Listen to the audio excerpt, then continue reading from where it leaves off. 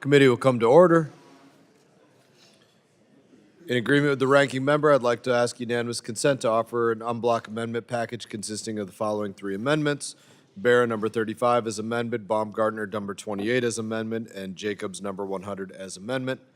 And without objection, each amendment shall be considered read, and without objection, so ordered. Is there any discussion? Any discussion? Seeing none. Being no further discussion, committee will proceed to consider the notice amendments on block pursuant to the previous order. The question occurs on the amendment on block. All those in favor signify by saying aye. Aye. Those opposed say no. Opinion of the chair, the ayes have it, and the amendments are considered on block are agreed to. Representative Davidson, I believe you have a few amendments at the desk. I have amendment at the desk, number 91. 91.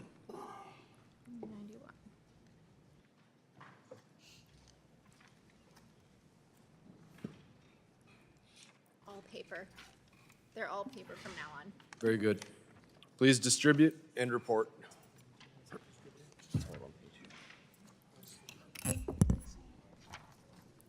Amendment 91 to HR 5300, offered by Mr. Davidson of Ohio. Without objection, further reading is dispensed with.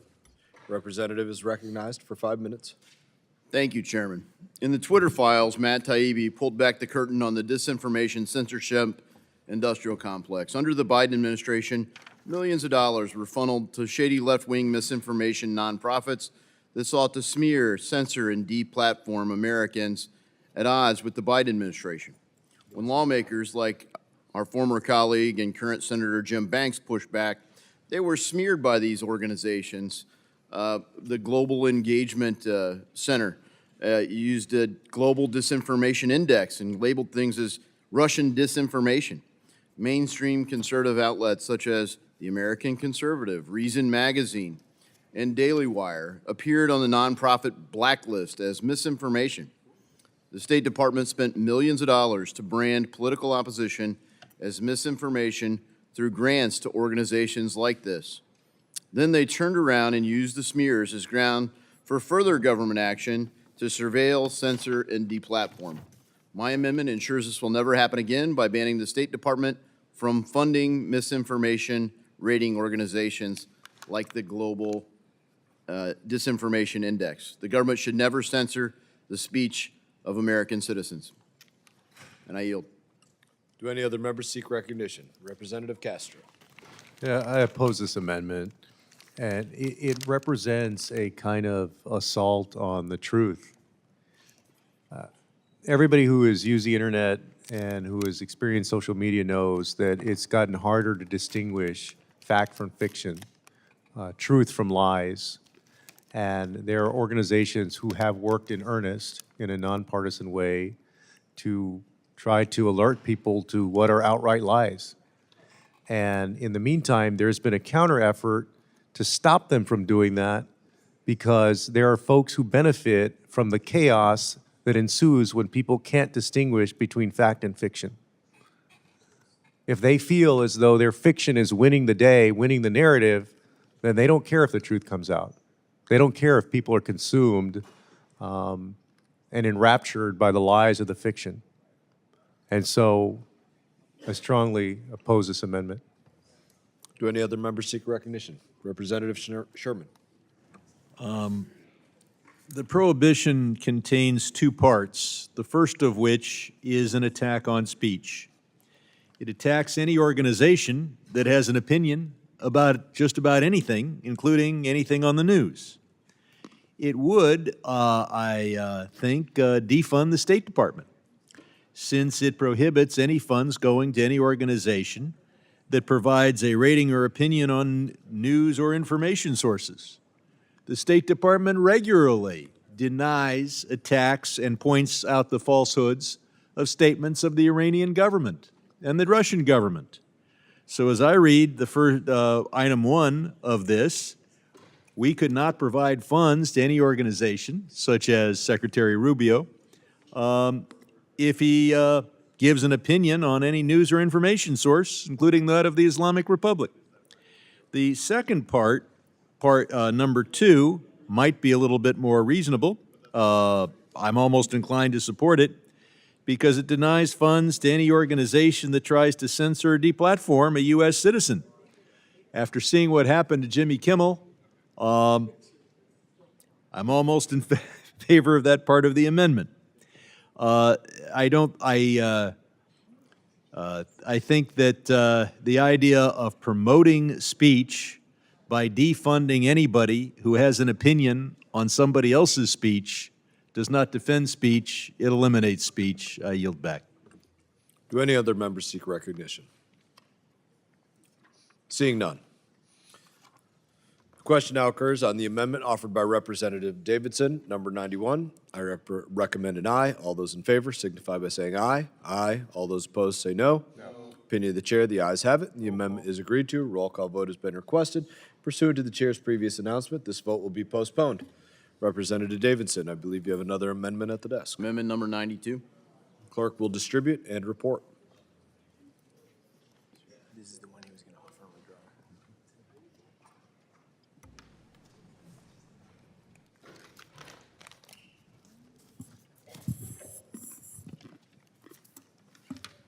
I need more than that. Thank you. I have like a whole.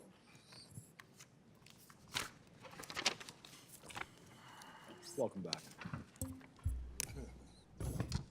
Amendment 92 to H.R. 5300, offered by Mr. Davidson of Ohio. At the appropriate place. Without objection, further reading of the amendment is dispensed with. Representative is recognized for 5 minutes. Thank you, Chairman. In Munich earlier this year, Vice President Vance warned European elites by saying, quote, "You cannot win a democratic mandate by censoring your opponents or putting them in jail, whether that's the leader of the opposition, a humble Christian praying in her own home, or a journalist trying to report the news," end quote. America has defended freedom in Europe from World War II through the Cold War and all the way up to today, thanks to our security commitments. It is outrageous to be told that we are defending democracy in these same places while allies continue censoring their own citizens through totalitarian tactics. In Hungary earlier this year, I met with Western European people who were seeking asylum in Hungary, in Eastern Europe. My amendment requires a report from the State Department on censorship within our NATO allied countries. For too long, many of these countries have censored their own citizens for opinions on things like COVID or DEI, open borders, or support for President Trump and Vice President Vance. It's time to hold them accountable and reappraise our relationships with our allies who are no longer defending the values that we think we're defending by organizations like NATO. I yield back. Gentleman yields back. Do any other members seek recognition? Being no further discussion, the question now occurs on the amendment offered by Representative Davidson, number 92. I recommend an aye. All those in favor signify by saying aye. Aye. Those opposed signify by saying no. No. Opinion of the chair, the ayes have it. The amendment is agreed to. Roll call vote has been requested. Pursuant to the chair's previous announcement, this vote will be postponed. Representative Davidson, I believe you have an amendment at the desk. Amendment number 100. Please distribute it and report it.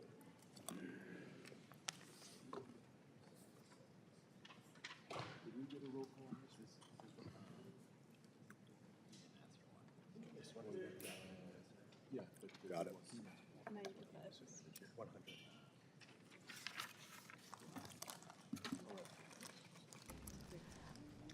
Amendment 100 to H.R. 5300, offered by Mr. Davidson of Ohio.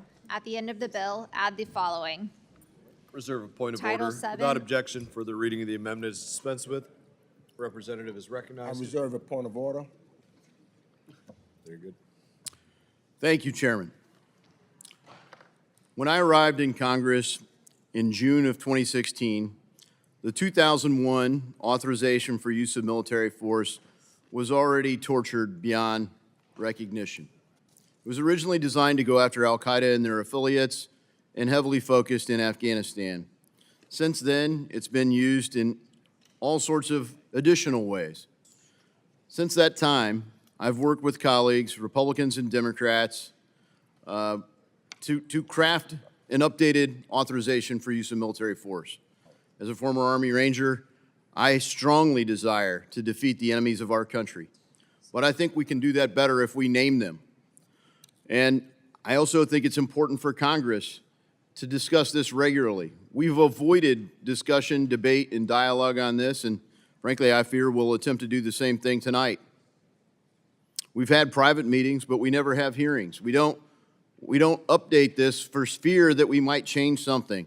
Well, the thing we're changing would give the Commander-in-Chief the flexibility to do what he's already doing, which is name enemies of our country and target them.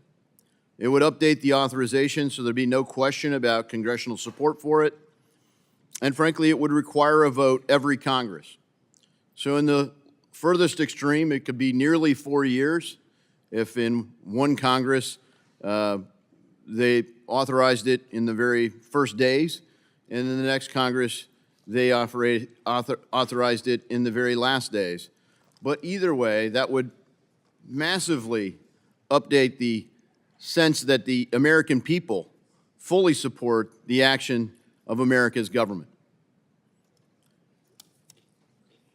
Recently, President Trump has designated several foreign terrorist organizations and targeted them.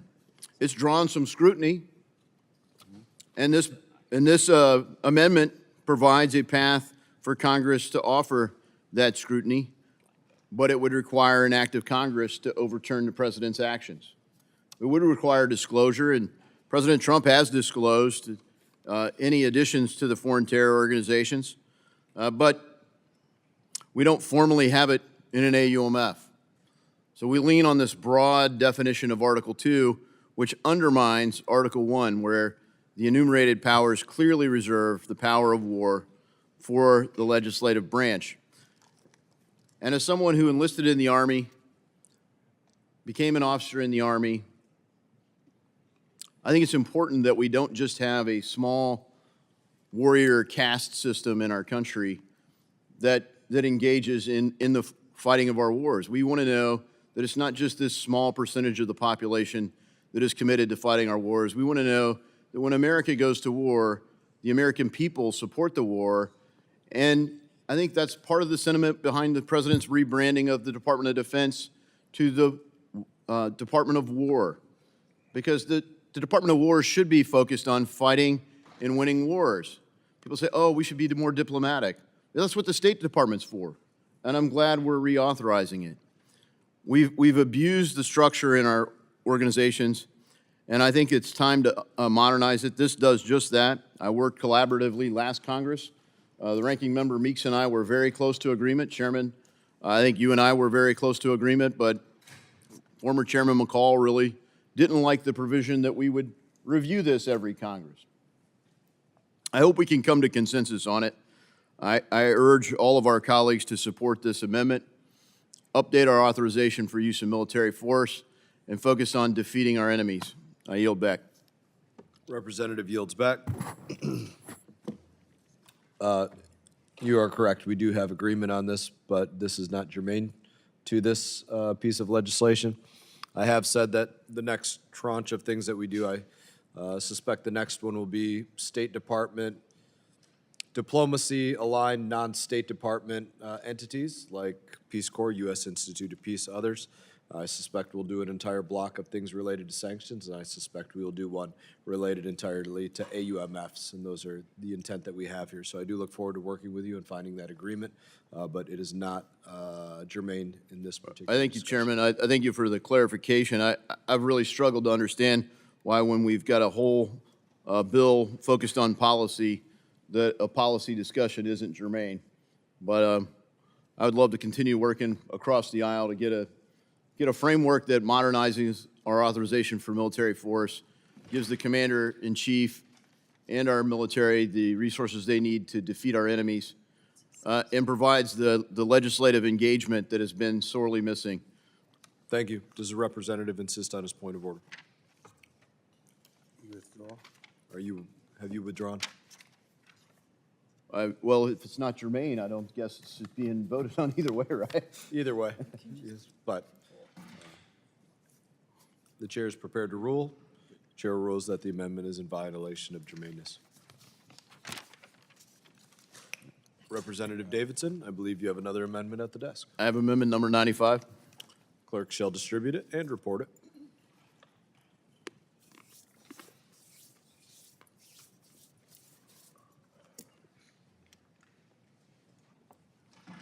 Thank you. Amendment 95 to H.R. 5300, offered by Mr. Davidson of Ohio. Without objection, further reading of the amendment is dispensed with. Representative Davidson, you are recognized. Thank you, Chairman. One core reason this State Department authorization bill is essential is to rebound from the damage inflicted by the previous administration. This committee has done so much oversight on everything that went wrong under Biden and the ways that the State Department was used for bad policy. We've got this new focus that's just such common sense that America's resources should advance America's interest. One of the worst aspects of what the previous administration was using our State Department for was as a supplier of international abortion advocacy. One of the worst levers that was used by the Biden administration was pushing to remove pro-life officials solely for their pro-life views. By doing this, they alienated many very friendly countries who wanted to be our allies, countries like Guatemala or Hungary. My amendment is very simple. The policy of the United States State Department should not be to pressure removal of pro-life leaders abroad solely for being pro-life. I urge the adoption of this common sense measure, and I yield back. Gentleman yields back. Do any other representatives seek recognition? There being no further discussion, the question now occurs on the amendment offered by Representative Davidson, number 95. All those in favor signify by saying aye. Aye. Those opposed say no. No. Opinion of the chair, the ayes have it. The amendment is agreed to. Roll call vote. Roll call vote has been requested. Pursuant to the chair's previous announcement, the roll call vote will be postponed. Mr. Davidson, I believe you have another amendment. Thank you, Chairman. I have amendment number 93. I would love to continue to work with the committee to get this language improved. Frankly, the goal of the amendment is to really hold the UN members accountable. We're giving foreign aid to countries that don't even vote with us 50% of the time. You know, Reagan said, you know, I'll take 80%. We're giving aid to people that don't even vote with us 30% of the time, some cases. This amendment would say, if you work with us at least half the time. I mean, heck, the Democrats only work with us about half the time, slightly less, depending on the issue, and we're somewhat divided. I don't think during campaign season Republicans are over there funding the DNC. I hope not. I know they're not funding us, and yet our dollars are funding enemies of our country in a lot of cases. So certainly adversaries in what we're trying to do. And that's the point. These countries are often working against our own interests. They're certainly doing it at the UN. And I appreciate the committee's effort to work to improve this language, and I withdraw the amendment. Unanimous consent to withdraw. Seeing no objection, so ordered. Representative Perry is not here. Representative Jacobs is not here.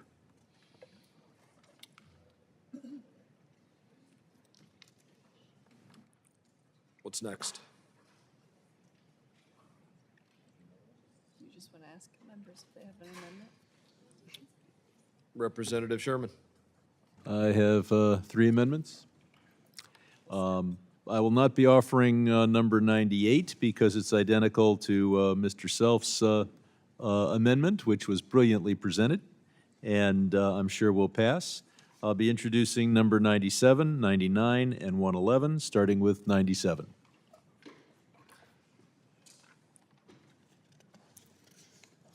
Please give the clerk a moment to prepare and designate these and distribute.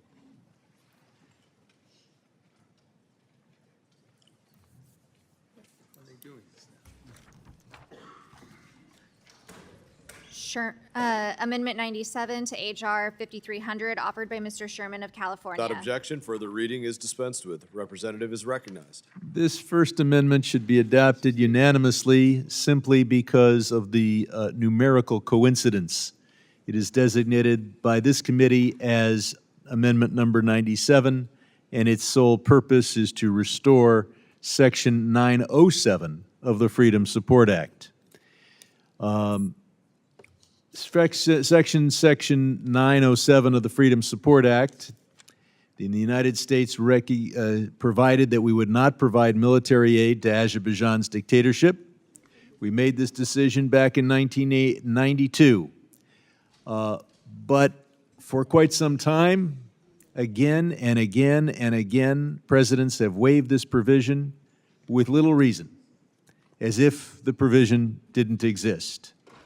In September of 2023, just about 2 years ago, Azerbaijan carried out the ethnic cleansing of over 100,000 indigenous Armenians from land they had occupied for millennia.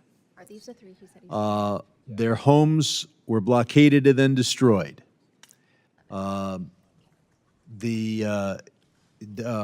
saw Artsak's democratically elected political leaders taken into custody, and they are still held hostage today, even though the war is over, subject to torture and abuse.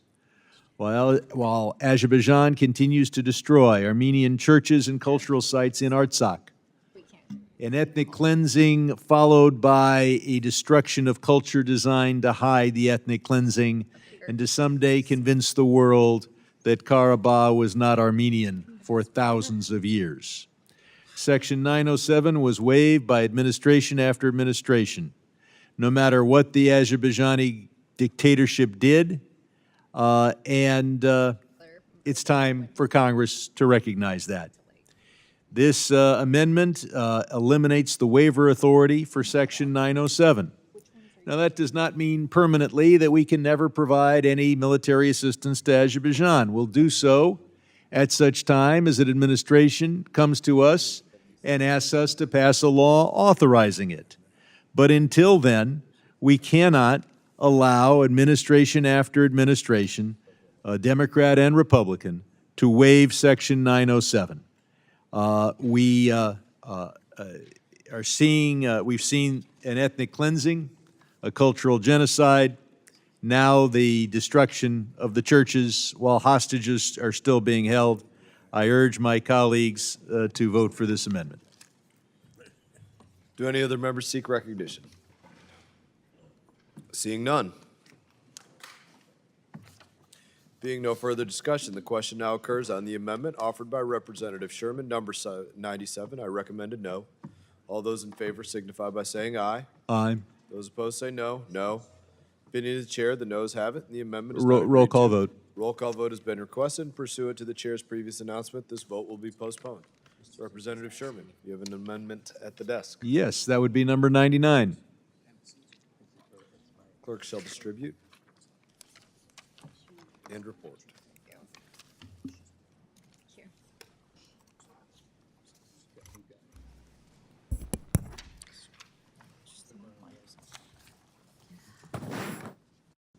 Amendment 99 to H.R. 5300, offered by Mr. Sherman of California. At the appropriate place, insert the following. Amendments to the Atomic Energy Act of 1954. In general, Section 123A of Atomic Energy Act of 1954 is amended. 1. Paragraph 8 by striking "and" at the end. 2. In paragraph 9, by striking the period at the end and inserting "and." And 3. By inserting after the paragraph 9 the following. 10. Without objection, further reading of the amendment is dispensed with. Representative is recognized for 5 minutes. There is no more important objective of our foreign policy than to prevent the spread of nuclear weapons. Since 1945, only a handful of countries have developed nuclear weapons. This would have surprised the political scientists of the 1940s. But if we don't take action, nuclear weapons will become thought to be ordinary. If Saudi Arabia has them, how could Egypt decide not to be equivalent, or Turkey not to be equivalent? We need to draw the line and do everything we can for nonproliferation. We stand in a very strong position because almost all of the nuclear reactors that countries might want to build use American technology or or actually created by American companies. So countries want to enter in with us nuclear cooperation agreements pursuant to which American technology and American machinery and American nuclear material can be transferred. We want to promote safe nuclear power. We don't want it to be a cover for a nuclear weapons program. That is why we have a requirement that in order to enter, that we've got a fast track for nuclear cooperation agreements. Usually an agreement of this importance would require the affirmative agreement of Congress. But we've got a fast track in which a nuclear cooperation agreement can just be presented to Congress and then becomes effective unless a veto is passed by both houses and that is to say a resolution of disapproval is passed by both houses, and then that resolution can be vetoed. So 1/3 of either house can allow the nuclear cooperation agreement to go into force. To be entitled to that superhighway, the agreement should meet certain standards. And Section 123 does provide some standards, but those standards are too low. Those standards do not contain the two additional standards that are provided by this agreement: no enrichment and no reprocessing, namely the gold standard of nonproliferation. This is entirely reasonable. We entered our most recent nuclear cooperation agreement is with the UAE, a rich and often powerful entity, which agreed to have its nuclear power subject to the gold standard of protection. We should have the same gold standard apply to any agreement that gets that fast superhighway through congressional approval. If for some reason the administration wants to enter into an agreement that does not provide that level of protection, it should come before Congress and maybe we'll approve it. We approved the India agreement, for example, with an affirmative vote pursuant to a particular law applicable only to India that required an affirmative vote of Congress to enter into a nuclear cooperation agreement. Countries that say they want nuclear power should agree to the same gold standard the UAE agreed to. Countries that balk at that, who want to avoid these safety standards, may well be intending, either at the present time or down the road, to have the capacity to build a nuclear weapon. And that should be a red line for the United States. So let us re-involve Congress in an appropriate way in making one of the most important decisions we'll ever make, and that is whether nuclear technology and that could lead to a nuclear weapon will be in the hands of this or that country. And let us say that if you want Congress to, in effect, not have a say, I mean, the idea of a resolution of disapproval, never, passing both houses, then subject to veto, that's never happened. So if you don't want that level of congressional scrutiny, then do what the UAE did and many other countries and observe gold standard safety. If you're concerned about nonproliferation, you ought to vote yes for this amendment, and I yield back. Do any other members seek recognition? Seeing none. Question now occurs on the amendment offered by Representative Sherman, number 99. I recommend a no vote. All those in favor signify by saying aye. Aye. Those opposed say no. No. Opinion of the chair, the noes have it. Roll call. Roll call vote has been requested. Pursuant to the chair's previous announcement, Mr. this vote Chairman. will be postponed. You are recognized. Mr. Chairman, I have a point of parliamentary inquiry. At 3:17 in the morning, I think we were in a different manner of taking the amendments than we'd started out, where there was notification of head. Could you explain to the people that are here that have amendments like myself, what the sequencing order and the notification procedure is now to determine which amendments will be forthcoming? Has anything changed? I don't know the order that we're going in. To your knowledge, has anything changed? I'm going to answer to you what was, and I'll get an accurate answer as to anything changed. I don't know that anything has changed. I'm reading the same screen that you are as it comes up. But previously, it has been brought in the order at which they were put into the portal. And then once everything that was put into the portal, it becomes a free-for-all of, again, first come, first serve after what was gone, after the closure date of the portal. I see. So if there were amendments in the 50s and they were in the portal in a timely fashion, In the order that they were submitted is what it's been going. and the amendment number reflects that order or not? No, that's the sequence where it is. Okay. Amendment number is a ledge council number. That's a ledge council number, the amendment number. Well, So then can we have a listing of? yes, what- can we, a further listing than just what comes up? So that the members will know, I would think we could get you there. 3:15 in the morning? Because what we're seeing on our screen, Mr. Chairman, is like 7 amendments, but there are many more amendments, unfortunately, doubt about it. unfortunately, to go. Yes, I have to believe we can get you that list. Thank Give you. me a moment. Thank you, I have Mr. no Chair. problem providing that list to you in any way, shape, or form. We can find that list, print it out, get it to them, get it to other members. Happy to do so. Thank you. Did we do the vote on this one already? I believe we did. Yes, and I asked for a recorded vote. And I believe we confirmed a roll call vote had been Yes. requested. And I've got one more. Representative Sherman. Yes, this is Sherman Amendment 111. It authorizes, One moment while they distribute and report.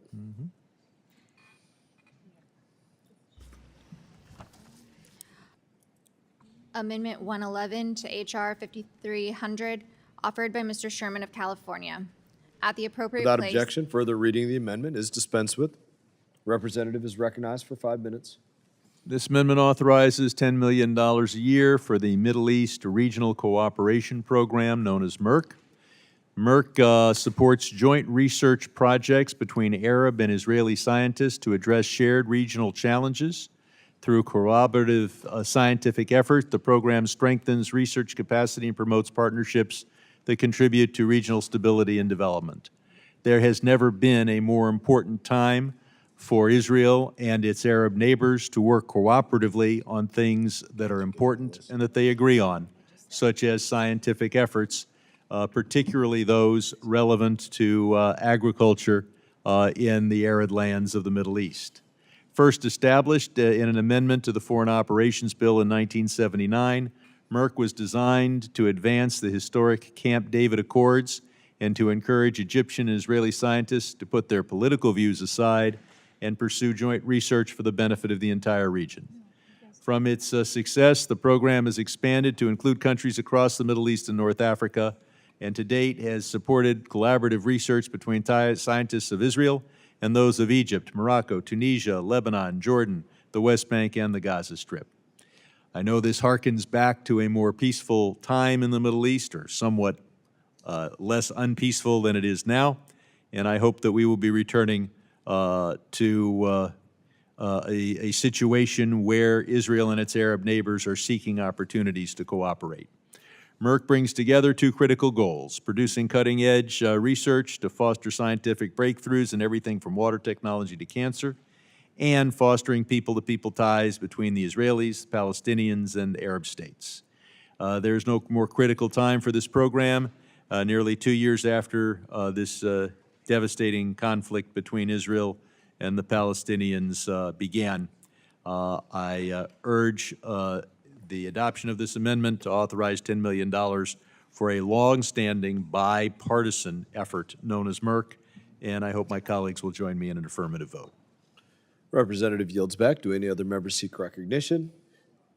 Recognize myself. I recommend a no on this funding earmark. Any other members seek recognition? Representative Meeks, Ranking Member Meeks. I strongly support this amendment. We talk about peace in the Middle East, you want to get there? Well, MERC helps us get there. It includes the Arab states. It talks about how we need to move forward. I thought in a bipartisan way, we were all focused on the Abraham Accords and trying to get more Arab states there, getting people to talk together, getting people to talk about a program under economic support that's authorized by Section 531 of the Foreign Assistance Act of 1961. This continues those steps to change in the Middle East and having a true peace. You get a true peace by dialogue and conversation. I think that the authorization to appropriate the $10 million for Middle East Regional Cooperation Program is a way to get us to that next step. I strongly support Representative Sherman's amendment. I think it's the right thing to do, and I hope all of my colleagues do the same, and I yield back the balance of my time. Gentleman yields back. Being no further discussion, the question now occurs on the amendment offered by Representative Sherman, number 111. All those in favor signify by saying aye. Aye. Those opposed say no. No. Opinion of the chair, the noes have it, and the amendment Roll is call. not agreed to. Roll call vote has been requested. Pursuant to the chair's previous announcement, this vote will be postponed. Representative Zinke. Thank you, Mr. Chairman. I have amendment to ask and request that the reading be dispensed. Clerk will report, distribute.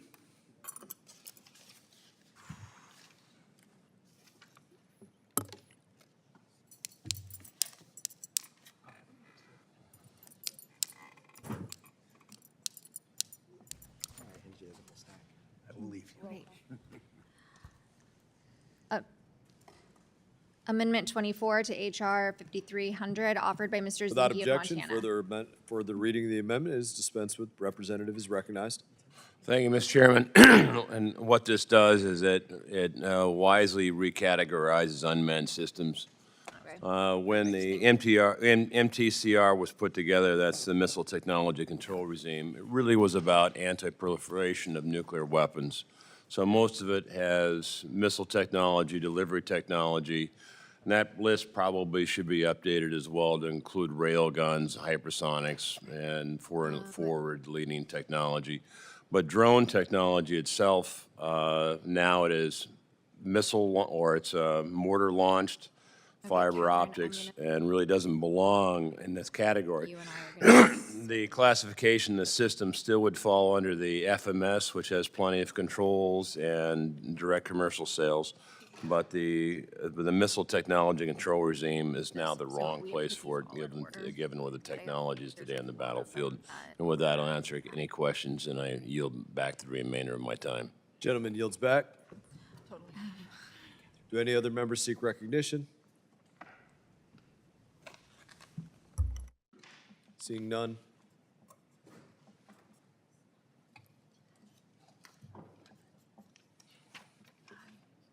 Close. Thank you. Question now occurs on the amendment offered by Representative Zinke, number 111. All those in favor signify by saying aye. Aye. Those opposed say no. No. Opinion of the chair, the ayes have it, and the amendment is agreed to. Representative Jacobs, I believe you have an amendment at the desk. I do, Jacobs 109. Please allow it to be distributed and reported.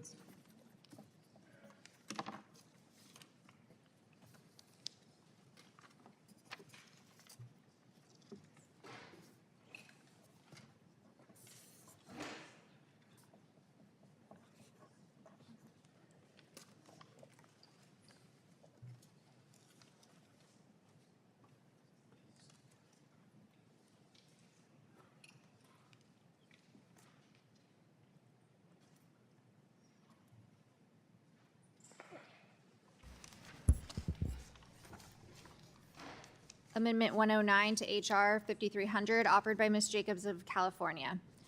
At the end of Title II. Without objection, further reading of the amendment is dispensed with. Thank you. The representative is recognized. Thank you, Mr. Chairman. My amendment would require a report to Congress on the State Department's plans to ensure adequate acquisition and assistance personnel to manage awards.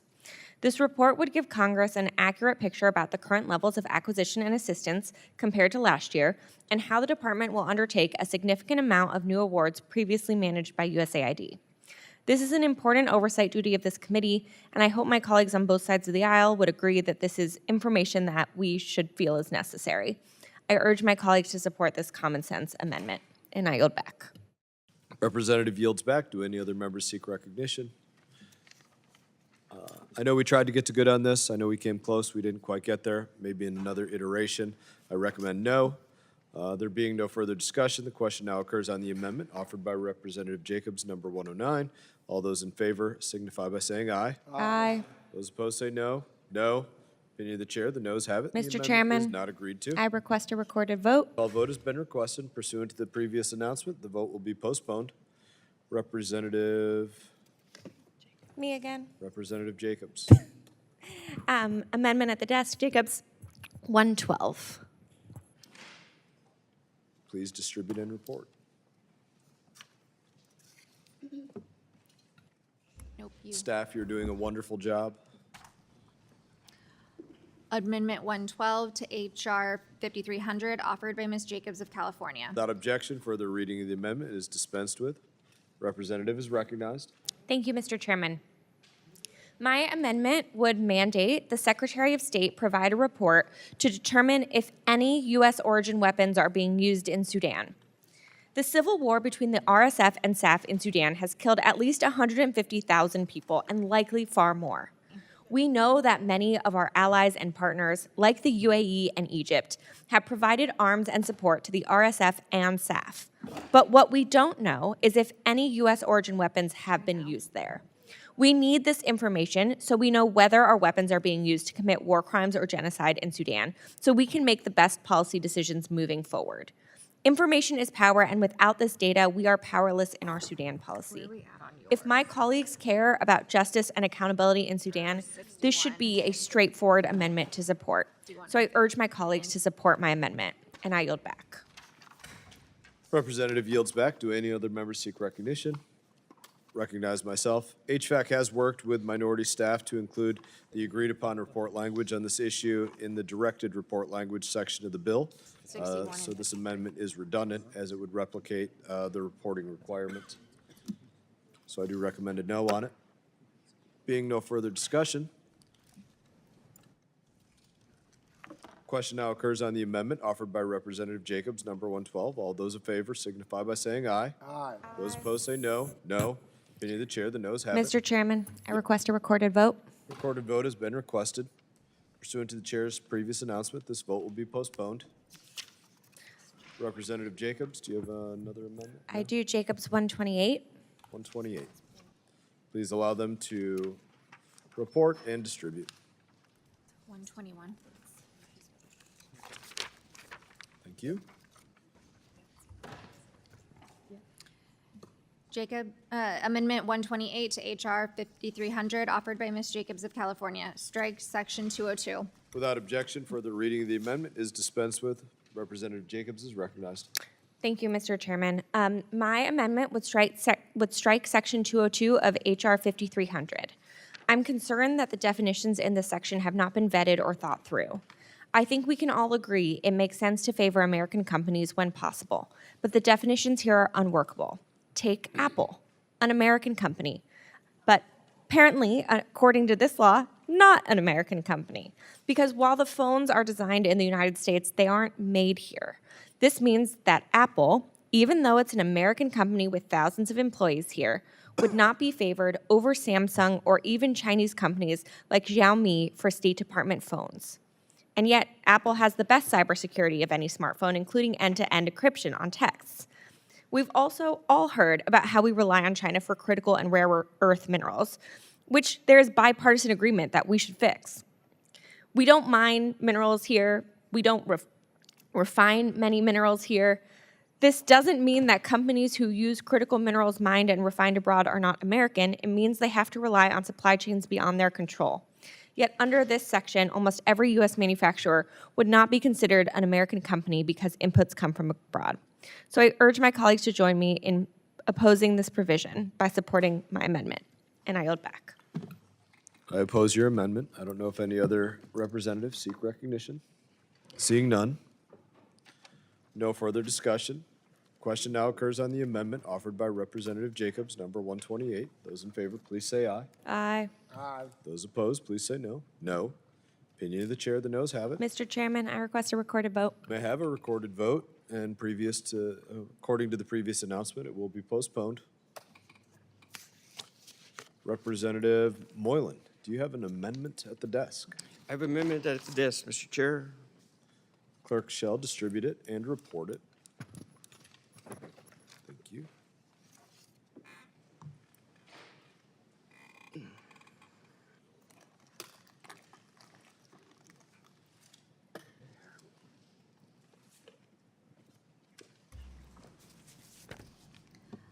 Amendment 79 to H.R. 5300, offered by Mr. Moylan of Guam.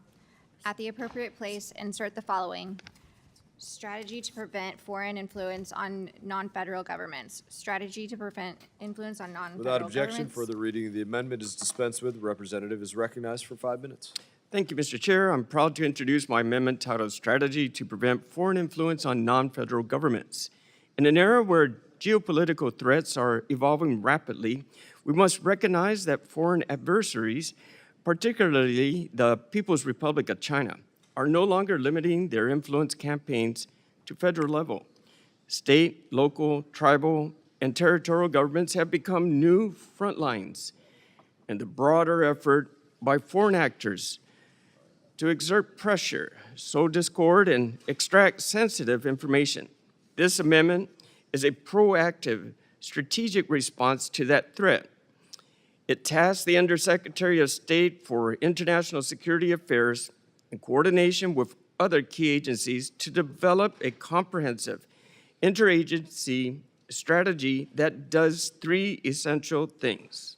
First, it identifies how foreign adversaries are targeting our non-federal institutions, whether through cyber attacks, disinformation, economic coercion, or even direct threats. Second, it strengthens coordination between the Department of State and non-federal partners, ensuring they have access to the tools, intelligence, and best practices needed to detect and respond to threats in real time.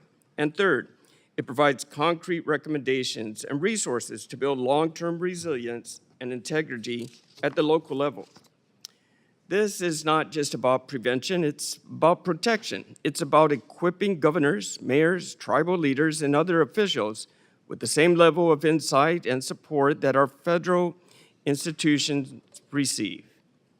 By requiring annual reports, public transparency, and direct communication with non-federal governments, this amendment ensures continued oversight and accountability on how we respond to evolving foreign threats.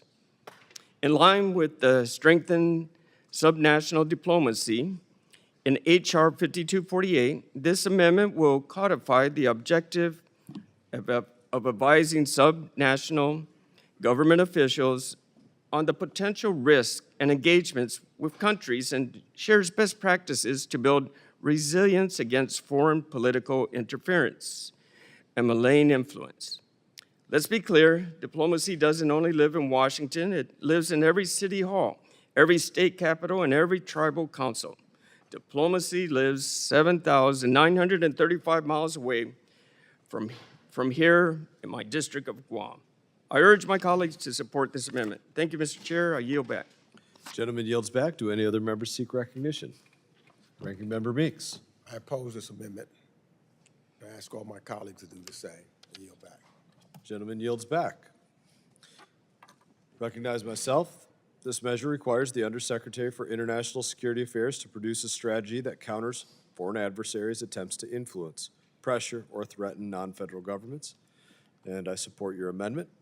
There being no further discussion, the question now occurs on the amendment offered by Representative Moylan, number 79. All those in favor signify by saying aye. Aye. Those opposed say no. No. Opinion of the chair, the ayes have it, and the amendment is agreed to. A roll call vote has been requested. Pursuant to the chair's previous announcement, this vote will be postponed. We'll move in a minute to the Castro amendment. Several members did do this. I just want to make other members make known that it is aware because some members asked about it. Yes, you can offer your speech, your text, your remarks for the record if that's something that you want, and you can withdraw your amendment. Some members have asked about that, and yes, you are open to that if that's something that you want. In that, Representative Castro. Thank you, Chairman. This amendment requires the State Department to submit a report on any relationship between, We need to have this, sorry. need to have this distributed and reported. Amendment 58 to H.R. 5300, offered by Mr. Castro of Texas. Without objection, further reading is dispensed with, and you are recognized, Mr. Castro. Thanks. You're welcome. The amendment requires the State Department to submit a report on any relationship between Salvadoran President Nayib Bukele and the criminal organization MS-13, which was designated a foreign terrorist organization earlier this year. And this is not a hypothetical concern. Investigations by ProPublica and the New York Times have documented negotiations between President Bukele's government and MS-13 leaders, deals that reportedly included leniency and benefits for gang leaders in exchange for political support and a reduction in violence. Those revelations raise profound concerns about corruption, accountability, and the integrity of El Salvador's security policy. The United States government has poured millions of dollars, taxpayer dollars, into security and counter-gang problems in El Salvador. If senior officials are secretly cutting deals with the designated terrorist organization, Congress has a responsibility and a right to know about it. We cannot look the other way. This amendment simply directs the Secretary of State to provide Congress with a full assessment of any relationship between President Bukele and MS-13. That report will allow us to conduct oversight, shape our assistance accordingly, and ensure that U.S. policy does not indirectly enable or legitimize criminal groups that threaten both Salvadorans and Americans. And let's be clear, standing against gang violence should not mean tolerating secret pacts with gangs. This amendment is about transparency, accountability, and ensuring our policy is guided by facts and not wishful thinking. I urge my colleagues to support it, and I'd like unanimous consent to enter a letter into the record, a letter that was signed by 6 Republican members of the U.S. House of Representatives in 2020, directed to President Bukele, raising concerns about Bukele's ties to MS-13 in 2020.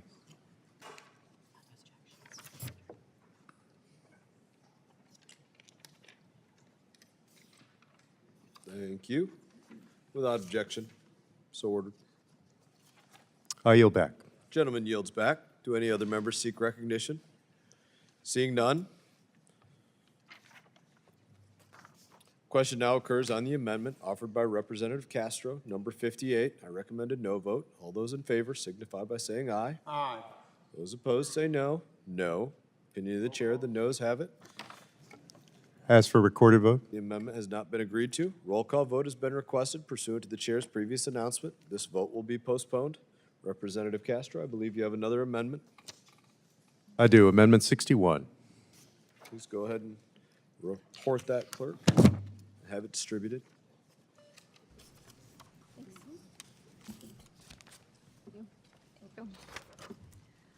Amendment 61 to H.R. 5300, offered by Mr. Castro of Texas.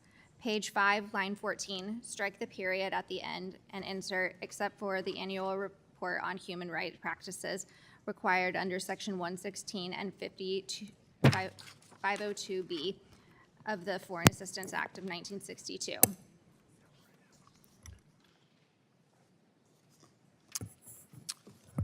Thank you, Chairman. Recognized. Thanks. Section 101 of this bill repeals all prior reporting requirements other than the ones referenced in the legislation. I certainly think that many of the reporting requirements in statute are burdensome and should be repealed. Some of them, though, serve an important policy function, such as the Human Rights Report. This amendment would ensure that the Human Rights Report, which has decades-long bipartisan support, is not eliminated as a consequence of Section 101 of this text. And I urge my colleagues to support this measure, and I yield back. Representative yields back. Do any other members seek recognition? Seeing none, I recognize myself for a moment. I recommend a no vote. This measure does reestablish the annual country report on human rights practice, but we have seen how these reports have been abused by Democratic administrations in the past to expand the meaning of human rights beyond the definition, so I do recommend a no vote. In that, again, the other members seek recognition. Seeing none, question now occurs on the amendment offered by Representative Castro, number 61. All those in favor signify by saying aye. Aye. All those opposed say no. No. No. Opinion of the chair, the noes have it. The amendment As for is not recorded agreed vote? to. Recorded vote has been requested. Pursuant to the chair's previous announcement, the vote will be postponed. Do we have another one for you, Representative Castro? Yes, 53. Clerk will report it and distribute it.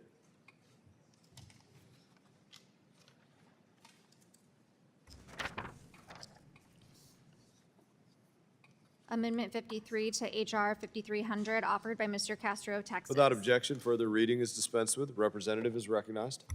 Thank you. This amendment requires the State Department to brief Congress on its plans to open 6 new passport offices across our country. These offices, announced last year, are supposed to expand access for millions of Americans who need passports for work, study, travel, or family emergencies. Right now, in my district in San Antonio, if a constituent needs a passport on short notice, they have to drive 3 hours to Houston to get it. And that's not acceptable in a global economy where travel is a part of daily life. A few years ago, the Congress passed a law to require the department to establish offices in major cities without passport offices. So last year, the State Department announced the establishment of new passport offices in San Antonio, along with Salt Lake City, Kansas City, Charlotte, Cincinnati, and, Mr. Chairman, Orlando, Florida. This amendment doesn't add cost or bureaucracy. It simply requires a briefing within 90 days so we can track the department's progress and make sure these offices actually open and serve the public on time. Americans deserve timely passport services without having to drive hundreds of miles. I urge my colleagues to support this amendment. I yield back. Do any other members seek recognition? Recognize myself in support of this amendment. Requires a briefing from the Assistant Secretary for Consular Affairs on these 6 new passport agencies. It's worthy. I urge my colleagues to support. And in that, the question now occurs on the amendment offered by Representative Castro, number 61. All those in favor signify by saying aye. Aye. Those opposed say no. Opinion of the chair, the ayes have it, and the amendment is agreed to. Mr. Meeks, I believe you have a few amendments. Call up Meeks Amendment number 3. Clerk shall report and distribute. Thank you very much. Amendment 3 to HR 5300, offered by Mr. Meeks of New York. At the appropriate place, insert Without the objection, further reading of the amendment is dispensed with. Representative Meeks is recognized. Ranking Member Meeks is recognized. Last month, without forewarning or explanation, the State Department abruptly removed the long-standing online human rights reporting gateway from public access. This online landing page and web form was maintained for over a decade by both Republican and Democratic administrations as an external means by which outside human rights organizations and observers could present credible evidence of gross violations of human rights to the State Department for further examination and vetting. The online portal was established as a result of a bipartisan statute, specifically Section 7034K of Public Law 112-74, which mandated state to establish and periodically update procedures to facilitate receipt by the Department of State and U.S. embassies of information from individuals and organizations outside the United States government about credible gross violations of human rights by security force units. This underlying statute was passed into law by a wide bipartisan margin in 2011, and both successive Republican and Democratic administrations have followed it. To date, no clear or sufficient explanations have been provided to Congress as to why the reporting gateway was removed, nor as to how the department will comply with existing statute. My amendment simply requires the State Department to reestablish the reporting gateway and report to Congress on its functionality or efforts to restore it.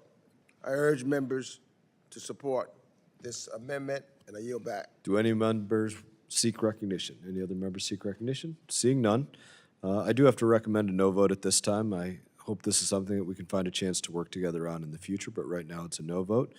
Being no further discussion, the question now occurs on the amendment offered by Representative Meeks, number 3. Those in favor, please say aye. Aye. Those opposed say no. No. Opinion of the chair, the noes have it. Ask The for a amendment is roll not call agreed vote. to. Roll call vote has been requested.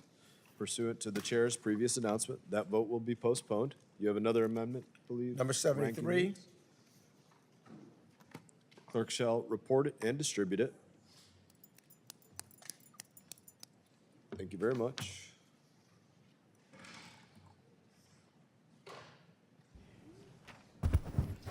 Amendment 73 to H.R. 5300, offered by Mr. Meeks of New York. Without objection, further reading of the amendment is dispensed with. Representative Meeks, you are recognized.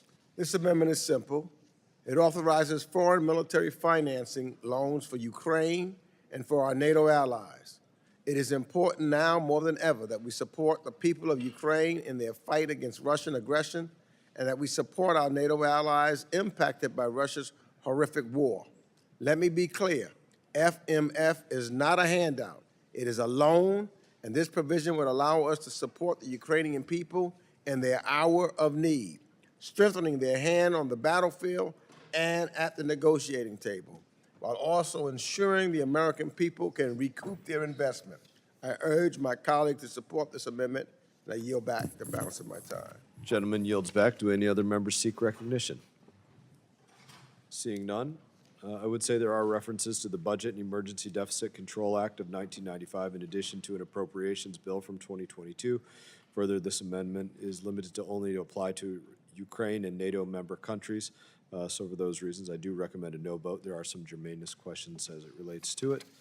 That being said, the question now occurs on the amendment offered by Representative Meeks, number 73. All of those in favor say aye. Aye. Those opposed say no. No. No. Opinion of the chair, the noes have it. Ask for roll call vote. Roll call vote has been requested pursuant to the committee's previous announcement. The vote will be postponed. Do you have another amendment, number Ranking 85. Member Meeks? Please allow them to distribute it and report it.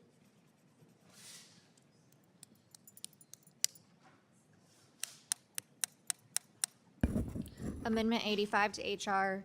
5300, offered by Mr. Meeks of New York. At the appropriate place in the bill, insert the Without following. objection, further reading of the amendment is dispensed with. Ranking Member Meeks, you are recognized.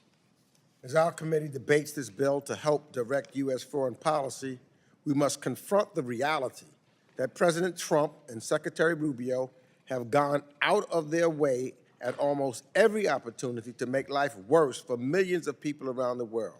They have done this while illegally dismantling USAID and our foreign assistance programs, all while claiming these sweeping cuts were necessary to root out waste, fraud, and abuse.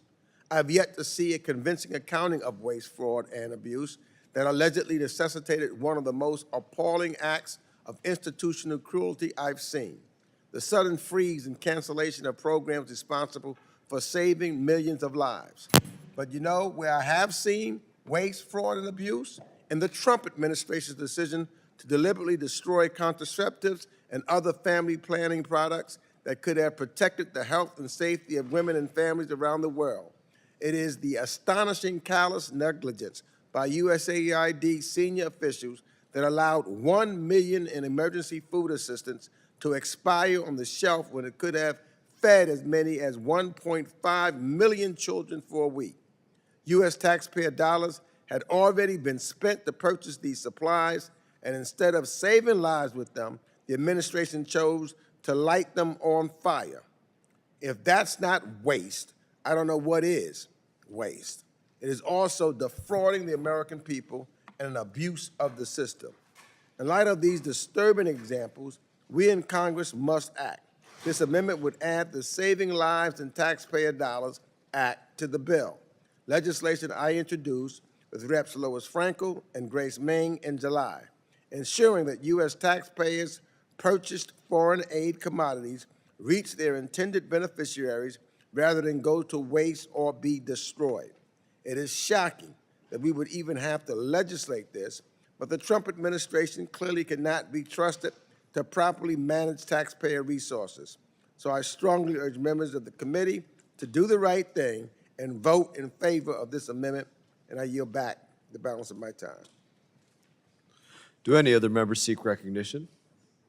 I see none. I recommend a no vote.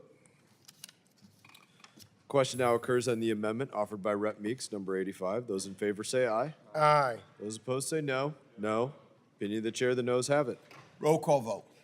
Roll call vote has been requested pursuant to the chair's previous announcement. The vote will be postponed. Does that eliminate yours, Mr. Meeks? Representative Self? I believe you have an amendment at the desk.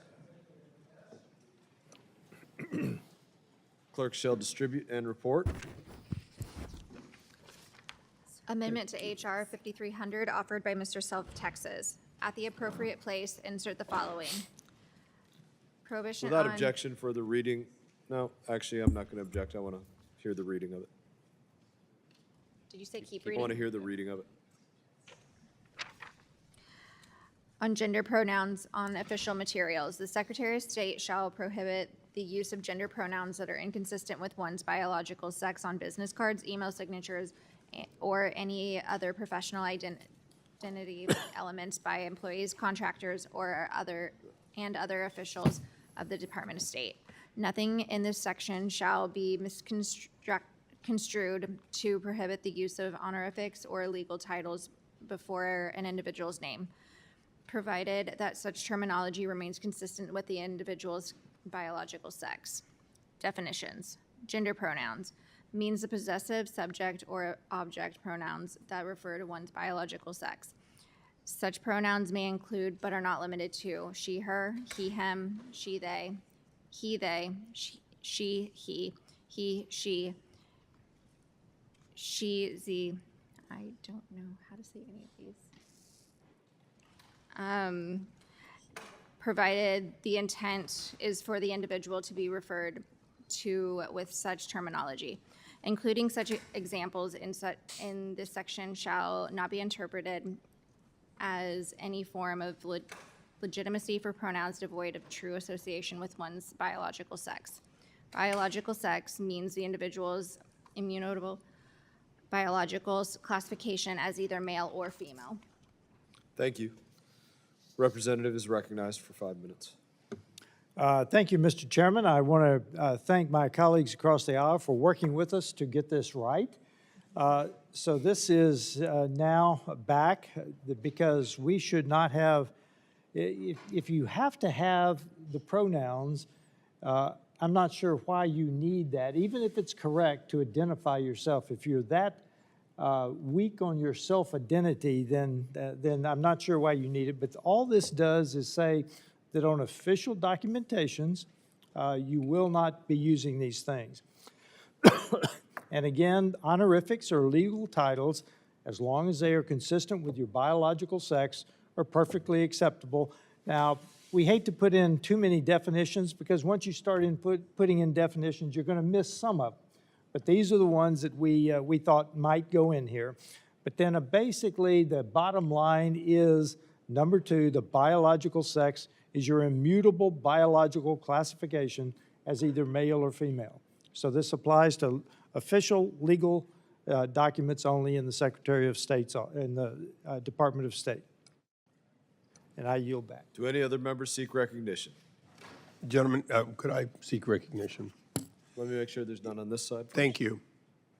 Representative Vice. Thank you. I just want to ask a quick question. So if I understand correctly, under this amendment, this would prevent deceptive pronouns, ones that would lead to or potentially confuse somebody away from knowing that they are A person, and B, what their biological, No, if you it will, okay. So you're really trying to make sure there's clarity rather than a deception. No, even if they are absolutely correct, they are forbidden on official emails, documents, so forth, even if they are correct. But, for example, they, she, he, isn't that inherently confusing and deceptive as to who somebody is? I would agree. Thank you. I would yield back. Gentleman yields back. Do any other members seek recognition? Ranking Member Meeks? No. The general member's initial amendment was wrong, cited. This one remains the same. There is no real cure here. It's a violation, I say, of freedom of speech, and we should still oppose this amendment. I yield back. Ranking Member yields back. Do any other members seek recognition? There being no further discussion, the question now occurs on the amendment offered by Representative Self. Those in favor signify by saying aye. Aye. Those opposed say no. No. Opinion of the chair, the ayes have it, and the amendment is Roll agreed call to. vote. Roll call vote has been requested pursuant to the chair's previous announcement. This vote will be postponed. Representative Mills? Not here. Heard the door opening.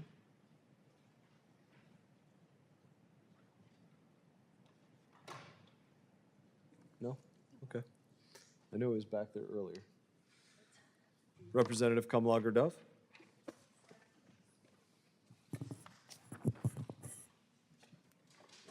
I have an amendment at the desk. Very good. Clerk will distribute and report the amendment. Amendment 96 to H.R. 5300, offered by Ms. Comlager-Dove of California. At the appropriate place, insert the following. Not later than 120 days after the date of enactment of this act, the Secretary shall submit to the appropriate congressional committees a report on, 1, current oversight Without monitoring. a further reading, the amendment is dispensed with. Representative is recognized. Mr. Chair, I'd like to withdraw that amendment. Ask unanimous Ask consent. unanimous consent. Without objection, so ordered. Representative Kumlager-Dove, I believe you have another amendment at the desk. Yes, I do. Which one would you like to see brought up?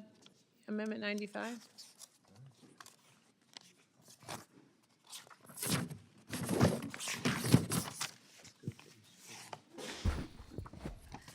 Amendment 95 to H.R. 5300, offered by Ms. Comlager-Dove of California. At the appropriate place, insert the following. No later than Without 90... objection, further reading of the amendment is dispensed with. Representative is recognized. Thank you, Mr. Chair. I too have been appalled by the blatant examples of waste, fraud, and abuse that this administration's incompetence has wrought upon the State Department. In July, Donald Trump fired 1,300 diplomats for no good reason, except it turns out there were a good number of people who were actually fired by accident and then had to be quickly rehired, creating untold costs, chaos, and financial, costs that were swept under the rug.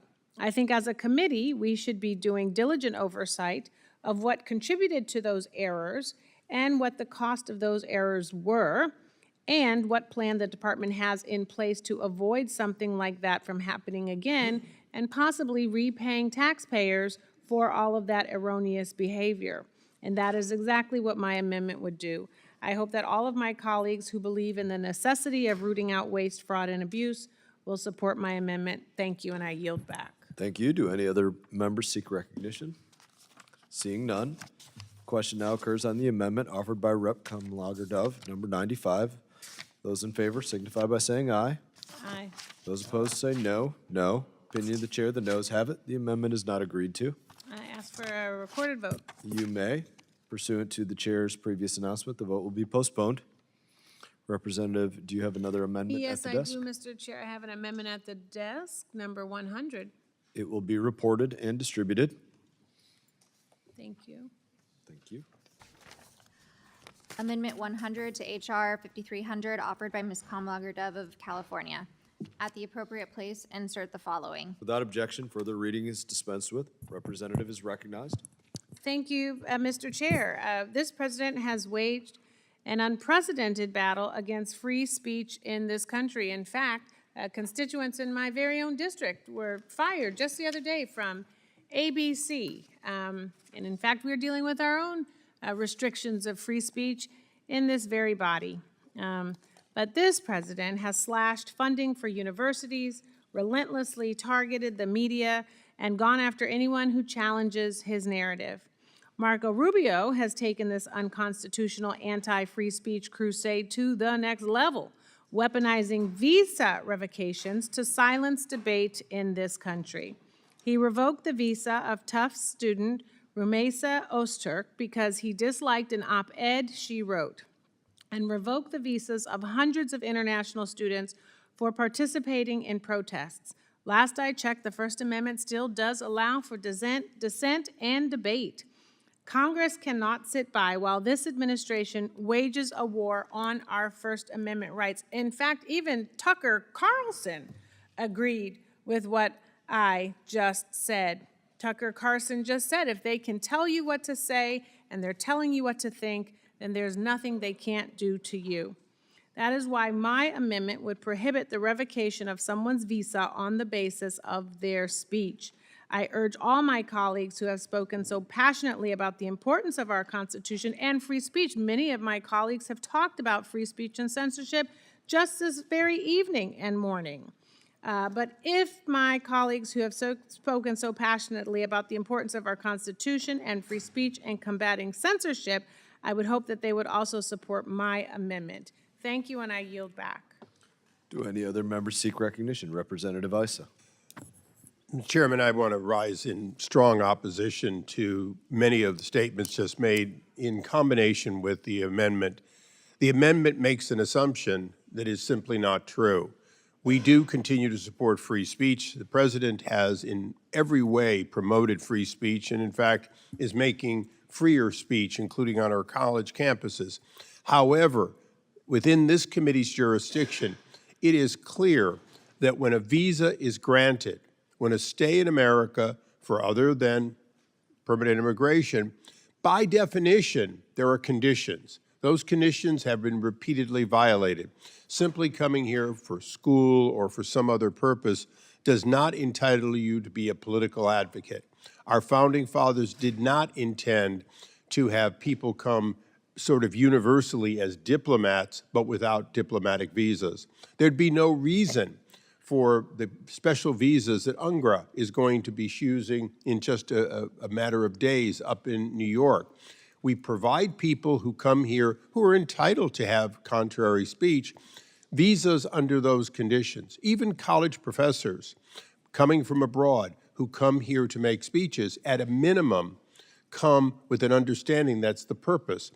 And if, in fact, they deliver a speech and that speech is consistent with their views, not one has been eliminated. However, a student or others who come here presumably to get an education and then participate often in the most hateful activity and then want to hide behind our First Amendment are no more entitled than those people who say because they came here illegally, somehow they gain the right to stay here.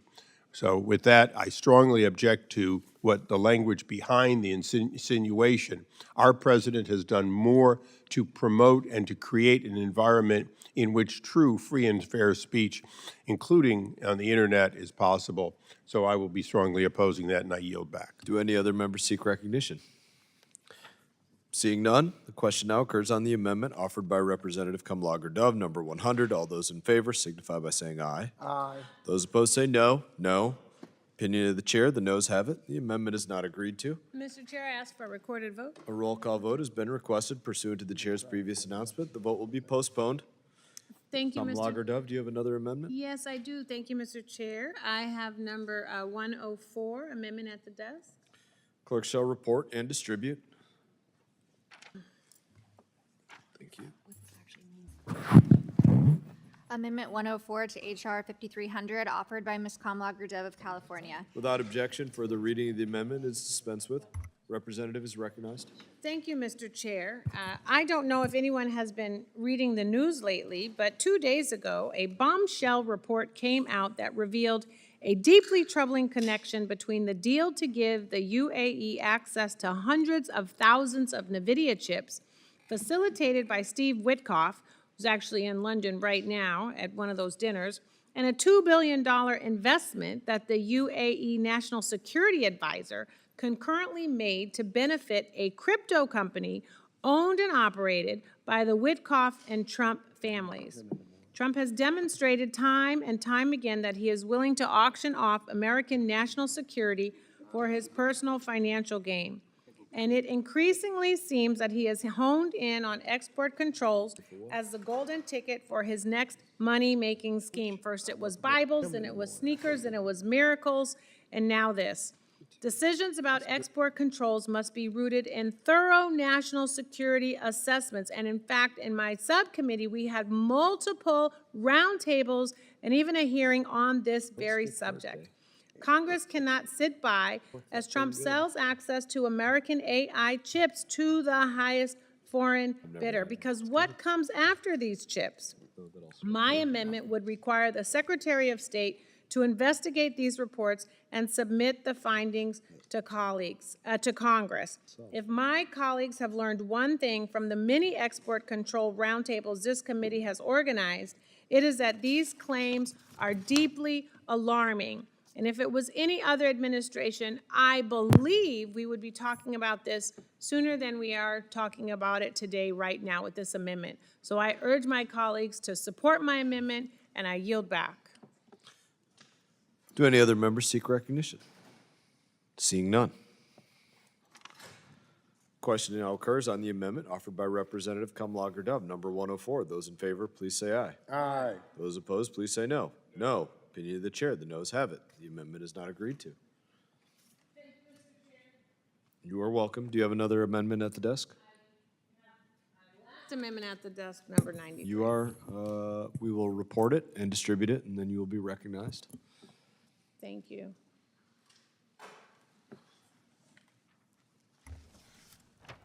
Amendment 93 to H.R. 5300, offered by Ms. Kumlager-Dove. Without objection, further reading is dispensed with. You are recognized. Thank you, Mr. Chair. I know that Congress has a long-standing bipartisan interest in promoting human rights and democracy in Pakistan, and this is something of particular importance to me as ranking member of the South and Central Asia Committee. In addition to human rights sanctions and resolutions of support, though, I think it's important that the United States materially support the organizations protecting human rights, democracy, and the rule of law on the ground. My amendment would authorize grants for the organizations doing this important work in Pakistan, and as we see in the news, you know, Pakistan is in with this administration right now. So I hope it would be in with this committee as well. I hope that anyone who has been an advocate for human rights and democracy issues in Pakistan will join me in supporting this amendment, and I yield back. Representative yields back. Do any other members seek recognition? Seeing none, the question now occurs on the amendment offered by Representative Kumlager-Dove, number 93. All those in favor signify by saying aye. Aye. Those opposed say no. No. Opinion of the chair, the noes have it. The amendment is not agreed to. I believe that is the extent of your amendments, Representative Kumlager-Dove. You are welcome. Representative Mills, I believe you have an amendment at the desk. Yes, Mr. Chairman, I got amendment at the desk. Please allow them to report it and distribute it.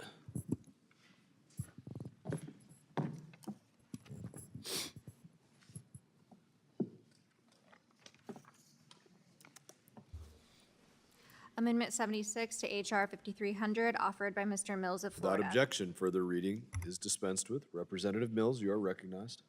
Thank you, Mr. Chairman. As we know from recent events, it is crucial that we maintain continuous oversight of all foreign assistance programs so that humanitarian aid doesn't fall into the wrong hands. The Department of State should always ensure that when we do provide foreign assistance, we're properly stewarding taxpayer dollars and that it's accomplishing its intended purpose. This is why I'm proud to offer this amendment to establish a Deputy Inspector General for Assistance, a corresponding office, and a Deputy Inspector General for the Department of State and Foreign Service. By establishing these two new positions, we will ensure that the department continues to provide rigorous oversight of foreign assistance programs with the specialized attention that it deserves. Any and all fraud, waste, and abuse should be exposed. We cannot afford to have any gaps in oversight in foreign assistance programs that evolve. I ask that everyone support this amendment as we continue to submit. With that, I yield back.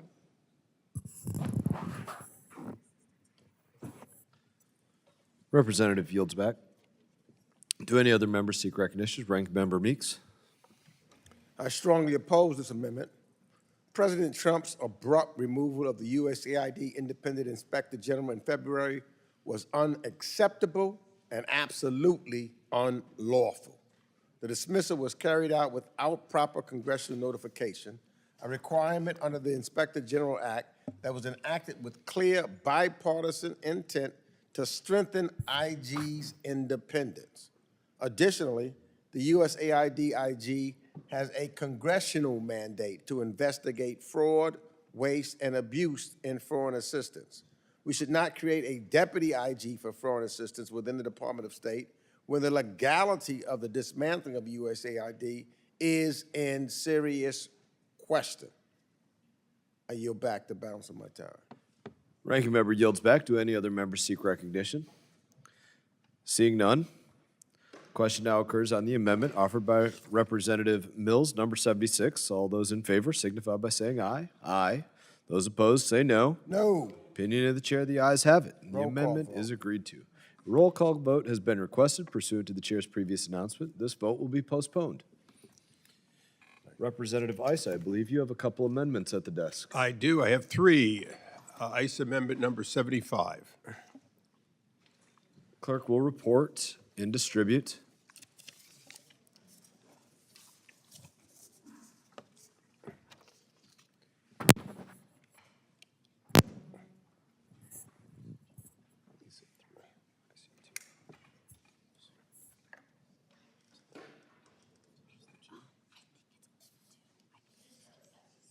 We'll do 76 first then.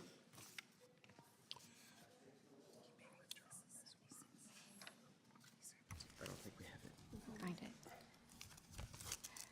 Amendment 76 to H.R. 5300, offered by Mr. Issa of California. Without objection, further reading will be dispensed with. Representative Issa, you are recognized. Thank you, Mr. Chairman. In the last fiscal year, Looking at it. we spent authorized $950 million, nearly $1 billion, on behalf of getting the truth around the world off to the American people. However, that did not happen.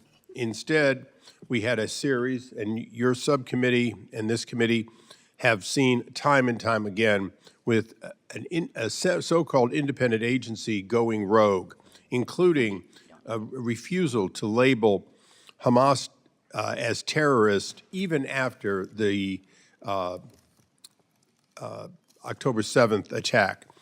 The reality is that for a long time, the important mission of Voice of America and other entities, including the Office of Cuba Broadcasting and the like, have lost their way. They've lost their way because their mandate was always to be consistent with the State Department, consistent with the administration, and in fact, consistent with our freedom message on a selective basis around the world. And yet, time and time again, they are out of sync. You cannot authorize the spending of $1 billion in multiple languages and, in fact, not have it targeted properly. Even as we speak today, in theory, we are still broadcasting into Hungary. Now, I've checked pretty carefully, and I'm not sure that Hungary is still behind the Iron Curtain. And yet, a rogue independent agency, one that grants, and I repeat, grants money with little oversight or no oversight, cannot continue to work.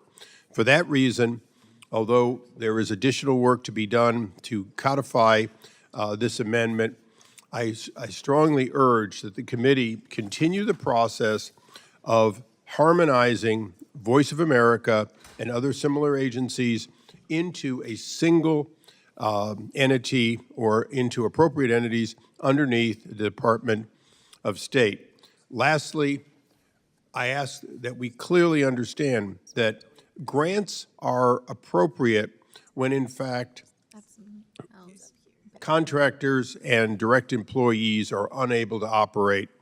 For the most part, there is no longer any need for independent grants or a claim that this is somehow not U.S. policy.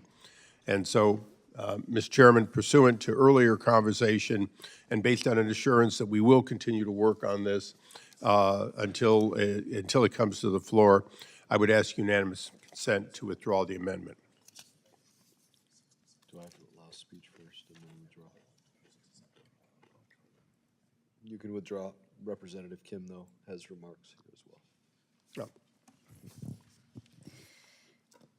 Well, I share my colleagues' concerns and agree with also Ms. Carrie Lake, who I had the pleasure of meeting when she came to my office, and also she testified before our committee before.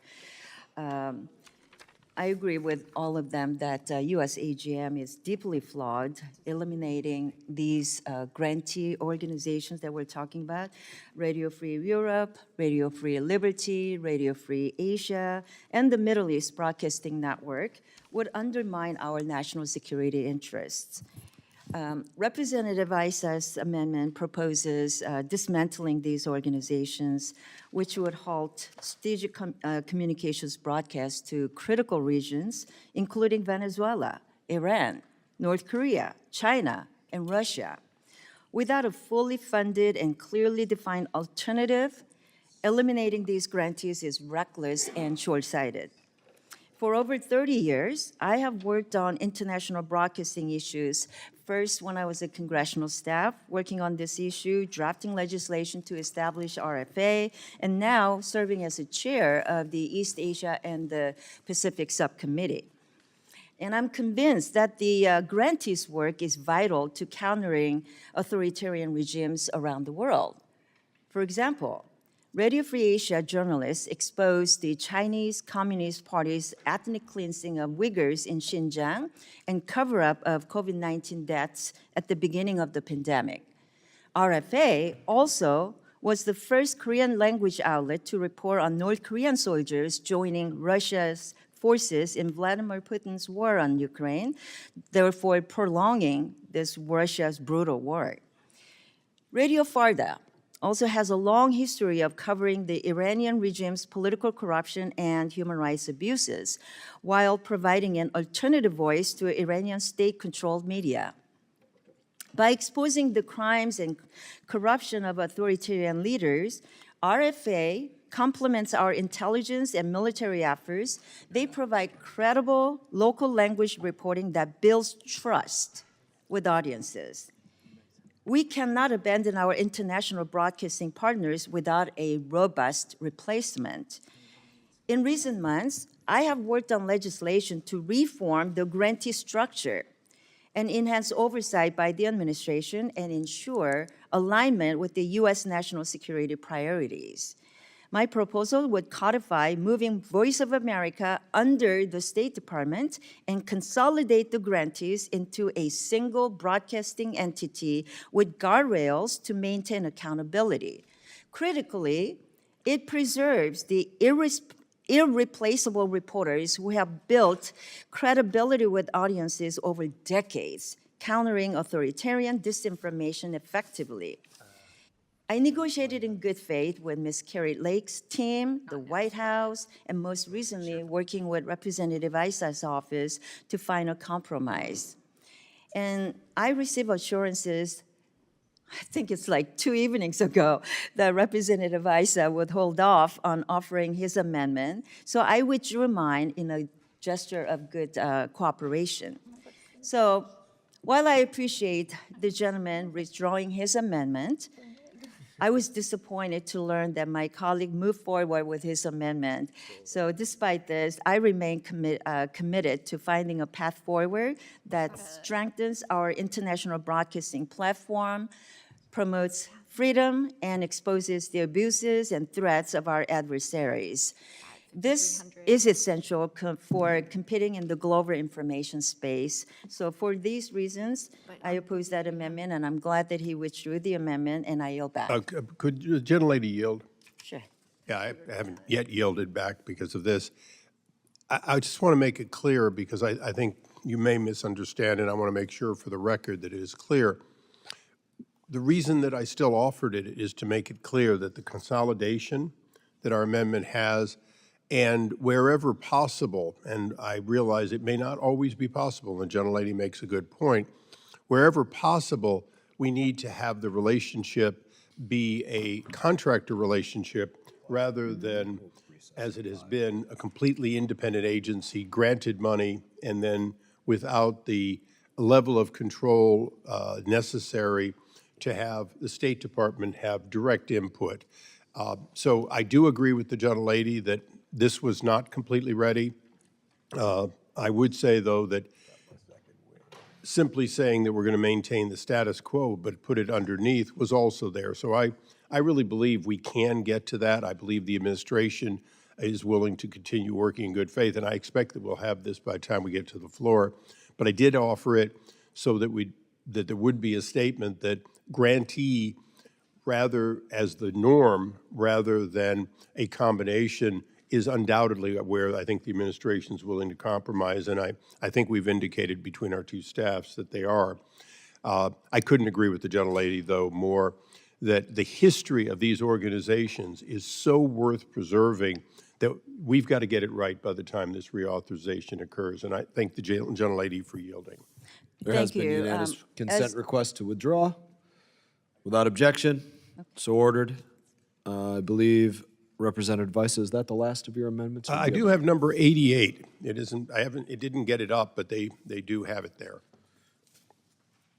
Does the clerk have the amendment and distributed? No. 75. They have 75. 75.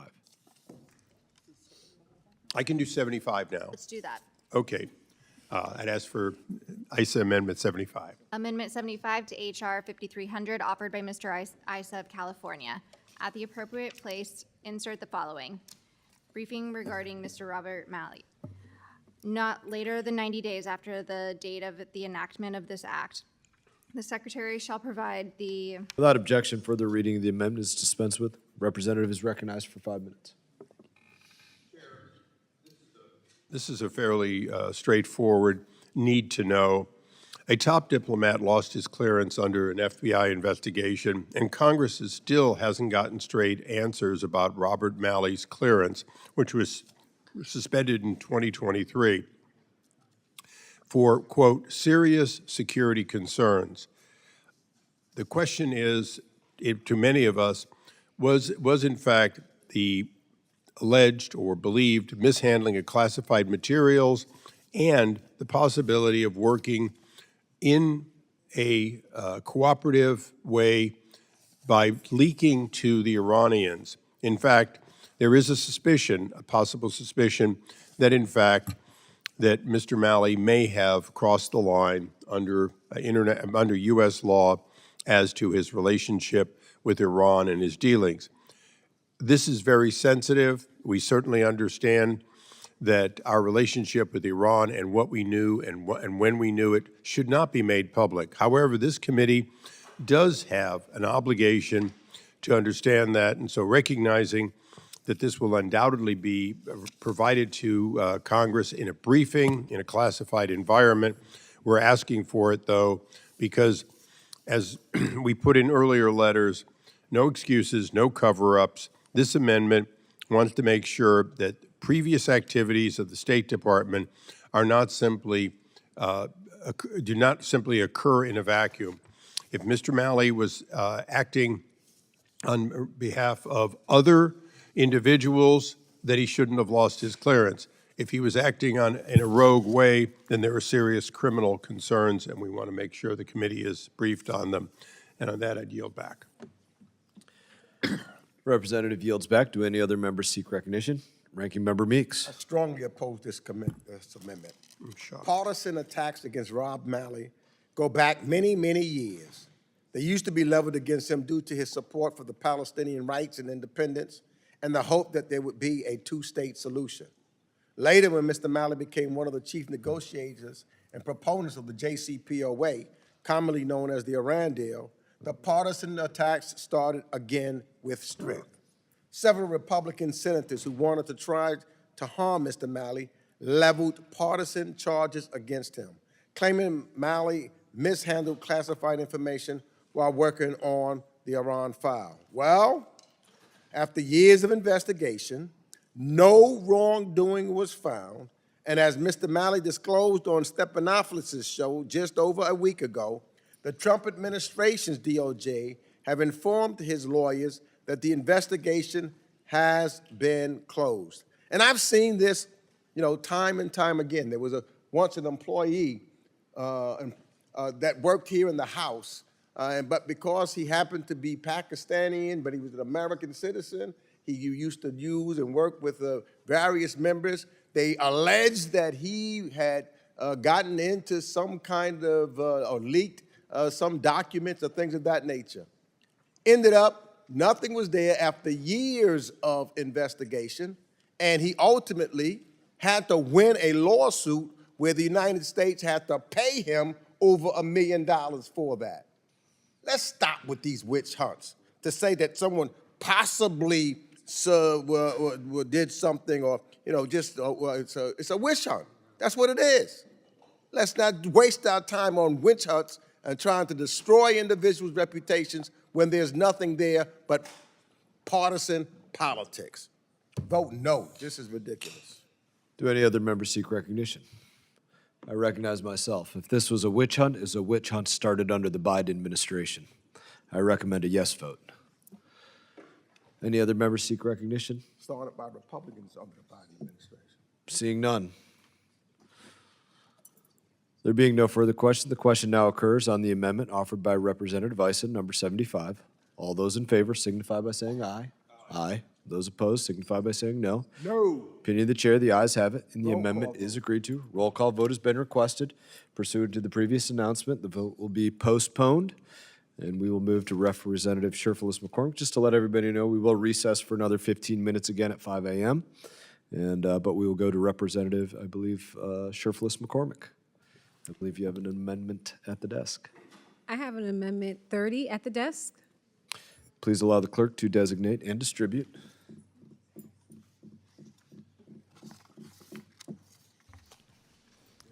Amendment 30 to H.R. 5300, offered by Ms. Tripolis McCormick of Florida. In Section 617D4, strike 7. Without objection, further reading, the amendment is dispensed with. Representative is recognized. I rise today with an amendment at the desk because health of millions, and indeed our collective future, is at stake. Infectious disease remains among the leading causes of death in Africa. In 2023 alone, the WHO Africa region reported a staggering 246 million malaria cases and 569,000 deaths. That's 95% of the world's malaria deaths, with 76% of those lost being children under 5. Imagine the heartbreak behind these numbers.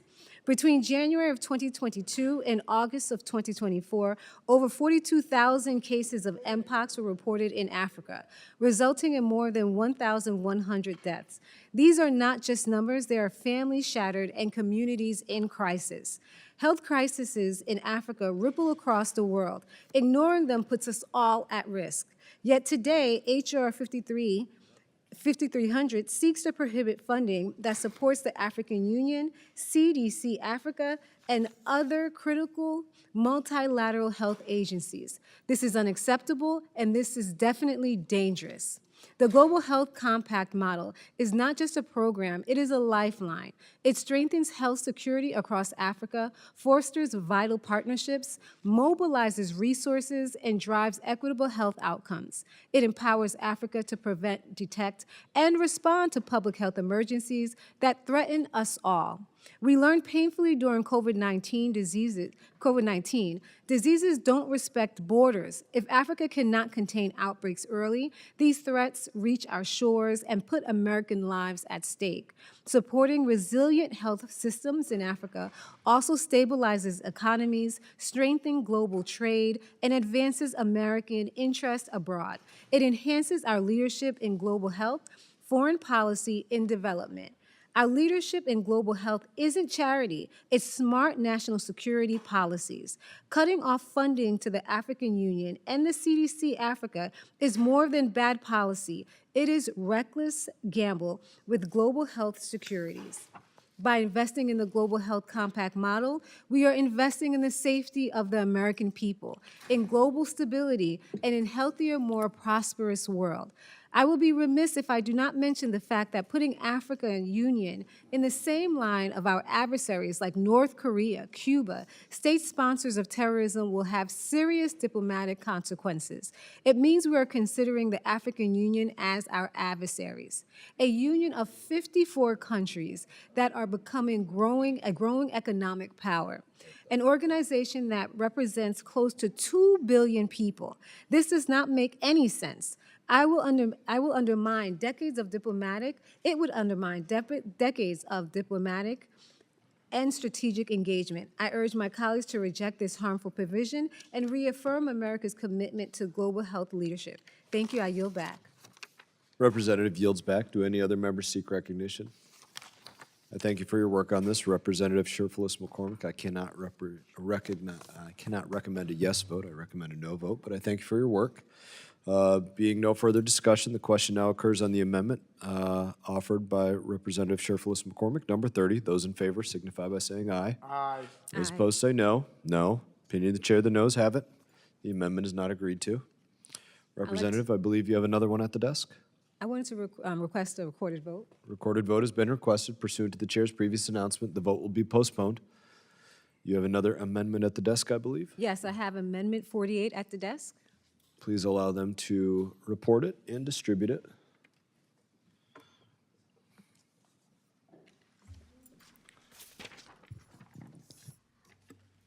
Amendment 48 to H.R. 5300, offered by Ms. Sherflis McCormick. Without objection, further reading is dispensed with.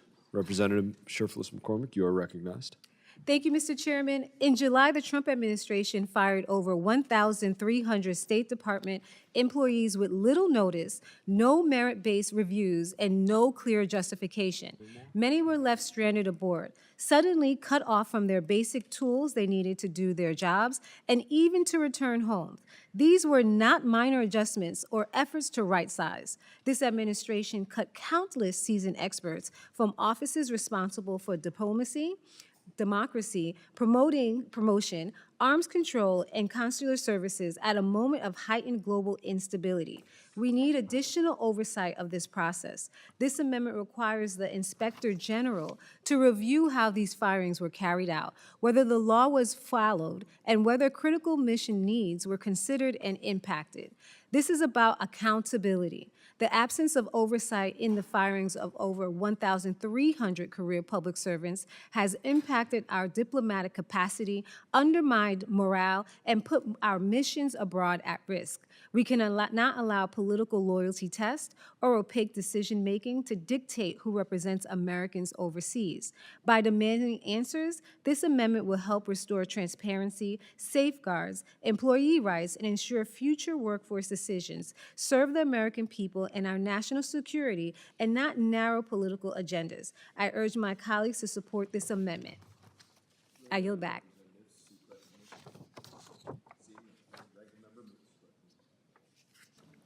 I support this very important amendment. In July, Deputy Secretary Regas appeared before the committee following the department's firing of dedicated civil and foreign service officers. He attempted to present that the process was done based on merit and experience. But at that hearing, it was very evident and clear that there was not a systemic approach to how the State Department designed and carried out its reduction in force. Since then, many of the people that were fired has possibly promoted. That's right, the state promoted them after saying their RIF was done based on how people had been performing. This amendment would simply have the State Department Inspector General look at the criteria and the procedures and whether they followed the law. That's what IGs are supposed to do. Although I know the president wanted to fire all the IGs who were independent to put in his own, who would just do what he wanted them to do. But we need the IG to do this investigation. I support the gentlelady's amendment and urge all of my colleagues to do so as well. I yield back. Do any other members seek recognition? Seeing none. Question now occurs on the amendment offered by Representative Sherflis McCormick, number 48. Those in favor signify by saying aye. Aye. Those opposed, no. No. Opinion of the chair, the noes have it. The amendment's not agreed to. Representative Sherflis McCormick, do you have another amendment at the desk? I request a recorded vote. Recorded vote being requested. Pursuant to the chair's previous announcement, this vote will be postponed. Do you have another amendment at Yes. the desk, or was that it? I have amendment at the desk, number 28. Please allow them to report and distribute.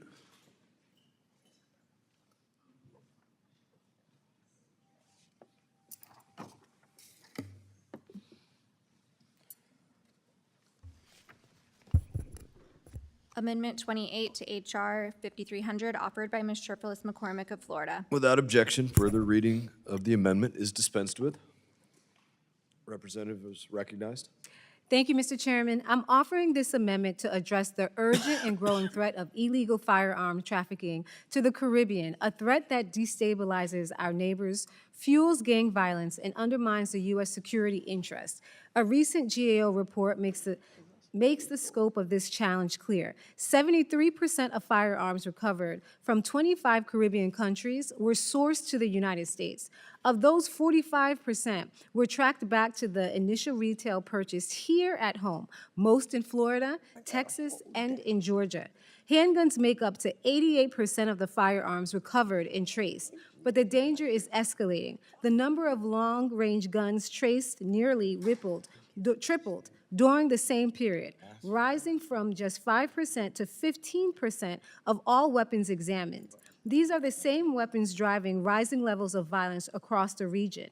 Firearms trafficking is the #1 issue that every Caribbean nation brings up in meetings. My amendment directs the Secretary of State, in coordination with the Department of Defense, Homeland Security, Commerce, and the Justice, to submit a comprehensive strategy within 180 days to curb this trafficking. This strategy will strengthen the firearms tracing system database, collect and publicly report data on expert trends, interdictions, and prosecutions so Congress can hold agencies accountable, and increase staffing and outbound screening of cargo. We must strengthen screening and enforcement at our ports and hold bad actors accountable for smuggling firearms into the region. Together, these efforts will help curb the flow of deadly weapons, reduce violence, and enhance security for our neighbors and for ourselves. I yield back. Representative yields back. Do any other members seek recognition?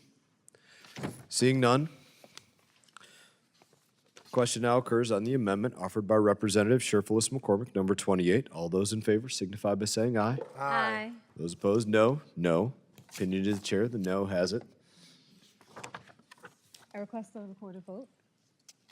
A recorded vote has been requested pursuant to the chair's previous announcement. This vote will be postponed. Do you have one more amendment, I do. Representative? Yes, I have Amendment 31 at the desk. Please allow them to report and distribute that amendment. Amendment 31 to H.R. 5300, offered by Ms. Sherflis McCormick of Florida. At the appropriate place. Without objection, further reading of the amendment is dispensed with. Representative Sherflis McCormick, you are recognized. Thank you, Mr. Chairman. I'm offering an amendment to support the African diaspora investment from the United States into Africa and the Caribbean. There are more than 6.6 million first-generation African and Caribbean migrants living in the United States. Many members of these diaspora communities send a portion of their income back to their countries of origin each year. These transfers, known as remittances, are collectively substantial and play a critical role in supporting economic growth, development, and human welfare in recipient countries. In 2023, remittances to Africa were estimated at more than $91 billion. Funds that sustain families, pay for education and healthcare, finance small businesses, and help fill infrastructure gaps. The Caribbean received an estimate of $19.5 billion in remittances the same year, providing billions in essential support for families and communities. In 2024, remittances from the Haitian diaspora alone reached $4.1 billion, an increase of nearly 10% over the previous year. Despite these extraordinary economic contributions, the United States lacks a coherent framework to channel this power into a formal investment. Diaspora members are left to navigate fragmented, uncoordinated systems with limited access to investment vehicles. The U.S. International Development Financial Corporation is not currently equipped with the tools to convert remittances into sustained investments.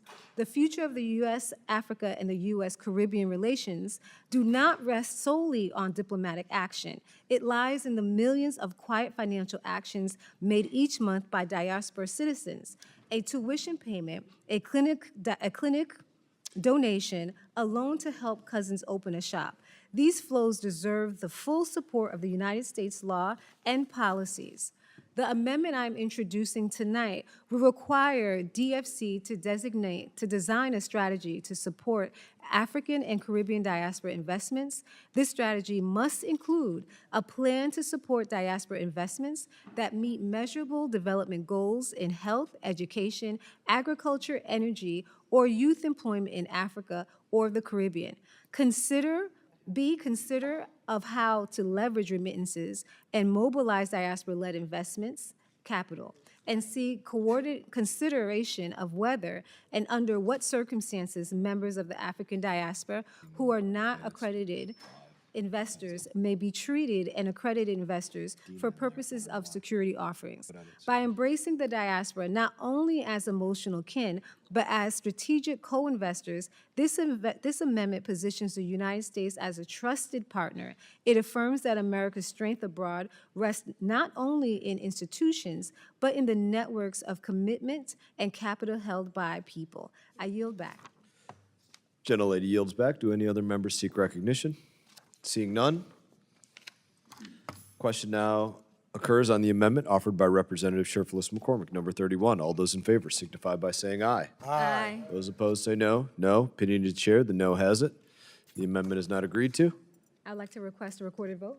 Roll call vote has been requested pursuant to the chair's previous announcement. The vote will be postponed. We are going to, it's 4:43, we're going to recess until 5 a.m. We are in recess.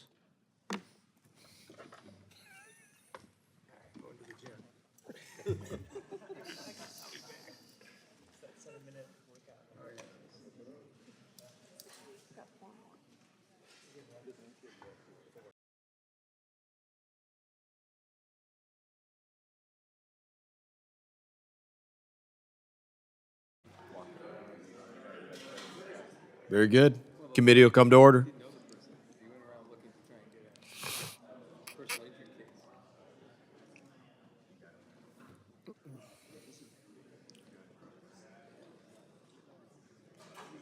This is going to be the highlight of the whole.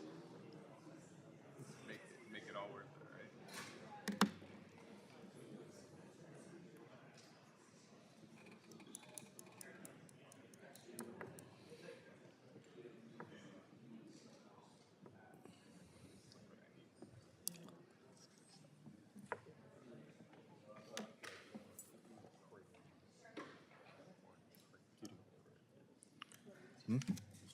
Get the board up. Good thing they don't move the cameras around here like they do. They'll be sitting there talking. You're good to go. Representative Keating, I believe you have Thank you, Mr. several Chairman. amendments at the desk. I do. Thank you, Mr. Chairman. First, I'd like to offer Amendment 233 at the desk. Please allow them to report and distribute.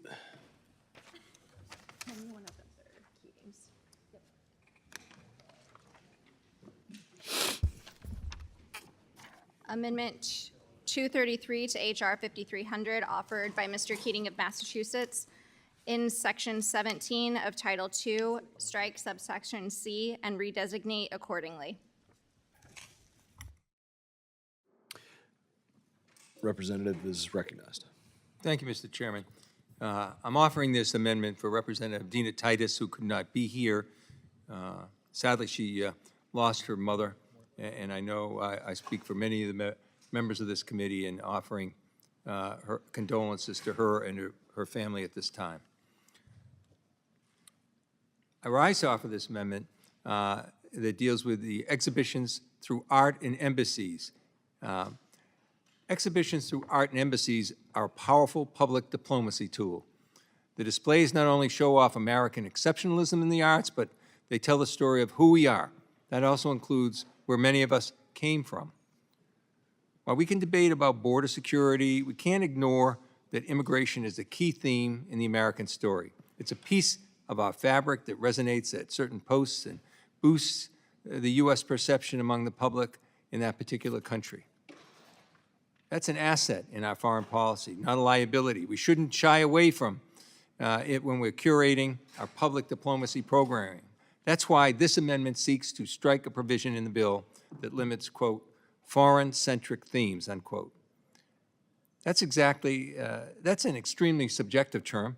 What constitutes a foreign-centric theme? Is it the story of immigration to the U.S., a foreign-centric theme? What about America's cultural success in the Cold War era? Or what about the history of our bilateral relationship with the country where the embassy is located? Is an art exhibit about how NATO allies came together to our defense after 9/11 a foreign theme? This ill-defined provision in the underlying bill could easily cause a chilling effect on the impactful soft power program. It should be struck, which this amendment does. I ask for the adoption of this amendment and yield back. Do any other members seek recognition? Seeing none, I'll recognize myself. The actual cut against this is against our portion of the bill that would focus on exceptionalism in American embassies. And we will not shy away from American, that's specifically what it is, we will not shy away from American exceptionalism in our embassies, which is what this is about, that the art displayed in consulates, embassies, diplomatic residence promote the history, values, ideals, and achievements of the U.S. and convey that the U.S. is a force for good. And so I do recommend a no vote on this amendment. Question now occurs on the amendment offered by Representative Keating for Representative Titus number 233. All those in favor signify by saying aye. Aye. Those opposed say no. No. Opinion of the chair, the noes have it. The amendment is not agreed to. Representative Keating, I believe you have another amendment at the desk. Yes, Mr. Chairman, I have Amendment 51 at the desk. Please allow it to be reported and distributed. Amendment 51 to H.R. 5300, offered by Mr. Keating of Massachusetts. At the appropriate place, insert the following. Statement of policy. Without objection, further reading of the amendment is dispensed with. Representative is recognized. Thank you, Mr. Chairman. This upcoming February marks 4 years since Vladimir Putin launched Russia's full-scale and illegal invasion of Ukraine. This invasion was an unprovoked act of aggression and a clear violation of international law. Since then, Russia has occupied and illegally attempted to annex the regions of Donetsk, Luhansk, Zaporizhzhia, and Kherson. And since 2014, Russia has illegally occupied Crimea. Let's be clear, these regions are sovereign Ukrainian territory.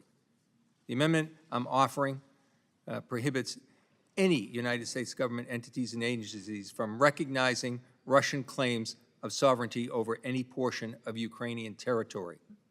This is in alignment with decades of bipartisan U.S. foreign policy echoed in the 1932 Stinson Doctrine, refusing to recognize territorial claims seized by force.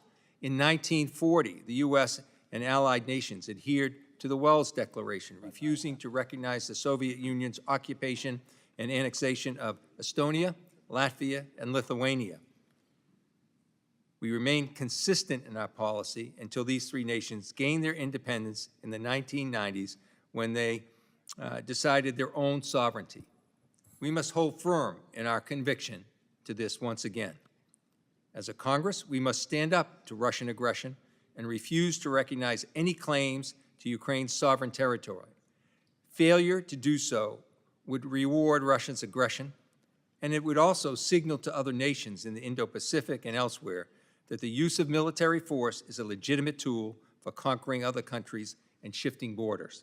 I urge this committee to support this amendment and the underlying language, which is part of a bipartisan piece of legislation that I had offered, and I yield back the balance of my time. Do any other members seek recognition? Seeing none, I recognize myself.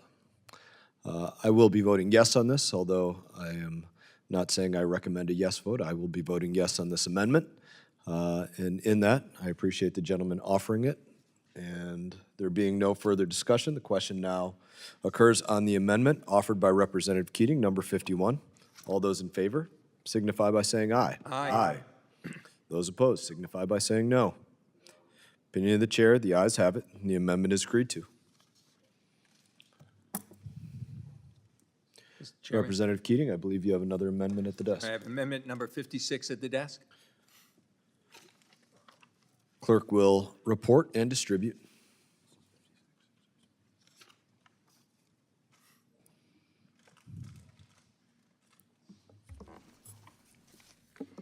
Amendment 56 to H.R. 5300, offered by Mr. Keating of Massachusetts. At the appropriate place. Without and cer- objection, further reading of the amendment is dispensed with. Representative is recognized. Thank you, Mr. Chairman. Thank you, Ranking Member Meeks. This is a straightforward amendment which expresses that it's the policy of the United States to support Ukraine's aspirations for accession no, to the I European talked to Union. him and he only had For that more one. than a decade, the Ukrainian people have expressed their desire to join the European Union. Since Russia's initial invasion in 2014 and its subsequent full-scale invasion in 2022, EU accession has been a specific point of pride for many Ukrainians. While it's ultimately Ukraine's decision to accede, for as long as Ukrainians want to join the EU and the Ukrainian government has expressed continued desire to go along this accession path, this amendment calls for the United States to lend its support to that effort. In recent years, and to continue with Ukraine's desire to join the EU, Ukraine was granted official EU candidate status in June of 2022, just 4 months following Russia's illegal invasion. In the 3 following years, Ukraine has made great strides to increase its integration with the European Union. The U.S. support of Ukraine's accession is important for a few reasons. First, it sends a clear signal of solidarity with Ukraine in their fight to defend their sovereign territory, and to our European allies as they face regional coercion from Russia. Second, it makes clear to the Kremlin that the United States will support Ukraine's future Euro-Atlantic ambitions. And third, U.S. support for Ukraine's EU accession will strengthen U.S.-Ukraine business ties and expand economic cooperation between our countries. Here are some examples how. In the logistics sector, Ukraine opened its first EU standard freight and passenger railway connecting several Western Ukrainian cities to EU countries that previously operated on different rail gauges. This railway provides greater connectivity for onward shipping of Ukraine goods to the United States to include critical minerals, a key priority of the United States. In the telecommunications sector, Ukraine is actively integrating its telecommunications sector with the EU system. This allows Ukraine and others, including Americans, to pass between the borders with no communication interruptions, thereby increasing trade and investment. More so, this integration ensures Ukraine will not be using Chinese telecommunication equipment, a key priority of this committee. In the business sector, Ukraine's EU accession process has furthered anti-corruption and rule of law reforms that are vital for providing a level playing field for U.S. businesses. Business reforms are particularly important as the Trump administration looks to expand the development, finance, corporations' investment in Ukraine and expand upon the U.S.-Ukraine critical minerals deal signed earlier this year. Finally, Ukraine's EU accession will expand business investment protections against Russian and Chinese influence, which again furthers the U.S. national interest. For these reasons, vocal U.S. support for Ukraine's Euro-Atlantic ambitions is vitally important. I urge my colleagues to support this amendment, and I yield back. Gentleman yields back. Do any other members seek recognition? Seeing none, I recommend a no vote on this. I do not see it as the role of the United States Department of State to be making that determination for the European Union. I thank you for your thoughtfulness on the amendment. Being no further discussion, the question now occurs on the amendment offered by Representative Keating, number 56. All those in favor signify by saying aye. Aye. All those opposed say no. No. Opinion of the chair, the noes have it. I ask for roll call. Recorded vote has been requested pursuant to the chair's previous announcement. The vote will be postponed. Representative Keating, I believe you have another amendment at the desk. I have amendment number 57 at the desk. Clerk will distribute and report.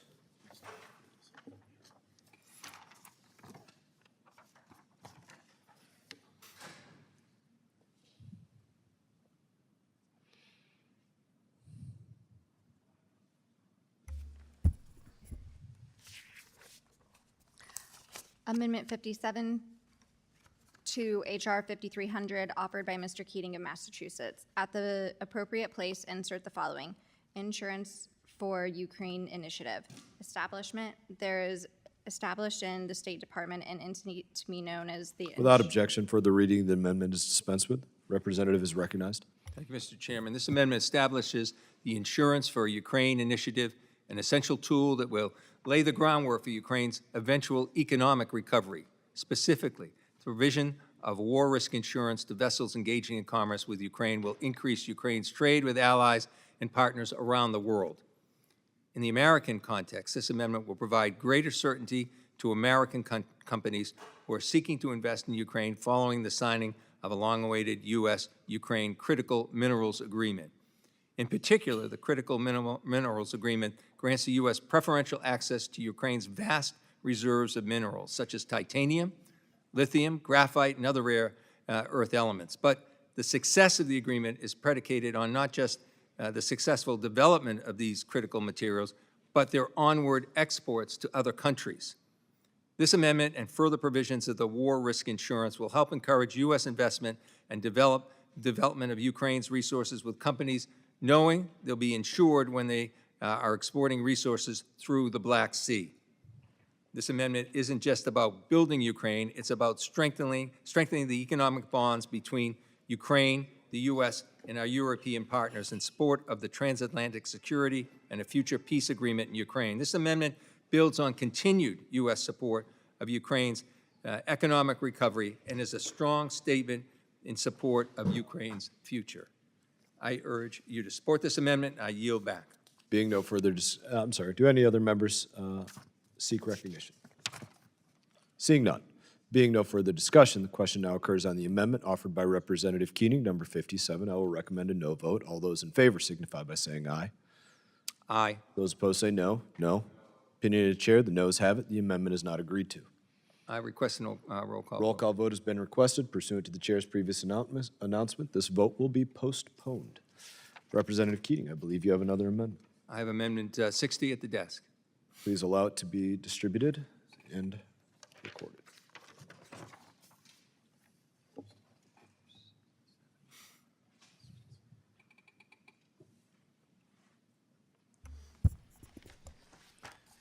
Amendment 68 to H.R. 5300, offered by Mr. Without Keating. objection, further reading of the amendment is dispensed with.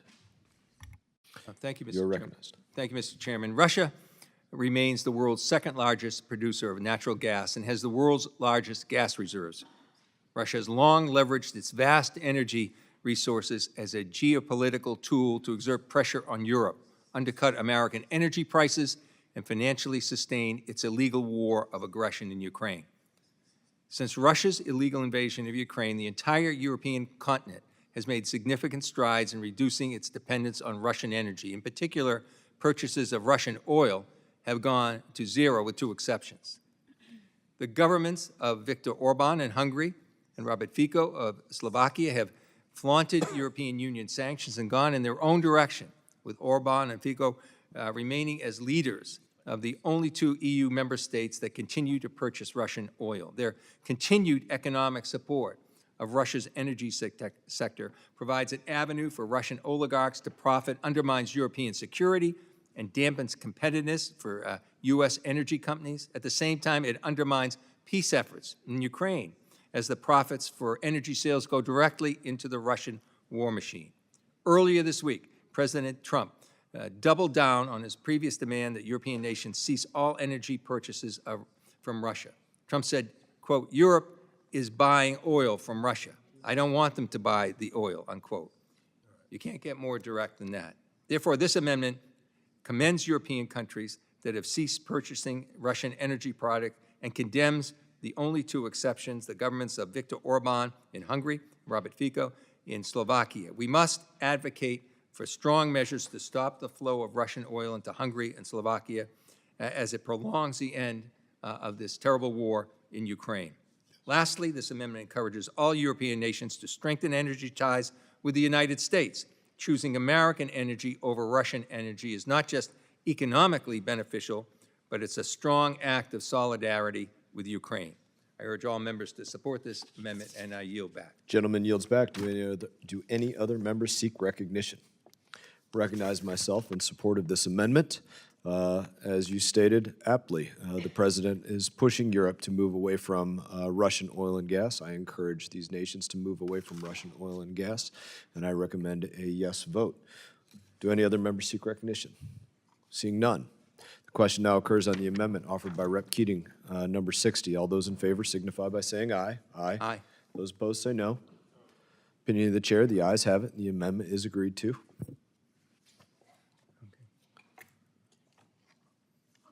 Representative Keating, I believe you have another amendment. Yes, I have Amendment 65 at the desk.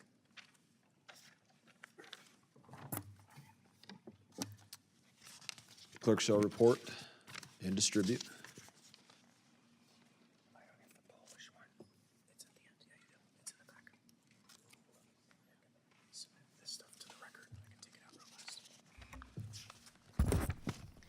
Amendment 65 to HR 5300. Without objection, further reading of the amendment is dispensed with. Representative is recognized. Well, thank you, Mr. Chairman. February 24, 2025, the third anniversary of Russia's illegal invasion of Ukraine, the United States mission to the United Nations voted against UN Resolution ES 11/7. In this resolution, the United States voted against our closest allies, including the United Kingdom, Germany, France, Japan, South Korea, and sided with Russia, Belarus, and North Korea. A Republican senator called this, quote, deeply troubling, and said, quote, it puts us in the same side as Russia and North Korea, unquote. Before moving forward, I want to note that the amendment has a findings section. Per the chairman's request, I have the actual vote tally from the United Nations vote, as well as the UN resolution itself, that I'd like to enter into the record. Without objection. I have confirmation from the Congressional Research Service regarding the accuracy of the findings section of this bill, which I'm happy to provide as well. I think it's important that this committee analyzes some of the clauses in this UN Resolution ES 11/7 that the Trump administration opposed at the time, and we can look at more current comments to see how it's actually consistent with the statements of President Trump. First, the resolution calls for a de-escalation and peaceful resolution of the war. President Trump has been adamant in recent weeks that the war needs to end. Prior to the Alaska summit, when discussing the urgency of Putin and Zelensky's meeting, Trump said, quote, you're going to have another 40,000 people dead in a month or two. You have to meet and end the war tonight. Second, the resolution reiterates the need to end the war this year. On the campaign trail, President Trump said he would end this war in day one. Third, the resolution emphasizes the need to ensure accountability for the most serious crimes committed on Ukraine's territory by Russia, including crimes against children. Prior to the Alaska meeting, the First Lady sent a letter to President Putin regarding the plight of Ukrainian children. In response to the First Lady's letter, Trump said that the return of forcefully deported Ukrainian children, quote, is a subject at the top of all his list, unquote, and added that the U.S. and Europe will together work to hopefully bring them home to their families. And finally, among other issues, the resolution calls for the, quote, complete exchange of prisoners.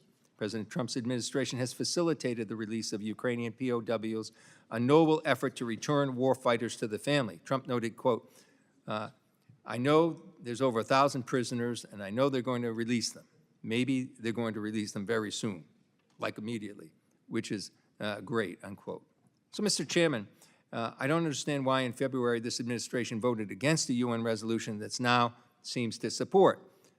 This amendment will give them the opportunity to, give the members of this committee the opportunity to make it consistent with those recent statements. Therefore, this amendment lists the operative clauses of the United Nations resolution that the administration opposed in February. It then states that the Trump administration's decision to oppose this amendment in February disagreed with U.S. values and interests. Finally, it states clearly and unequivocally that the U.S.'s policy to oppose Russian aggression in Ukraine, to pursue a just and durable end to the war, and to use the voice, vote, and influence of the U.S. mission in the United Nations to condemn Russia's invasion of Ukraine.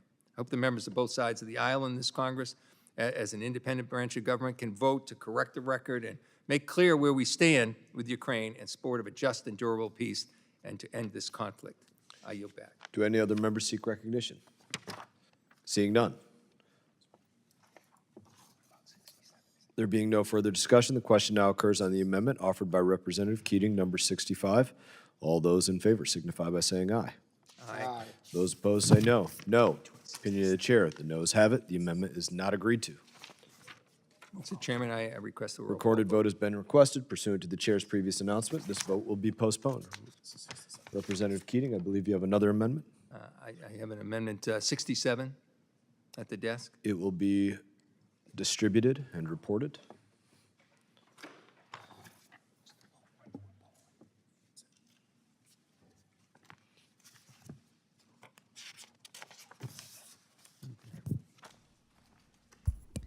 Amendment 67 to HR 5300, offered by Mr. Keating of Massachusetts. At the appropriate place, insert the Without following. objection, further reading of the amendment is dispensed with. Representative Keating, you are recognized. Thank you, Mr. Chairman. Russia's illegal war against Ukraine has yielded nearly 4 years of brutal and unyielding attacks on Ukrainian infrastructure, its people, and its culture. This is just not an attack on a sovereign nation, but a deliberate attempt to erase Ukrainian language, its heritage, and its very identity. One of the gravest Russian crimes against Ukrainians in this systematic kidnapping is the systematic kidnapping of tens of thousands of Ukrainian children. These children were taken from their homes, often without facilitation of the government of Belarus, torn apart from their families and homeland, and forced to assimilate into Russian society against their will. These crimes should shock the collective consciousness of the world. The U.S. can't sit idly by while Russian army and the Kremlin carry out these crimes of atrocity. The time to act is now. We have a duty to act and respond. Therefore, this amendment authorizes law enforcement, intelligence, technical assistance, training, and capability building to Ukraine specifically for investigating and prosecuting cases related to the abduction of Ukrainian children. Included in this training is assisting Ukrainians in using biometric identification technologies, collecting and analyzing open source intelligence, developing and using secure communication technologies, and establishing secure databases. This amendment also codifies U.S. policy to support Ukraine in its ongoing investigations of Russia's abductions of Ukrainian children. Through our direct support to Ukraine, we can ensure Russia answers for the atrocities, cultural genocide, and war crimes they are guilty of committing. I urge my colleagues to support this, and I yield back. Gentleman yields back. Do any other members seek recognition? There being no further discussion, the question now occurs on the amendment offered by Representative Keating, number 67. I will vote against this because a similar amendment has already passed under Representative McCall earlier in the policy, although I make no recommendation, but something similar has passed already, so I will vote no on this. All those in favor signify by saying aye. Aye. Those opposed say no. No. In the opinion of the chair, the noes have it, and the amendment is not agreed Request a to. roll call vote, Mr. Chairman. Roll call vote has been requested. Pursuant to the chair's previous announcement, this vote will be postponed. Representative Keating, do you have another amendment? Mr. Chairman, I have amendment number 70 at the desk. Clerk shall report and distribute. Amendment 70 to HR 5300 offered by Mr. Keating of Massachusetts. At the appropriate place, insert the Without following. objection, further reading of the amendment is dispensed with. Representative is recognized for 5 minutes. Thank you, Mr. Chairman. This amendment establishes a sense of Congress that Russia's violation of Polish airspace was a clear violation of NATO sovereignty and demonstrates an escalation of Russia's war against Ukraine. It also reaffirms the United States' commitment to NATO's Article 5 principle of collective defense. This resolution also commends NATO allies and partners for their quick and expeditious response to this incursion. This includes, of course, Poland, but also the Netherlands, Germany, Italy, Belgium. And the NATO response to this attack shows why a strong and resilient NATO is essential for U.S. national security. Unfortunately, as this war drags on, while the president purports to take care of ending the war, President Trump refuses to hold Putin accountable for many of his actions. When Russia invaded Ukraine, Trump blamed Ukraine. When Russian missiles rained down in Ukrainian cities, Trump put tariffs on India. When Russian drones landed in Polish territory, Trump called on Europe to change its business practices. What's been the most clear is that President Trump rolled out the red carpet for Vladimir Putin in Alaska. The Russian leader has ramped up his attacks since then on Ukraine, attacking Western targets in Ukraine, including the factory of a U.S. business and unleashing this drone incursion into Poland. I firmly believe that the warm embrace of Putin, the embrace he received from Xi and China, Kim Jong-un in North Korea, and other U.S. adversaries in Beijing a few weeks ago, coupled with the lack of a firm U.S. response, has emboldened the Russian president as he attempts to divide the U.S.-European alliance that has stood so firmly on the side of Ukraine.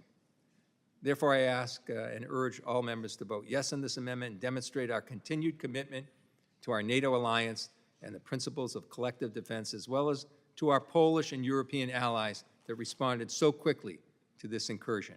I yield back. Representative yields back. Do any other members seek recognition? I recognize myself. While I agree with the amendment, I wholly disagree with your remarks about the president. President has been staunch in his support and has taken an alliance in Europe that was an alliance with no teeth to an alliance that is doing finally what it should have been doing for many years prior, something which the president warned about in his 45 administration. All the places that Europe was failing to meet their commitments, their dependency on Russian oil and gas, which is still bringing to the forefront right now, as well as that of other nations. And so he has been at the forefront of bringing those nations who this war is in their backyard to the place that they need to be in order to be the security blanket, the security backstop, the security guarantee for their own yard. And so I commend the president on his work in Europe, but I do agree with the policy in recognizing what this drone incursion actually was, and I will recommend a yes vote. There being no further discussion, the question now occurs on the amendment, offered by Representative Keating, number 7. All those in favor signify by saying aye. Aye. Those opposed signify by saying no. Opinion of the chair, the ayes have it, and the amendment is agreed to. Mr. Chairman, I have an amendment at the desk, We are going to Representative Issa. number 88. Clerk shall report and distribute. Amendment 88 to HR 5300. Without objection, further reading of the amendment is dispensed with. Representative is recognized for 5 minutes. Thank you, Mr. Chairman. As you know, the question of immigration crosses two major committees of the Congress, Foreign Affairs and Judiciary. Serving on both, I recognize that the teaming of the two is critical. The Judiciary Committee has a responsibility to have immigration adjudication, oversees the DOJ in their process of appointing and overseeing immigration judges and a host of other items. However, Judiciary cannot make up for the important issues that you deal with here. The question of whether or not international law is respected, whether in using diplomacy, our neighbors live up to their obligations under international law. For example, this amendment strengthens U.S. diplomacy in our hemisphere. The amendment empowers the Assistant Secretary for Western Hemisphere Affairs to negotiate agreements that directly address the migration crisis at our borders. Safe third country agreements save lives and resources. Migrants should seek asylum in the first safe country they reach, not risk their lives on dangerous journeys to the United States. This reduces human smuggling, overcrowded facilities, strain on U.S. Communities. Timely removals keep the system credible. Too often, removal orders stall because partner countries refuse or delay taking back their own nationals. This agreement directs the Department of State to negotiate agreements so individuals subject to removal are accepted quickly and reliably. This amendment also is for blocking illegal entry upstream. We cannot secure our borders by ourselves. By working with countries in the region and beyond to prevent illegal transit, we choke off smuggling routes. One example, on our own shores, Chinese nationals very often left China, transited through Turkey without visa, arrived in Mexico City without visa, then transited domestically to Tijuana and crossed the U.S. border. That meant that they passed through two safe countries, both of whom required visas for entry, but ignored the fact that they had no U.S. Visa and allowed them to transit even freely outside of their control. Burden sharing with our neighbors is also critical. The migration crisis, or what I would call the previous migration crisis, is a shared challenge. This amendment ensures that our neighbors in the Western Hemisphere step up and take responsibility instead of leaving all costs to be borne by the United States. Orderly, fair, and humane migration policy. These amendments don't close the door to illegal immigration. They ensure that migration happens safely, legally, and in coordination with partner countries. Practical common sense action. That's what we're seeking to do, and it's the reason, on behalf, quite frankly, of two committees, I urge the adoption of this amendment so that, in fact, we can maintain and enhance the current system that has reduced the stress at our border, including the 55-plus miles of the Mexican border that I represent. And with that, I yield back. Gentleman yields back. Do any other members seek recognition? I rise in support of your amendment. This is a critical responsibility of the State Department, and the first Trump administration negotiated several to successful effect. And I thank Mr. Issa for offering this amendment. I support this amendment. Question is now occurs on the amendment offered by Rep. Issa, number 88. All those in favor signify by saying aye. Aye. All those opposed signify by saying no. No. Opinion of the chair, the ayes have it, and the amendment is agreed to. Roll call. Roll call vote has been requested. Pursuant to the chair's previous announcement, vote will be postponed. Representative Meeks, I believe you have a few amendments at the desk. Yes, call up number 87. Clerk shall report and distribute.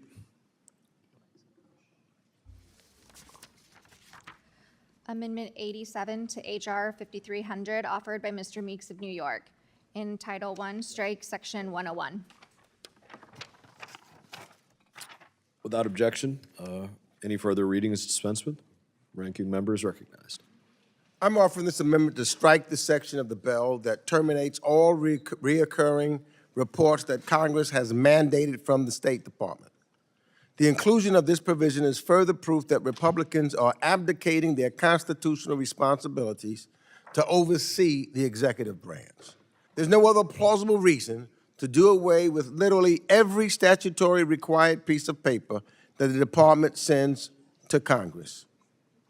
The reports that this section would eliminate include monitoring Iran's nuclear program, combating HIV and AIDS, countering Russia, and so much more, reflecting reporting requirements passed into law in a bipartisan manner over decades.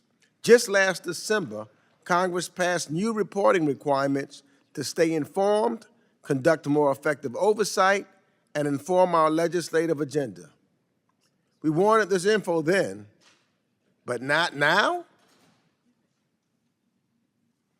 We're supposed to oversee the executive branch. The executive branch is the president, but not the Speaker of the House.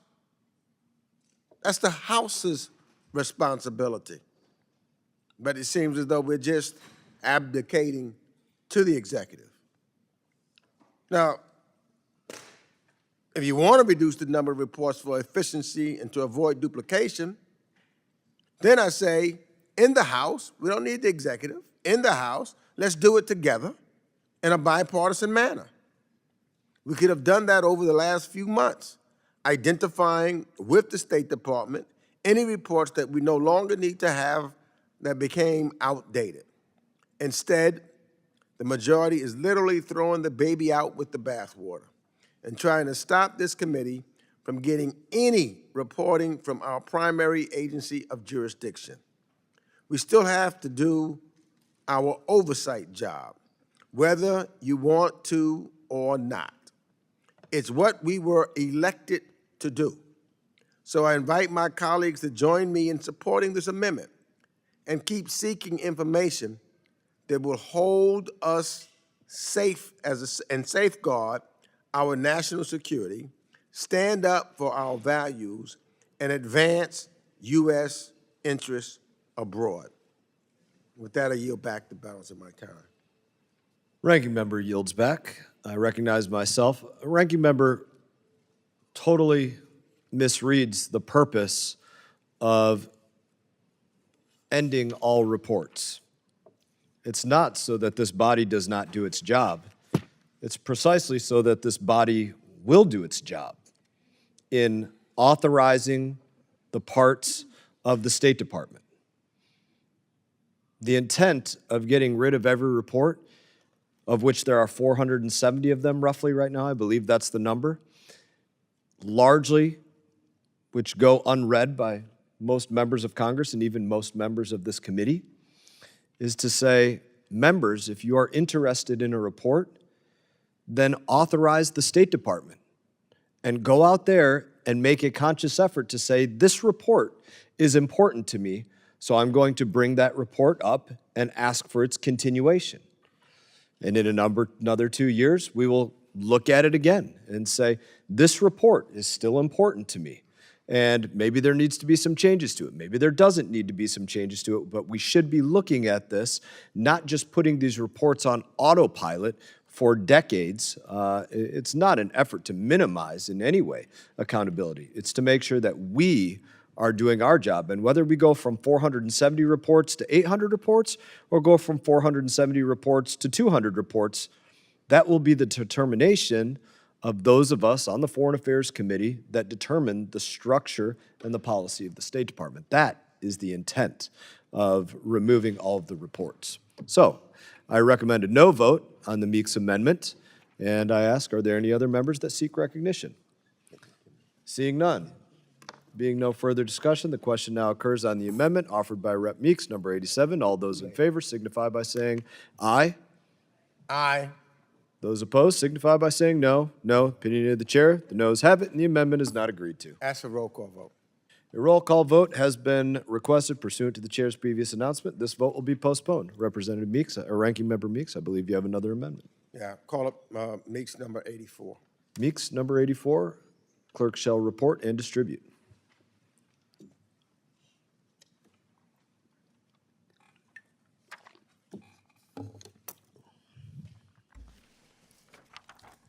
Amendment 84 to H.R. 5300, offered by Mr. Meeks of New York.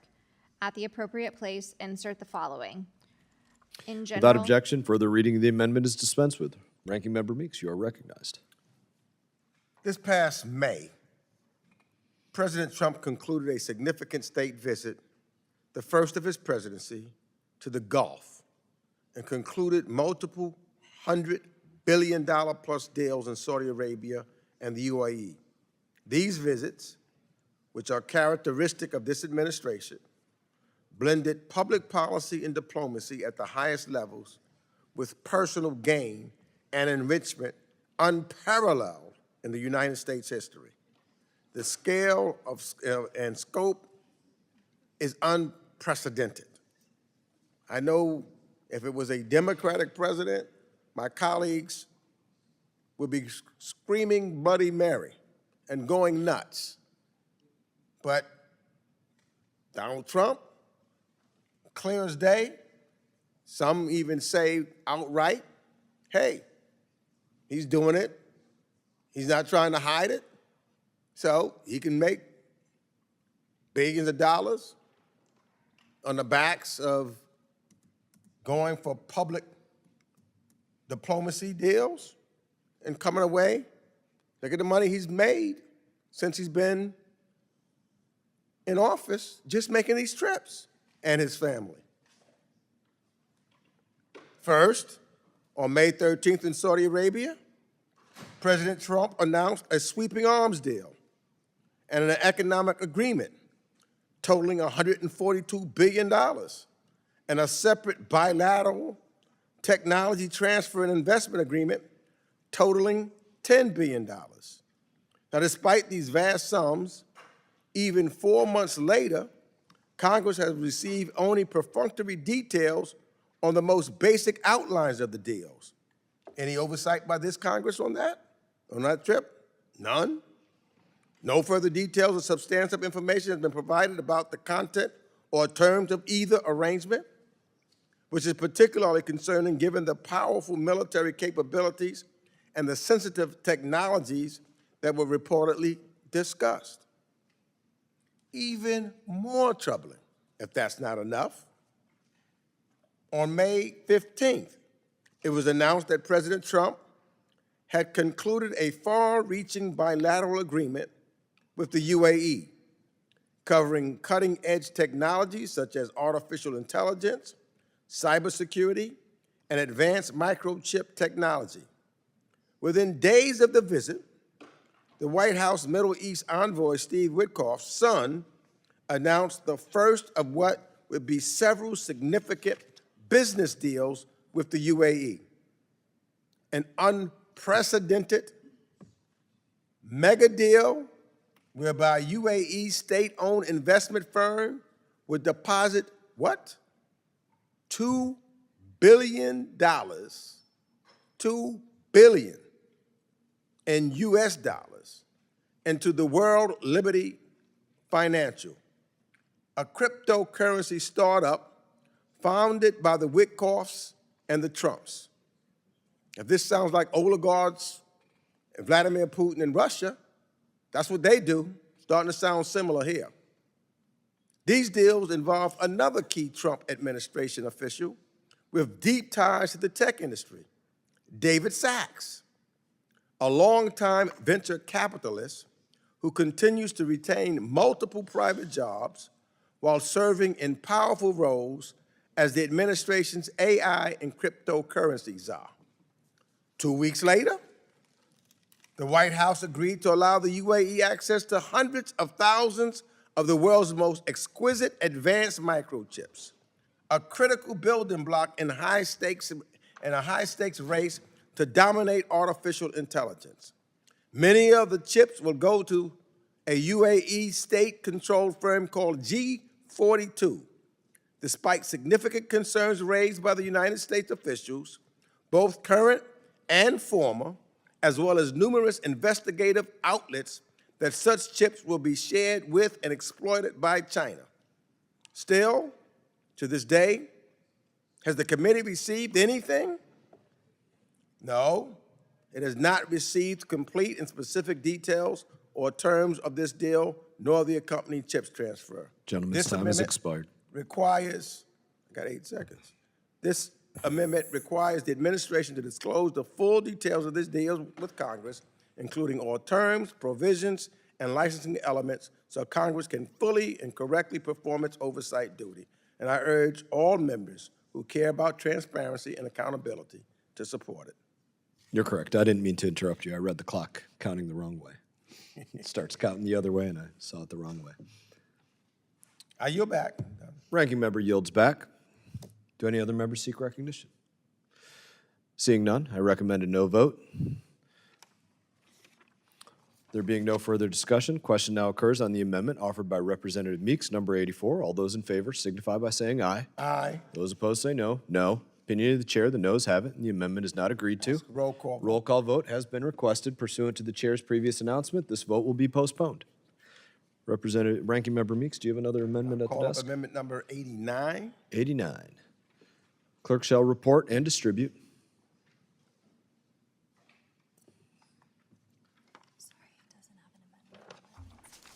Got it. Amendment 89 to HR 5300, offered by Mr. Meeks of New York. At the Clerk. appropriate. We'll dispense with any further reading. Representative Meeks is recognized. On July 11th, 2025, the State Department fired at least 1,300 career, civil, and foreign service officers without regard to merit or experience. This cost the United States years of experience and vast expertise, which American taxpayers had paid to develop, that will diminish our ability to advance U.S. interests and values. It's important that we understand the impact of these actions. Despite our constitutionally mandated oversight role, We have gotten no answers on what this reduction in force entailed and why. It remains unclear how much of these RIF orders impacted the State Department's mission and readiness. We haven't even received basic information from the State Department, including how many people were fired or in which bureau they worked.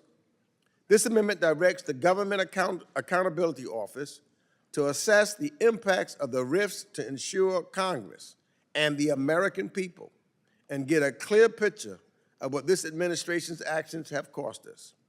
Our diplomatic strength is only as good as the people behind it. When the department loses experts fluent in critical languages like Mandarin and Arabic, we lose ground to our adversaries. When positions overseas are left vacant, our embassies cannot do their jobs as effectively. When technical experts are fired, vital programs are less effective. This amendment demands answers and clarity about which skills and missions were compromised by the RIFs and what technology, if any, were used to make those decisions. I urge members to support this amendment so that we can understand the scale of the department's actions. And I yield back. Do any other members seek recognition? Recognize myself. We are not to agreement on this, but I know this is something we've been working to say we could probably find a place where we reach agreement. If you're willing to withdraw, we'll continue working with you on this and try to get to the right place. I want to vote on this. Very good. I recommend a no vote. There being no further discussion, the question now occurs on the amendment offered by Rep. Meeks, number 89. All those in favor signify by saying aye. Aye. Those opposed signify by saying no. No. Opinion of the chair, the noes have it, and the amendment is not agreed to. Roll call vote. Roll call vote has been requested pursuant to the chair's previous announcement. This vote will be postponed. Do you have another amendment, Ranking Member Meeks? Yes, I have amendment number 81. Clerk shall report and designate.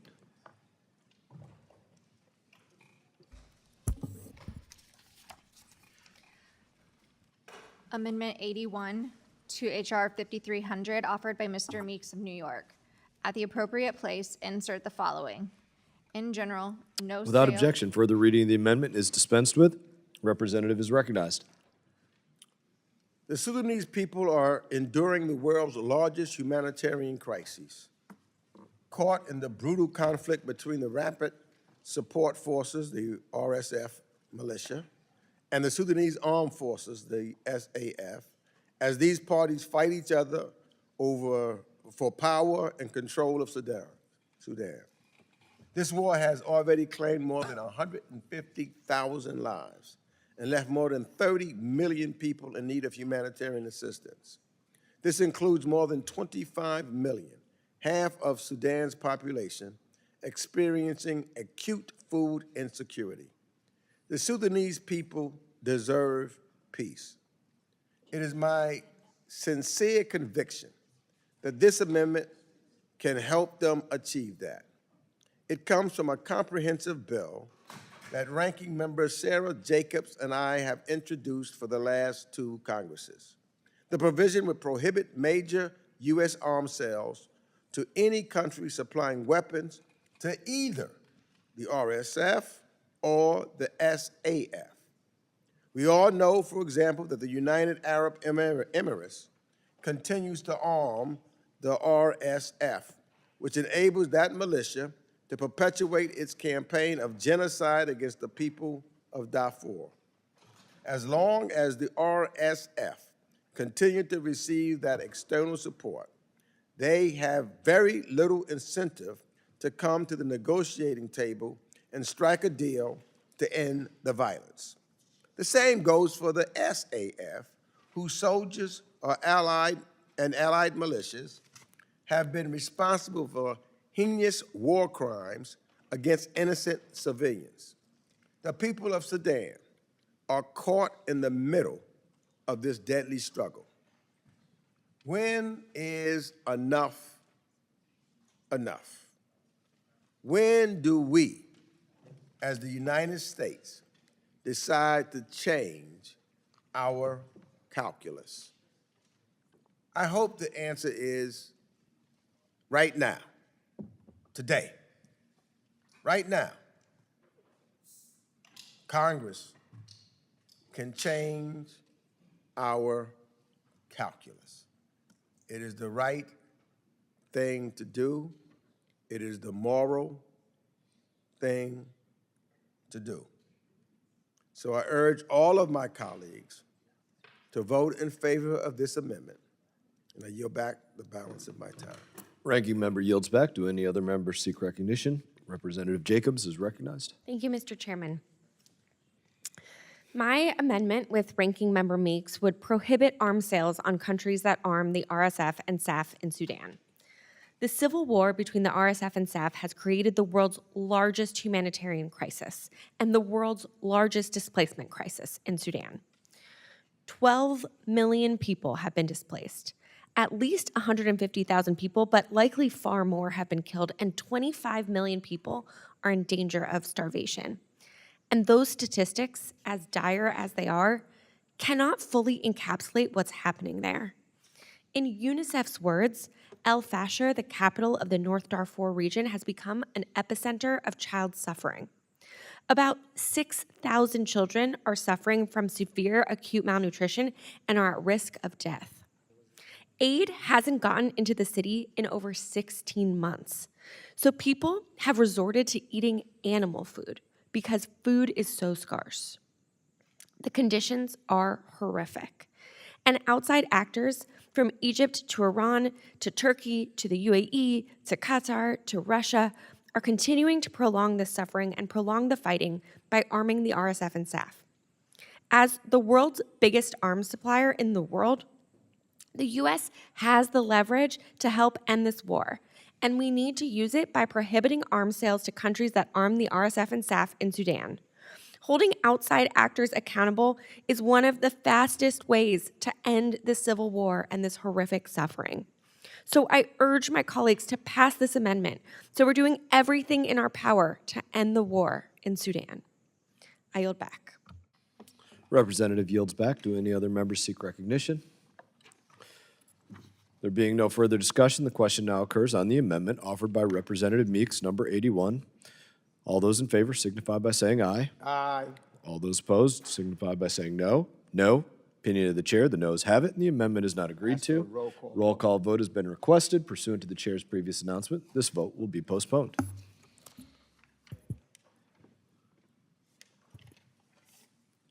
Representative Titus is not here. Representative Amo, are you? Yes, Mr. Chairman, I have Ms. Titus's amendment at the desk, Titus 229. Clerk shall designate and report.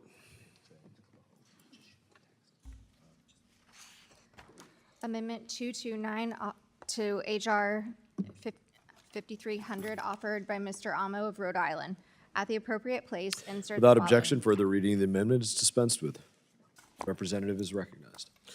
Mr. Chairman, I'm proud to offer this amendment to support Cyprus on behalf of Representative Titus. As you heard previously, we extend our deepest sympathies to her and her family on the recent loss of her mother. There are many ongoing conflicts in the Eastern Mediterranean.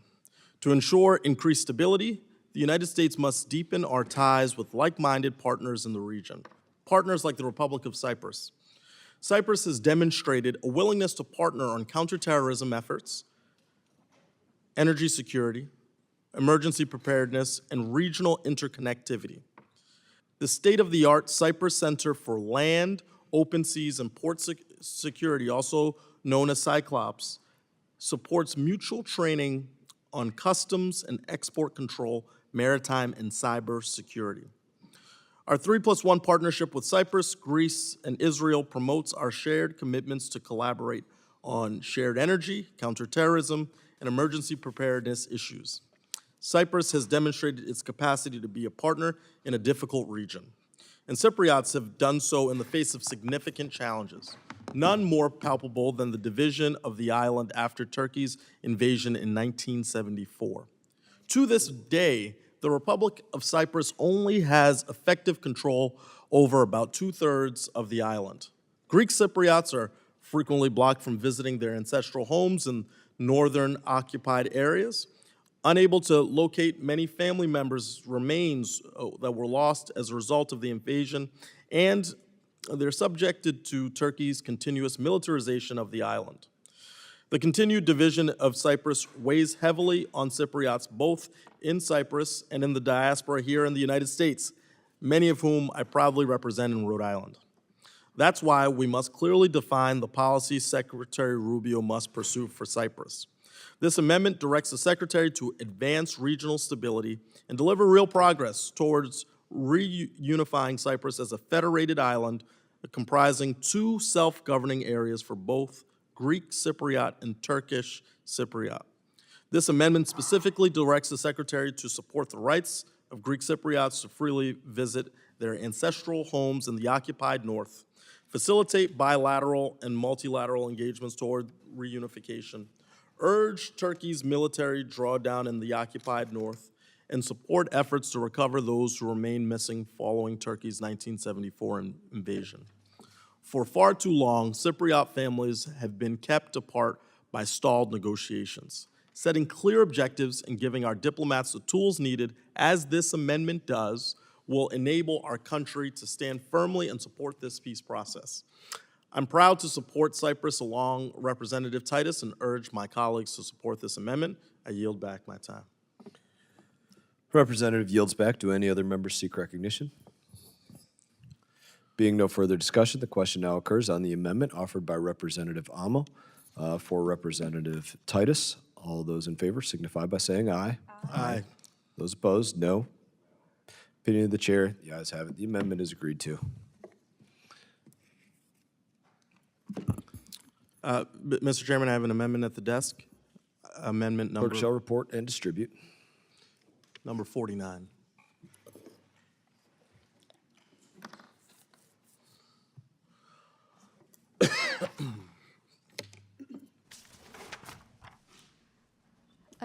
Amendment 49 to HR 5300. offered Without by- objection, further reading, the amendment is dispensed with. Representative is recognized for 5 minutes. I am proud to offer my amendment to prevent DOJ, President Trump, and Secretary Rubio from repeatedly wasting taxpayer dollars with our foreign aid. Under the guise of rooting out waste and abuse, President Trump and his cronies have illegally stopped our foreign assistance programs. Freezing funds to our foreign aid also stops the distribution of this aid. Republicans literally left food rotting at ports and medicine expiring on shelves, even though this waste was clear to everybody. They didn't change course. In February, almost $500 million in taxpayer paid for food aid was left rotting at our ports. In May, more than 60,000 tons of food, enough to feed 3.5 million people for a month, was stuck in warehouses, including at the Adesia Nutrition warehouses in my home state of Rhode Island. And in July, we found out that the State Department incinerated 500 tons of food paid for by taxpayers because they waited too long to distribute it. Let me be very clear. They chose to light it on fire instead of helping starving people around the world. I think that's cruel. I think it's callous. I think it's cold-hearted, and it's not very smart. It wasn't just the food aid. Medical aid is currently at risk of expiring without use. President Trump plans on destroying nearly $9.7 million of contraceptives that have already been paid for, instead of selling it to aid organizations that offered to buy these products. What type of art of the deal is that for the American taxpayer? Again, this aid is already paid for by Americans. It should be saving lives, not left to expire or intentionally be destroyed. Whether it is happening because of incompetence or if it's intentional, it is clear that there is no plan. Before USAID was illegally closed, there was clear guidance on how to efficiently and effectively handle leftover supplies at the end of a contract. My simple amendment would prevent waste. It requires the State Department to establish guidance on handling unused supplies after a contract ends. It would prioritize aid to not be diverted, destroyed, or allowed to expire. This would provide clarity to our foreign assistance partners and our State Department employees in charge of these programs. It ensures our aid helps people we intended to save, not waste away in warehouses or on shelves beyond the reach of those who need them. If my Republican colleagues are serious about preventing waste and abuse, this should be a very, very easy vote. I urge my colleagues to support this amendment, and I yield back. Gentleman yields back. Do any other representatives seek recognition? Seeing none. Question now occurs on the amendment offered by Rep. Amo, number 49. I recommend a no vote. All those in favor signify by saying aye. Aye. Those opposed, no. No. Opinion of the chair, the noes have it, and the amendment is not agreed to. I ask for a recorded A vote. recorded vote has been requested pursuant to the chair's previous announcement. This vote will be postponed. Mr. Chairman, I have an amendment at the Clerk shall report and designate. Actually, Mr. Chairman, I'd ask for unanimous consent to withdraw this amendment. Very good. Without objection. So ordered. Do you have another amendment? Amendment number 54, or actually number 52. Clerk shall report and distribute.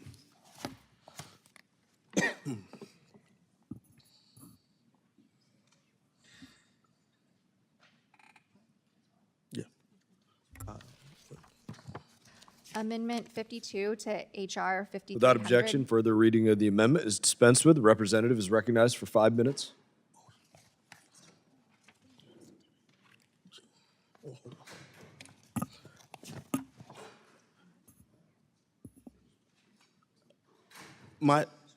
Mr. Chairman, may I You are proceed? recognized. Yes. Mr. Chairman, my amendment supports the essential role of the Bureau of Democracy, Human Rights, and Labor, also known as DRL, within the State Department. Since 1977, this department has served as the lead bureau promoting democratic values, human rights, and fair labor practices around the world.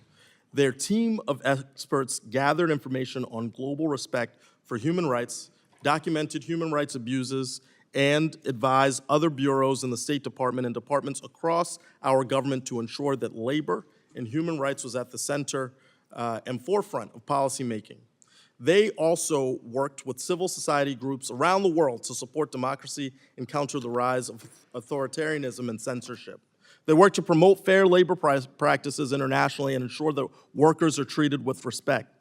They stood up for American workers to ensure our workers can compete on a level playing field around the world. They increased our competitiveness in global markets.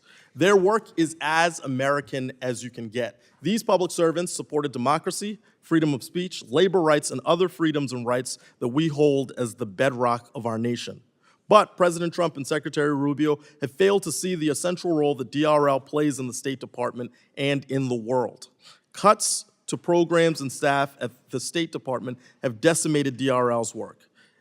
And these bills to authorize the State Department go a step further by fully eliminating DRL. Republicans are showing what they value. They're showing how much they care about working people by devaluing this work and sending it off to regional bureaus who do not have the needed expertise or capacity to handle this work. The issues DRL addresses are not contained within the regions of the world. They're global issues that require a bureau that can look at the entire landscape. My amendment is simple. It supports workers by reestablishing the Bureau of Democracy, Human Rights, and Labor. We should be supporting these values around the world, not cutting them within our own State Department. I urge my colleagues to support this amendment, and I yield back. Representative yields back. Do any other members seek recognition? Being no further discussion, the question now occurs on the amendment offered by Representative Amo, number 52. I recommend a no vote. All those in favor signify by saying aye. Aye. Those opposed signify by saying no. No. Opinion of the chair, the noes have it, and the amendment is not agreed to. Mr. Chairman, I have an amendment at the desk. good. Amendment number 51. Clerk shall report and designate the amendment. Report and distribute. Amendment 51 to HR 5300, offered by Mr. Amo of Rhode Island. Amend Section 601 to read as follows. Section 601. Without objection, further reading of the amendment is dispensed with. The representative is recognized for 5 minutes on the amendment. Thank you, Mr. Chairman. I am proud to offer my amendment to support efforts to prevent and treat global malnutrition. The World Food Program estimates that a child will die from malnutrition every 10 seconds. Malnutrition causes 1 in every 5 deaths among children under 5. These are preventable deaths. USAID helped implement evidence-based preventions and treatments for malnutrition, including ready-to-use therapeutic foods like Plumpy Nut, made by Adhesia Nutrition in Rhode Island. Plumpy Nut can save a child from severe acute malnutrition in as little as 6 weeks. This is more than just life-saving treatments for people around the world. They support American farmers by using U.S.-grown food products. They use peanuts from Georgia, milk from Wisconsin, soy from Iowa, and commodities from 15 other states. In short, they support good-paying jobs in Rhode Island and across the country. When global nutrition programs stopped because of President Trump's foreign aid freeze, American workers lost their jobs. American farmers are struggling to survive right now without USAID contracts purchasing their crops. Unfortunately, the bill before us does nothing to fix these issues. The bill blindly codifies Trump's deadly cuts, falling far short of providing the resources needed to fight malnutrition. Instead, the bill would hand the implementation of our malnutrition treatment programs to the State Department that lacks the expertise, contracting ability, and resources needed to handle these programs. USAID has had dedicated teams of experts working tirelessly around the world to bring people back from the brink of death due to malnutrition and prevent others from facing malnutrition. The State Department does not have the expertise nor the resources needed to lead the fight against global malnutrition and support manufacturers and farmers here at home. My amendment would reinstate our malnutrition programs within USAID where their staff has decades of experience. It's where we have qualified individuals to actually provide the treatment and the prevention of malnutrition. My amendment also authorizes the prevention of malnutrition, unlike the Republican bill, which only authorizes emergency treatment. That means Republicans are waiting for a full-blown crisis before taking action. The competency of those in charge has shown our farmers cannot wait, our workers cannot wait, and starving children around the world cannot wait. When children suffer from malnutrition, it can lead to severe health issues that stay with them for the rest of their lives and require continued medical treatment. We can do more than treat malnutrition. We can prevent it, and we can support American farmers and workers. It's just the right thing to do, and that's plain, that's simple. Instead of blindly going along with whatever President Trump and Secretary Rubio suggest, let's focus on what works and treat malnutrition effectively. We can get this done. I urge my colleagues to support this amendment, and I yield back. Do any other members seek recognition? Recognize myself. I recommend no on this. And just as a point, just in the last couple days, the administration did make an $80 million award to global nutrition, addressing exactly what it is that you were speaking about. Recommended no vote. And with that, there being no further discussion, the question now occurs on the amendment offered by Representative Almo, number 51. All those in favor signify by saying aye. Aye. Those opposed, no. No. In the opinion of the chair, the noes have it, and the amendment is not agreed I to. request a recorded vote. Recorded vote has been requested pursuant to the chair's previous announcement. This vote will be postponed. Mr. Chairman, I have a last amendment, Amendment 54. Representative, do you have that? Amendment 54 to H.R. 5300, offered by Mr. Amo of Rhode Island. Without objection, further reading of the amendment is dispensed with. Representative is recognized.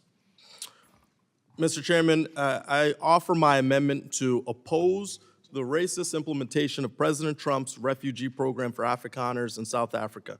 On January 20th, the first day of his second term, President Trump suspended the U.S. Refugee Assistance Program. He eliminated our ability to conduct secure and vital refugee admissions. President Trump cut funding for programs across the country, like the Refugee Dream Center in Rhode Island, who help support refugees and connect them with their new communities. He left refugees who had already been approved to come to the U.S. stranded and in danger. Some had already booked flights to come to the United States.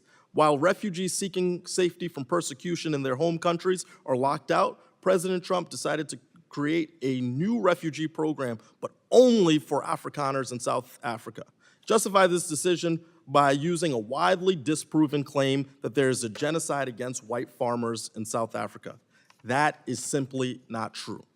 Then, in July, we heard reports that a senior official in the State Department told the U.S. Embassy in South Africa that the refugee program was only intended for white people. Trump slammed the door on refugees that have been heavily vetted, have a genuine fear for their safety in their home countries, and in the case of our Afghan allies, have served our country. Instead, he rolled out the welcome wagon by creating a program only for white people. Our refugee programs should protect the vulnerable, not be used as a tool to promote unjustified claims around race. My amendment would prevent any funding from being used to carry out this policy. It would also require the State Department to share information on how this program was created and how it's being implemented. I sent a letter in August alongside Representative Jacobs asking for these materials and still haven't received a response. This information will allow us to conduct oversight into the operations of this policy. It will help us ensure that something like this never happens again. I urge my colleagues to support my amendment, and I yield back. Do any other members seek recognition? Seeing none, the question now occurs on the amendment offered by Representative Almo, number 54. I recommend a no vote. All those in favor signify by saying aye. Aye. All those opposed signify by saying no. No. Opinion of the chair, the noes have it. Request a And recorded vote. Amendment is not agreed to. A recorded vote has been requested pursuant to the chair's previous announcement. This vote will be postponed. Representative Jacobs, do you have an amendment at the desk? I do. Jacobs 136. Clerk shall designate and distribute. Amendment 136 to H.R. 5300, offered by Ms. Jacobs of California. At the end of Title II. Without objection, further reading of the amendment is dispensed with. Representative is now recognized for 5 minutes. Thank you, Mr. Chairman. My amendment would require the Department of State to allow existing U.S. passport book holders to apply online for a passport card within 60 days of enactment of this bill. Proving citizenship outside of a land or airport of entry is not required by law. However, President Trump's mass deportation and detention agenda means that Americans are increasingly and illegally asked to prove their citizenship on the spot. The best proof of citizenship is a U.S. passport, but many Americans don't feel comfortable carrying that around every day. I know I don't carry my passport around every day. And not all Americans have a U.S. passport book because not everyone can afford to shell out $165. Passport cards, on the other hand, are much more affordable for the average American. For Americans who already have a U.S. passport book but do not have a passport card, they can't currently apply for a passport card online unless their passport book is also expired. And to get a passport card, passport book holders have to mail in their existing passport book along with a paper form, which can take weeks, during which they won't be able to prove their citizenship with a passport if they are stopped by DHS. So my amendment would fix this. It would require the Department of State to allow existing U.S. passport book holders to apply online for a passport card, even if their passport book is not due to be replaced. The State Department is already planning on adding this feature to their new online passport renewal website in 3 to 4 years, but my amendment would require state to provide this functionality within 60 days of enactment given current circumstances. My common sense amendment would help Americans prove their identity and citizenship, and I urge my colleagues to support it. Do any other members seek recognition? I rise in opposition to this amendment. The system right now does not have the capacity to support that increased demand. In that, there being no further discussion, the question now occurs on the amendment offered by Representative Jacobs, number 136. All those in favor signify by saying aye. Aye. Those opposed, no. No. Opinion of the chair, the noes have it, and the amendment is not agreed to. Are there any further amendments? Representative Jacobs. Roll call vote, please. A roll call vote has been requested. Pursuant to chair's previous announcement, the vote will be postponed. Great. Mr. Chairman, I have an amendment at the desk. Clerk shall distribute and report. Amendment 117 to H.R. 5300, offered by Ms. Jacobs of California. Without objection, further reading of the amendment is dispensed with. The representative is recognized for 5 minutes. Thank you, Mr. Chairman. So my amendment adds basic transparency and guardrails to the INA's foreign policy removal clause without changing who decides or the legal standard. Right now, someone can be deemed deportable if the Secretary of State has reasonable ground to believe their presence or activities would cause serious adverse foreign policy consequences. Yet there are no public standards and Congress gets minimal visibility. We should know how these sensitive determinations are made while protecting lawful speech and association. So what this bill does, it requires standards to be published, public written criteria for how state makes foreign policy removal determinations, including required consultations with DRL and the Office of the Legal Advisor, and explicit protections for lawful speech and association aligned with the INA's related inadmissibility safeguards. It requires quick notifications of 7 days to HVAC, HJC, SFRC, and SJC after each determination with the legal policy basis at classified annex as needed, and it requires an annual report and enforcement and unclassified aggregate report with context each year. No state authorized funds for issuing, transmitting these determinations unless standards, notice, and reporting are all in place. What this amendment does not do is that it does not amend the INA. It does not change the reasonable ground standard. It does not reassign the Secretary of State's role. It does not expose sources and methods, and it does not alter DHS DOJ removal processes. It's a simple, measured, good government step for more explicit rules, better oversight, and protection of civil liberties without weakening our national security. I urge my colleagues to support this amendment. Is there any further discussion? Seeing none, the question now occurs on the amendment offered by Representative Jacobs, number 117. All those in favor signify by saying aye. Aye. Those opposed signify by saying no. No. Opinion of the chair, the noes have it. The Mr. amendment Chairman, is I request a agreed to. roll call vote. A roll call vote has been requested pursuant to the chair's previous announcement. This vote will be postponed. you Mr. have Chairman, another amendment I have at an the desk? amendment at the desk. Clerk shall report and distribute. You're welcome. Amendment 91 to H.R. 5300, offered by Ms. Jacobs of California. At the end of Title II, add the following. Without objection, further reading of the amendment is dispensed with. Representative Jacobs is recognized for 5 minutes. Thank you. My amendment would mandate a report on the number of American citizens and lawful permanent residents in Gaza and on what actions the department is taking to ensure they are safe. As all of my colleagues here know, Gaza has been an active war zone for nearly 2 years. The Israeli military continues to strike and bomb Gaza, leveling civilian infrastructure and restricting humanitarian assistance. Tens of thousands of civilians have reportedly been killed. The situation is extremely volatile, so the least we can do is ensure the department has an accurate count of American citizens and lawful permanent residents in Gaza so that we can provide these individuals the support they need and make sure they are safe. Without accurate numbers, any future evacuation planning risks leaving behind people or underestimating the resources required and undermines our responsibility to protect U.S. citizens abroad. This should be a common sense amendment to ensure the safety of American lives. So that's why I urge my colleagues to support the amendment. Do any other members seek recognition? Being no further discussion, the question now occurs on the amendment offered by Representative Jacobs, number 91. All those in favor signify by saying aye. Aye. Those opposed, no. No. Opinion of the chair, the Mr. noes have Chairman, I it. request a recorded vote. Recorded vote has been requested pursuant to the chair's previous announcement. This vote will be postponed. Do you have another amendment at the desk? I do. Jacobs 89. Clerk shall report and distribute. Oh, I'm sorry. Jacobs 126.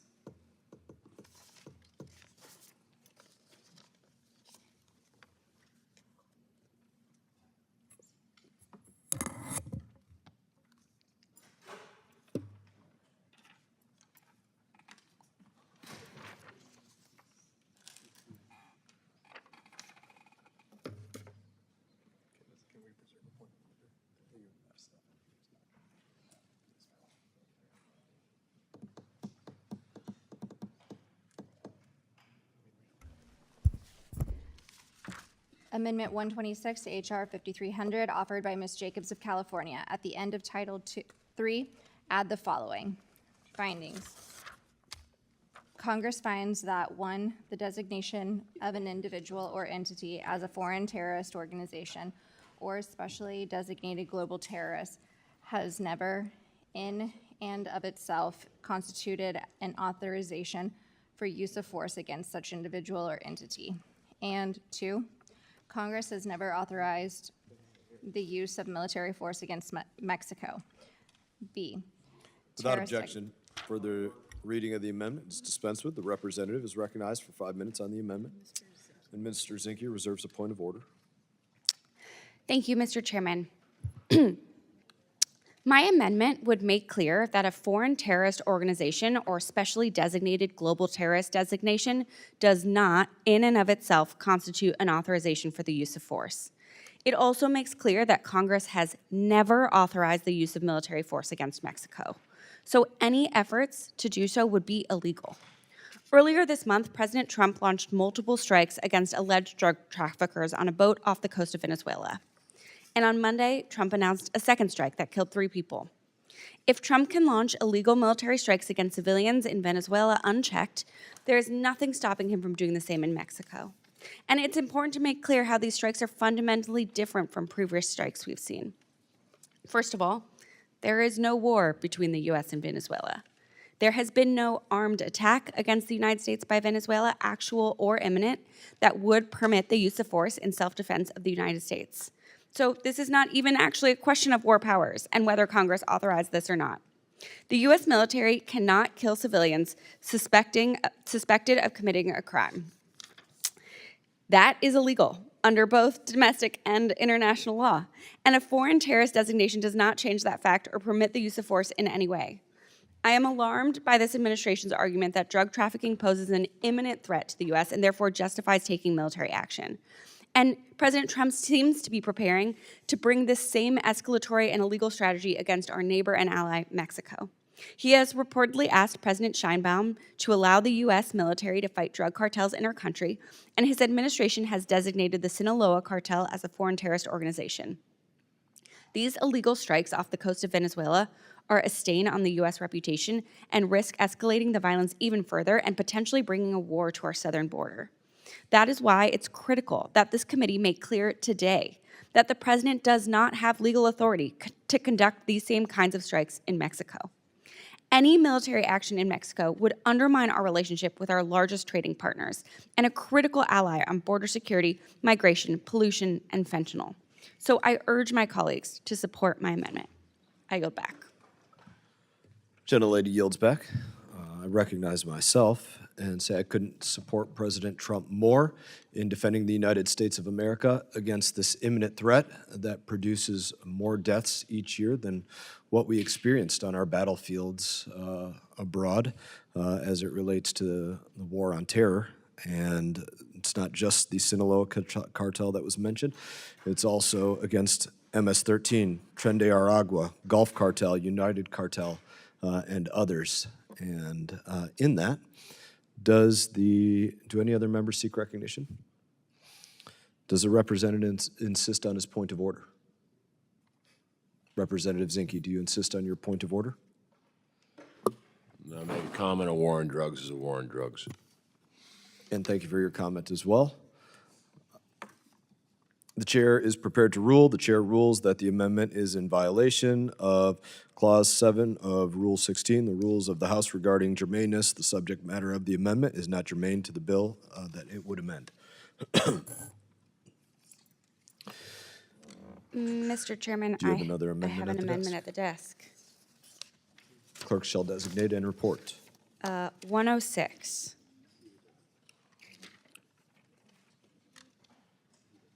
Are we reserving a point of order?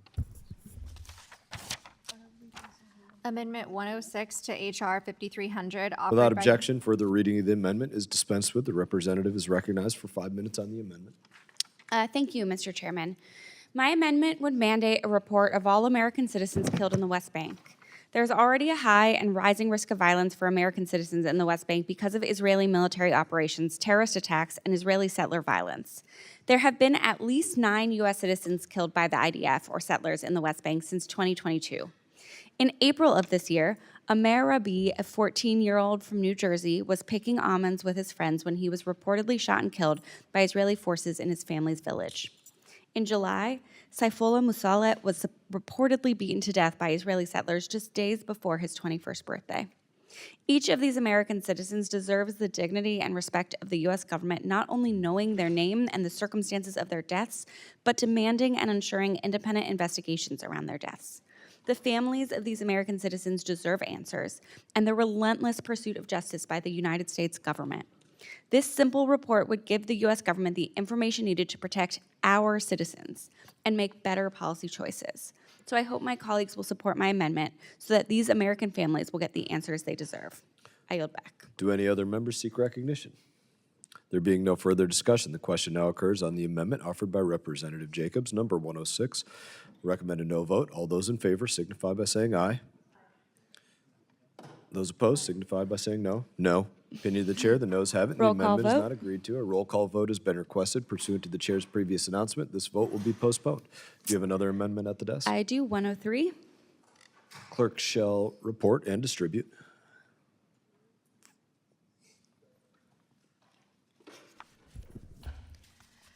Amendment 103 to H.R. 5300, offered by Ms. Jacobs of California. At the appropriate place. Without objection, further reading of the amendment is dispensed with. Representative is recognized for 5 minutes. Thank you, Mr. Chairman. My amendment would ensure the preservation of USAID's website and thousands of reports saying what it did over its 60-year history. First of all, my amendment would ensure transparency and accountability. USAID's reports show where U.S. foreign assistance went, who implemented it, and what outcomes were achieved. Preserving all of these documents is critical so we can continue to track how billions of dollars were spent. For decades, USAID asked its implementers to show their work to taxpayers and Congress through project reports, audits, and evaluations. If the records disappear, it becomes nearly impossible to pursue investigations or hold past employees accountable. Congress and the public will lose information about what their money was spent on and assess whether it was spent well or could have been spent better. This is also the official historical record of U.S. foreign policy and international development efforts over 60 years, from development, health, democracy, disaster response, and conflict recovery. We shouldn't erase the evidence of successes like PEPFAR and polio eradication, and lessons from Afghanistan and Iraq and Vietnam and elsewhere that can explain why and where we didn't get things right. This is important for monitoring, learning, and evaluation moving forward. So no matter what you think of USAID, if you think it was invaluable to U.S. national security like I do, or even if you don't, I think we can all agree that there can be lessons learned and oversight needed of these programs. So I urge my colleagues to support my amendment. I yield back. Do any other members seek recognition? I recognize myself. I recommend a no vote. This language presumes the continued existence of a USAID administrator position, contradicting what ourselves and the administration are doing in reorganization of USAID and the State Department in terms of foreign assistance. That being said, there we go. Being no further amendments, the question now occurs on the amendment offered by Representative Jacobs, number 103. All those in favor signify by saying aye. Aye. All those opposed, no. Opinion of the chair, the noes have it. Mr. Chairman, I request a recorded vote. Recording vote has been requested. Pursuant to the chair's previous announcement, this vote will be postponed. Do you have another amendment at the desk? I do, yes. Oh, Jayapal. I'm told we're on Jayapal. Representative Jayapal, do you have an amendment at the desk? Yes, thank you, Mr. Chair. I call up Jayapal Amendment 66. Clerk shall report and distribute the amendment. Amendment 66 to H.R. 5300, offered by Ms. Jayapal of Washington. At the appropriate place, insert the following section. Without objection, further reading of the amendment is dispensed with. Representative is recognized for 5 minutes. Thank you, Mr. Chairman. My amendment would make $1 billion in foreign military financing to the Israeli government conditioned on taking steps to comply with international law and longstanding U.S. policy in the region. This amounts to less than a third of Israel's total foreign military financing, and it would not impact missile defense systems like the Iron Dome. It is a proposal that is consistent with how we treat other countries, and it matches similar conditions placed on other countries like Egypt. The conditions individually and collectively are long-stated U.S. positions and compel the government of Israel to take sustained and effective steps to refrain from annexation, hold individuals and entities accountable for settler violence, fully cooperate with U.S.-led investigations into the deaths of U.S. citizens, among other actions. Our strategic relationship with any country, including Israel, must be based on a set of common values and shared commitments to human rights. Our taxpayers expect it. Since October 7th, the U.S. has supplied $30 billion in weapons to the Israeli government, which has been used time and time again to erase entire communities and indiscriminately kill civilians in Gaza. The reported death toll has now surpassed 65,000 people, and tens of thousands have been injured. Hundreds of thousands of homes, buildings, schools, hospitals, and religious sites have been destroyed or damaged, even when it's unnecessary to achieve Israel's stated military goals. 2 million Gazans face prolonged food shortages, famine, and lethal force at aid distribution sites as the Israeli government uses hunger as a weapon of war and blocks U.S.-supplied humanitarian assistance in violation of Section 6201 of the Foreign Assistance Act. I have repeatedly condemned Hamas's terror attacks on October 7th that killed 1,200 people, and immediately I called for a release of all hostages. Just yesterday, I met with one of my constituents whose family member was taken hostage. We have been working together since October 7th to get her family member released, and I have watched through her eyes, as well as other hostage family members I've met with, the pain and tragedy of the hostage crisis. She and I both agree that Netanyahu has continued to refuse to prioritize working for the return of the hostages. Instead, Netanyahu has indiscriminately killed people in Gaza while also attacking 6 countries just since October 7th: Lebanon, Syria, Iran, Yemen, Tunisia, and most recently Qatar, just as negotiators from all sides had arrived to negotiate a ceasefire and a return of the hostages. Following that attack, President Trump reportedly himself said about Netanyahu, "He's effing me." That's a quote. In this, I agree with the president. In addition to these attacks violating international law, they risk dragging the United States into another forever war in the Middle East and isolating us on the global stage. And all of this, Mr. Chairman, is being done with U.S. taxpayer dollars. Many of us here have condemned the actions of the Israeli government, but that is simply insufficient to meet the crisis that we face in Gaza. To change the course of action of the Israeli government, we need to have the courage to actually utilize our United States leverage and demand that the Israeli government follow U.S. law and international humanitarian law. The direction of the Israeli government also threatens the safety and the security of Israeli civilians, the hostages, and Israel's own standing on the global stage. This June, 28 civilians were killed in Iran's retaliatory strikes on Israel, and over 3,200 people were injured. And just last month, tens of thousands of people took part in protests across Israel, blocking highways as part of a, quote, day of disruption to push Prime Minister Netanyahu to agree to a ceasefire and bring home the hostages. The world is seeing what is unfolding before our very eyes. Countries around the world are speaking up. Jewish people all over the world, including right here in America, are speaking up. We have the power to affect the direction of peace in the Middle East, of security and safety for both Palestinians and Israelis. We have the power to demand that Israel follow our own U.S. laws. All this amendment does is condition just a portion of the annual aid that we give to Israel on 7 conditions that are simple, clear, and long-standing U.S. positions. It follows the same precedent that we have set with numerous other countries, and it uses the same formula that we apply on aid to Egypt and other countries, ensures our weapons and American taxpayer dollars are being used in accordance with our American values and our stated foreign policy goals, as well as our own United States laws. I urge my colleagues to vote yes on this amendment, and I yield back. Gentlelady yields back. Do any other members seek recognition? Representative Jacobs. Thank you, Mr. Chairman. So, at the heart of this amendment is the longstanding U.S. commitment to hold our allies to account and to withhold certain lethal offensive weapons from any country that commits human rights violations. It mirrors a similar amendment we've passed before regarding Egypt. Egypt is another major non-NATO ally and one of the largest FMF recipients. Both the executive branch and Congress, even under President Trump's first term, have conditioned, delayed, or reprogrammed portions of Egypt's FMF over human rights concerns, and annual appropriations routinely withhold tranches pending specific rights benchmarks. This amendment follows that established bipartisan practice. This is not an unprecedented step.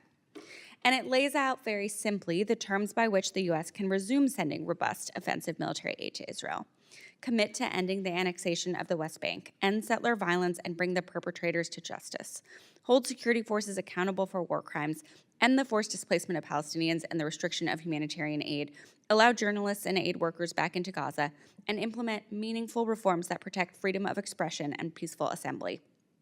These are actually not lofty goals. They are very basic requirements that all American allies should uphold. And importantly, this amendment would not impact U.S. funding for the Iron Dome or its components, which we know has saved countless Israeli and Palestinian lives. So I support this amendment, and I urge my colleagues to do the same. Do any other any other members seek recognition? Representative Castro. Thank you, Chairman. I support Representative Jayapal's amendment. Throughout its history, there's been no greater friend to Israel than the United States, at every point in its history. All of us on this dais condemned October 7th and the horrors that happened that day. Over the years, this Congress has determined and declared that Hamas and other organizations like Hezbollah are terrorist organizations, and we've worked to keep others from associating with them. We've done everything that we can to punish them. And yet, throughout this time, as this war has gone on, it is more from a war into a slaughter. And the United States government hasn't done hardly anything to stop Benjamin Netanyahu from conducting that slaughter. This country wants us to use our leverage to stop what's going on in Gaza. People are wondering how many more videos of children being blown up, of kids' limbs being missing, of parents shrieking in pain and yelling and crying because their children's lifeless bodies lie in front of them. How many more videos we need to see as a Congress, as Americans, before we do something to stop it. I'm sorry that we're having this debate at 6:30 in the morning when this committee has been debating this bill since 9 a.m. yesterday. And understandably, there are not too many people here right now because we've been going forever and it's the middle of the morning.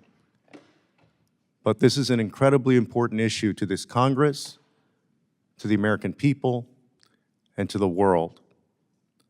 And at this point, quite honestly, with everything that has gone on, the way that Benjamin Netanyahu has conducted himself and not working or prioritizing the hostages and slaughtering a people in Gaza and also allowing in the West Bank for people's homes to be taken, for settlers to brutalize Palestinians. Right now, I would say that this amendment, quite honestly, is the least we could do. And I hope that as people of conscience, more than anything else, but also as Americans, that we can support this. I want to say something else also. I'm in my 23rd year of public service, and I served 10 years in state legislature in Texas, and now I'm in my 13th year here. I've never been more disappointed on an issue and how my party has handled an issue, the Democratic Party, than I am on how we've handled this issue over the last 2 years. And I'm running out of time, so I have time to explain that later. But I hope we can support this amendment. I yield back. Gentleman yields back. Do any other members seek recognition? Recognize myself. I'd just simply begin by saying this. Do any members on this dais wish to offer a justification for Hamas continuing to hold the bodies or the hostages? No, there is no justification. Any other responses?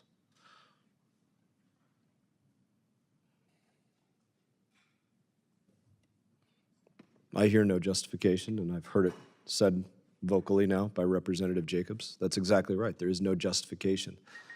This war continues because Hamas continues to hold the bodies, not just from October 7, but from years before that, and continue to hold people in tunnel dungeons, other places, perhaps homes of people that formerly worked for UNRWA, you name it. There is no justification. I have no further discussion on this. The question now occurs on the amendment offered by Representative Jayapal. I recommend a no vote. All those in favor signify by saying aye. Aye. Those opposed signify by saying no. No. Opinion of the chair, the noes have it, and the amendment is not agreed to. Roll Mr. call. Chairman, I ask for a roll call. A roll call vote has been requested pursuant to the chair's previous announcement. This vote will be postponed. Representative Jayapal, do you have another amendment? I do, Mr. Chairman. I call up Jayapal Amendment 67. Clerk shall report and distribute. Amendment 67 to H.R. 5300, offered by Ms. Jayapal of Washington. At the appropriate place, insert the following section. Limitation on foreign... Without objection, further reading of the amendment is dispensed with. Representative is recognized for 5 minutes. Thank you, Mr. Chairman. For nearly its entire existence, Israel has been a stated U.S. ally and close partner in the Middle East. Conditioning aid does not mean we don't value Israel as a strategic partner. All it means is that we, as members of Congress, are doing our elected duty to ensure that U.S. taxpayer dollars are spent in line with our values and our laws. I'm offering another amendment to condition $1 billion in foreign military financing to the Israeli government, but this time with only the condition that the government of Israel must fully cooperate with U.S.-led investigations into the deaths of American citizens and provide American citizens with fair compensation for injuries and losses caused by the Israeli military. Again, consistent with my previous amendment, this would only condition 1/3 of the $3 billion we send to Israel and would not touch missile defense systems like the Iron Dome. Regardless of your stance on the policies of the Israeli government, one thing that we should all agree on is that American citizens should have their rights respected abroad. When our U.S. citizens are killed abroad in partner countries, it should be non-negotiable that foreign governments cooperate with our U.S.-led investigations. The families that we represent deserve to know what happened to their loved ones who are killed in countries that receive billions of their taxpayer dollars. Over 1 year ago, Aishaner Ezgi, a U.S. citizen from my home state of Washington, was killed by the Israeli Defense Forces in the West Bank. She was only 26 years old. She had recently gotten married. She was looking forward to having a family someday. She attended the University of Washington in the heart of my district, and her father is my constituent. Aishaner was observing a nonviolent protest against illegal Israeli settlements in the West Bank when she was killed. The IDF claimed that they had been responding to a confrontation, but an in-depth investigation by the Washington Post found that Aishaner was shot more than 30 minutes after that incident had ended, and that she was killed from more than 200 yards away. Every single one of these details matters. I immediately led a call for independent U.S.-led investigation to get accountability and justice for Aishaner's murder. I was joined by over 100 of my Democratic colleagues. I advocated publicly and privately with the previous administration and with this one. In fact, just recently, I raised this directly to Ambassador Mike Huckabee at a roundtable in this committee. I was momentarily heartened by his strong agreement on this issue, and his commitment to work with me on the murder of the daughter of one of my constituents by the IDF, a U.S. citizen. He encouraged me to follow up with him, which we have done multiple times, but we still have received not a single response. I remain open and ready to work with him to ensure that we prioritize U.S. citizens who are killed abroad, including by a foreign government which receives billions of dollars of aid funded by the very U.S. taxpayers they are killing. To this day, we don't have an independent investigation. Aishaner's family is still mourning and waiting for justice and wondering how many more U.S. citizens will be killed at the hands of the Israeli Defense Forces using their own taxpayer dollars. This is not an isolated incident. It is part of a very concerning pattern. Since January of 2022, 8 American citizens have been killed in the West Bank, and none of their killers have been held accountable. Omar Assad, Shireen Abu Akleh, Tawfiq Abdel-Jabbar, Amr Mohammed Saada Rabi, Saifullah Musalat, and Hamas al-Ayad. There are also other U.S. citizens who are still alive that we still have a chance to save, like 16-year-old Mohammed Ibrahim. Mohammed was detained by Israeli forces allegedly for throwing stones, an allegation he denies. He is a U.S. citizen. His father says his health is deteriorating. He's lost significant weight and contracted scabies while in prison. He turned 16 in prison. Yesterday, I stood with many of these families to honor their loved ones' memories and demand action. These families deserve answers about who is responsible and how the U.S. government, their own government, will ensure that the Israeli government cannot kill our citizens with impunity ever again. For the government of Israel to continue receiving billions of dollars in American weapons, we must make clear that at minimum, they comply with U.S.-led investigations into the killing of our own citizens. I yield back. Gentlelady yields back. Is there any further debate? Seeing none, the question now occurs on the amendment offered by Representative Jayapal, number 67. I recommend a no. All those in favor signify by saying aye. All those opposed, no. No. Opinion of the chair, the noes have it, and the Roll call amendment vote, is Mr. not Chairman. agreed to. A roll call vote has been requested pursuant to the chair's previous announcement. This vote will be postponed. Representative Jayapal, do you have an amendment at the desk? I do, Mr. Chairman. I call up Jayapal 72. Clerk shall report and distribute. Amendment 72 to H.R. 5300, offered by Ms. Jayapal of Washington. At the appropriate place, insert the following section. Use of United States. Without objection, further reading of the amendment is dispensed with. Representative is recognized for 5 minutes. Thank you, Mr. Chairman. Over the past 2 years, Sudan has become the site of one of the world's worst humanitarian crises. Since conflict broke out between the Sudanese Armed Forces and the Rapid Support Forces in April of 2023, over 13 million people have been displaced. At least 300,000 people have been killed, and more than 30 million, over half the population, need humanitarian assistance. Sudan is now the world's largest humanitarian crisis, and the crisis is spilling far beyond Sudan's borders. Over 4 million refugees have fled to neighboring countries like Egypt, Ethiopia, Libya, and the Central African Republic. Yes. Millions of lives are at risk, and every moment of inaction pushes the country further into catastrophe. To stop the senseless war and avert further catastrophe, the United States needs to act with the full force of its moral responsibility and diplomatic power. My amendment would set forth a comprehensive policy that the Secretary of State and the United States Permanent Representative to the United Nations would use at the United Nations and other multilateral bodies. This policy would call on the U.S. to advocate for unimpeded humanitarian access, support the documentation of war crimes, crimes against humanity, and possible genocide, develop plans to protect civilians, report on challenges faced by emergency response rooms, take steps to ensure that only a civilian-led or democratically elected government can legitimately represent Sudan at the United Nations, and seek to expand the arms embargo against Darfur to a nationwide whole-of-Sudan arms embargo. It is critical that we refuse to recognize either the SAF or RSF as the legitimate representative of the Sudanese people, as both have committed grave atrocities and lack a true mandate from the people. We know that the Sudanese armed forces have committed war crimes. When they enter an area, atrocities spike. Beheadings, dismemberments, summary executions of civilians falsely accused of being RSF collaborators.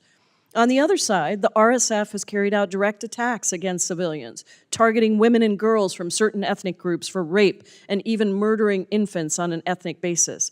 The scale of these crimes is so great that in January of this year, the Biden administration concluded that the RSF had committed genocide, a conclusion that has been reaffirmed by Secretary Rubio.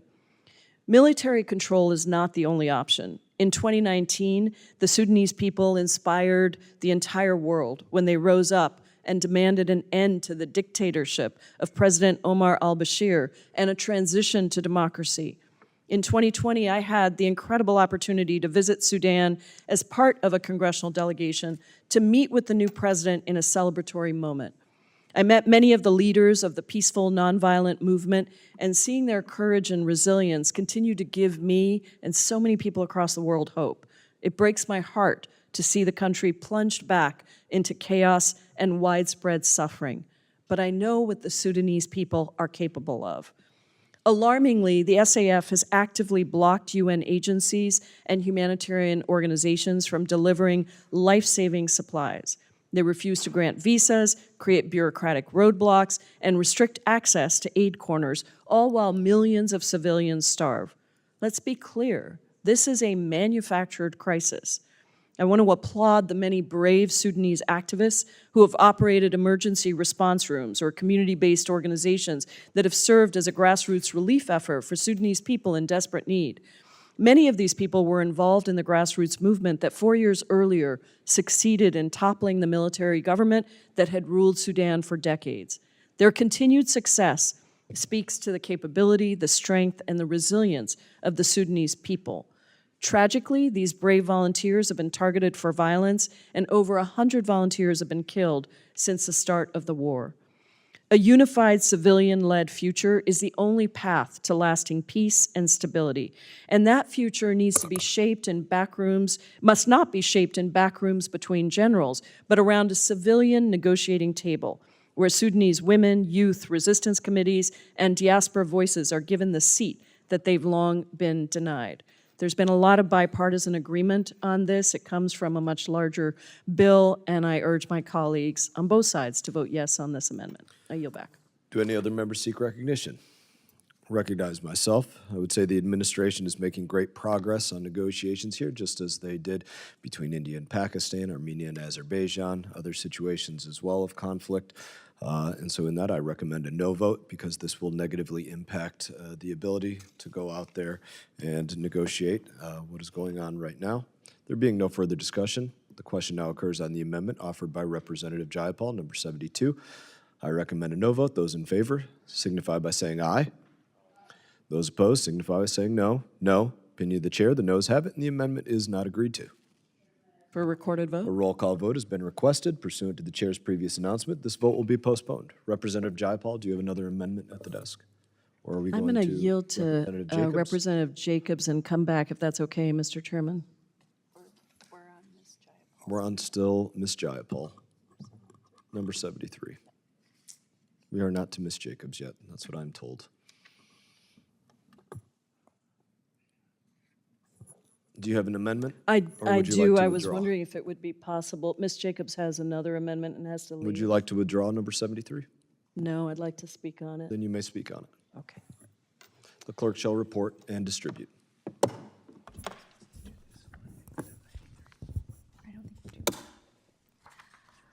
Amendment 73 to H.R. 5300, offered by Ms. Jayapal of Washington. At the appropriate place, insert the following section. Removal to the third. Without objection, further reading of the amendment is dispensed with. Representative is recognized for Thank you, 5 Mr. minutes. Chairman. My amendment would prohibit funds from being used for the State Department to conduct third country removals unless the Department of State can show removal to the country designated in the removal order is impractical, inadvisable, or impossible, or the removal order designates an alternative country.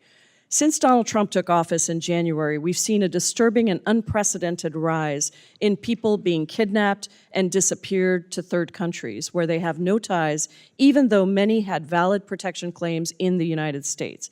The most notorious case is the more than 230 Venezuelans that the Trump administration expelled to a Salvadorian gulag, one of the world's most notorious prisons.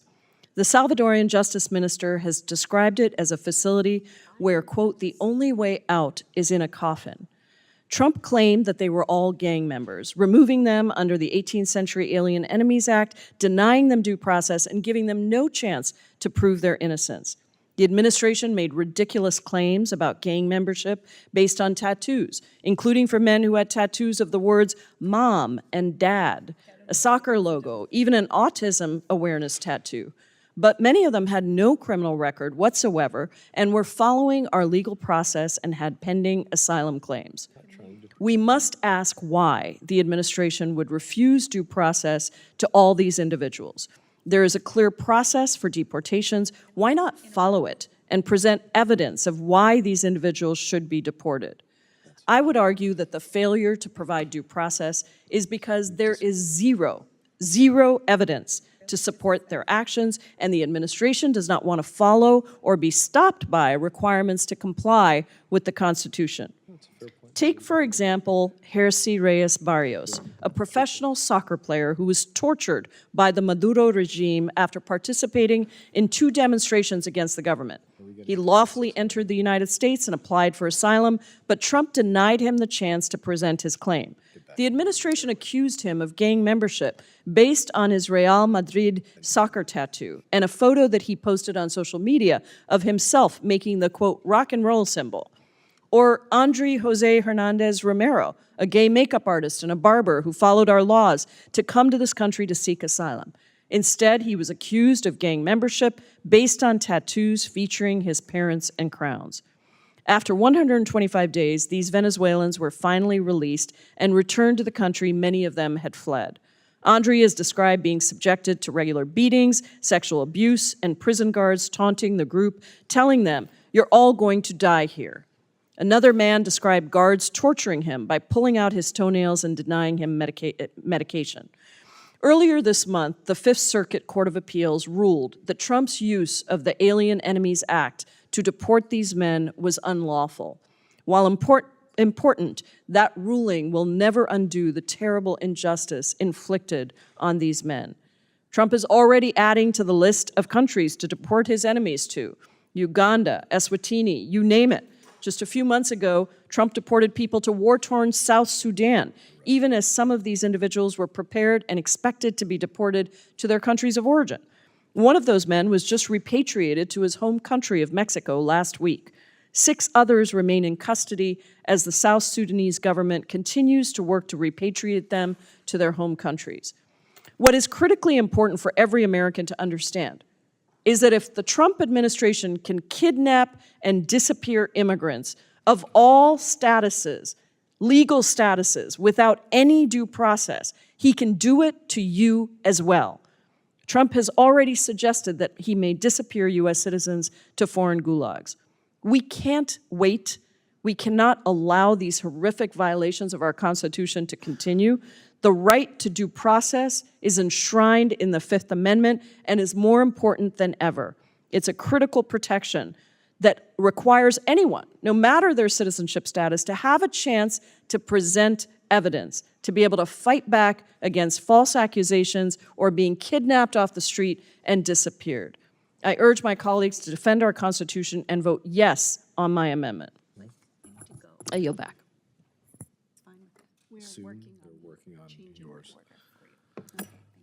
Representative yields back. Do any other members seek recognition?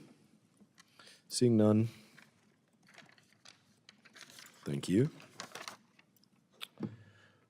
Question now occurs on the amendment offered by Rep. Jayapal, number 73. All those in favor signify by saying aye. Those opposed signify by saying no. No. Opinion of the chair, the noes have it, and the amendment is not agreed to. Mr. Chairman, I request a recorded Recorded vote has been requested pursuant to the chair's previous announcement. This vote will be postponed. Representative Jayapal, do you have another amendment?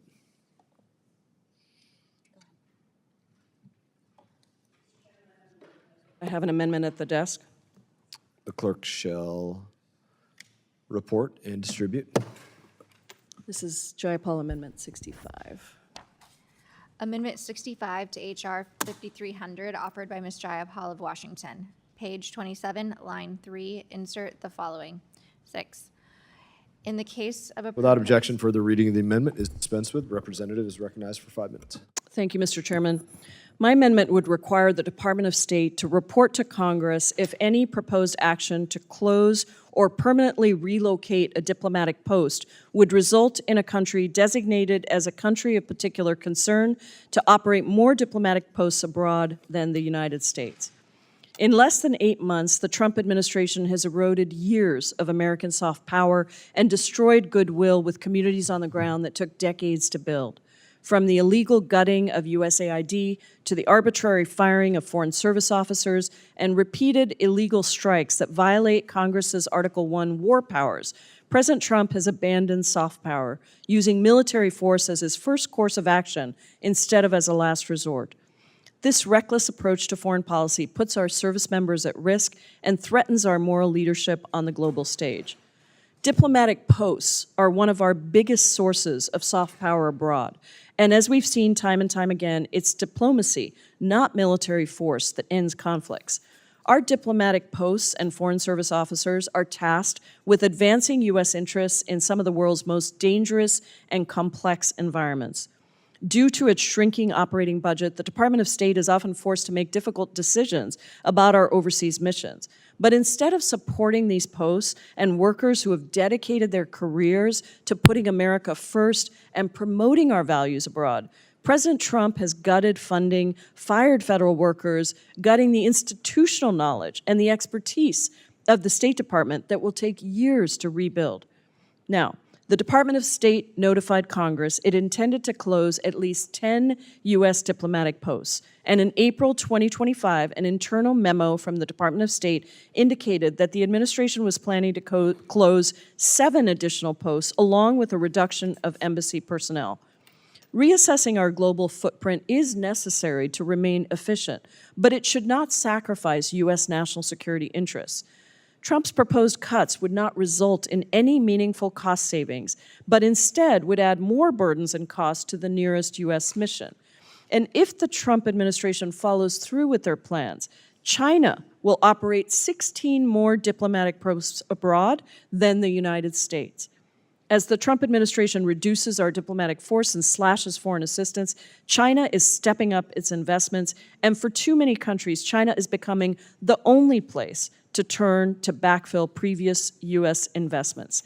General Michael Langley, the commander of the U.S. Africa Command, stated that China is, quote, trying to replicate specific USAID programs in Africa that the United States has cut, and that this trend has been seen globally. Chinese investments in assistance programs will now surpass American investments in 40 more countries. And if the president's budget request is enacted into law and the United States fails to pay its UN-assessed contributions, China would be the biggest contributor to the UN regular budget and to UN peacekeeping operations. We've seen the harm this is having on our favorability on a global scale. In January of 2024, a year before Trump came into office, the U.S. favorability rating was above 20, and China was in negative territory. At the end of May, 5 months after President Trump came into office, China had a net favorability of 8.8 compared to negative 1.5 for the United States, a nearly 20% drop. We should be concerned by this loss of leadership. That is why my amendment would require the Department of State to report to Congress if any proposed action to close or permanently relocate a diplomatic post would result in a country designated as a country of particular concern to operate more diplomatic posts abroad than the United States. Now is not the time to decrease our diplomatic footprint abroad. I urge my colleagues to vote yes on this amendment and ensure that we have oversight over how proposed closures will impact our diplomatic presence compared to countries of particular concern, such as China, Russia, and Iran. I thank the chairman, and I yield back. Do any other members seek recognition? Seeing none, I recommend support for this amendment. There being no further discussion, the Question now occurs on the amendment offered by Representative Jayapal, number 65. All those in favor signify by saying aye. Aye. Those opposed signify by saying no. Opinion of the chair, the ayes have it, and the amendment is agreed to. Roll call vote, Mr. Chairman. A roll call vote has been requested. Pursuant to the chair's previous announcement, this vote will be postponed. Mr. Chairman, I have an amendment at the desk. Is that where we're going?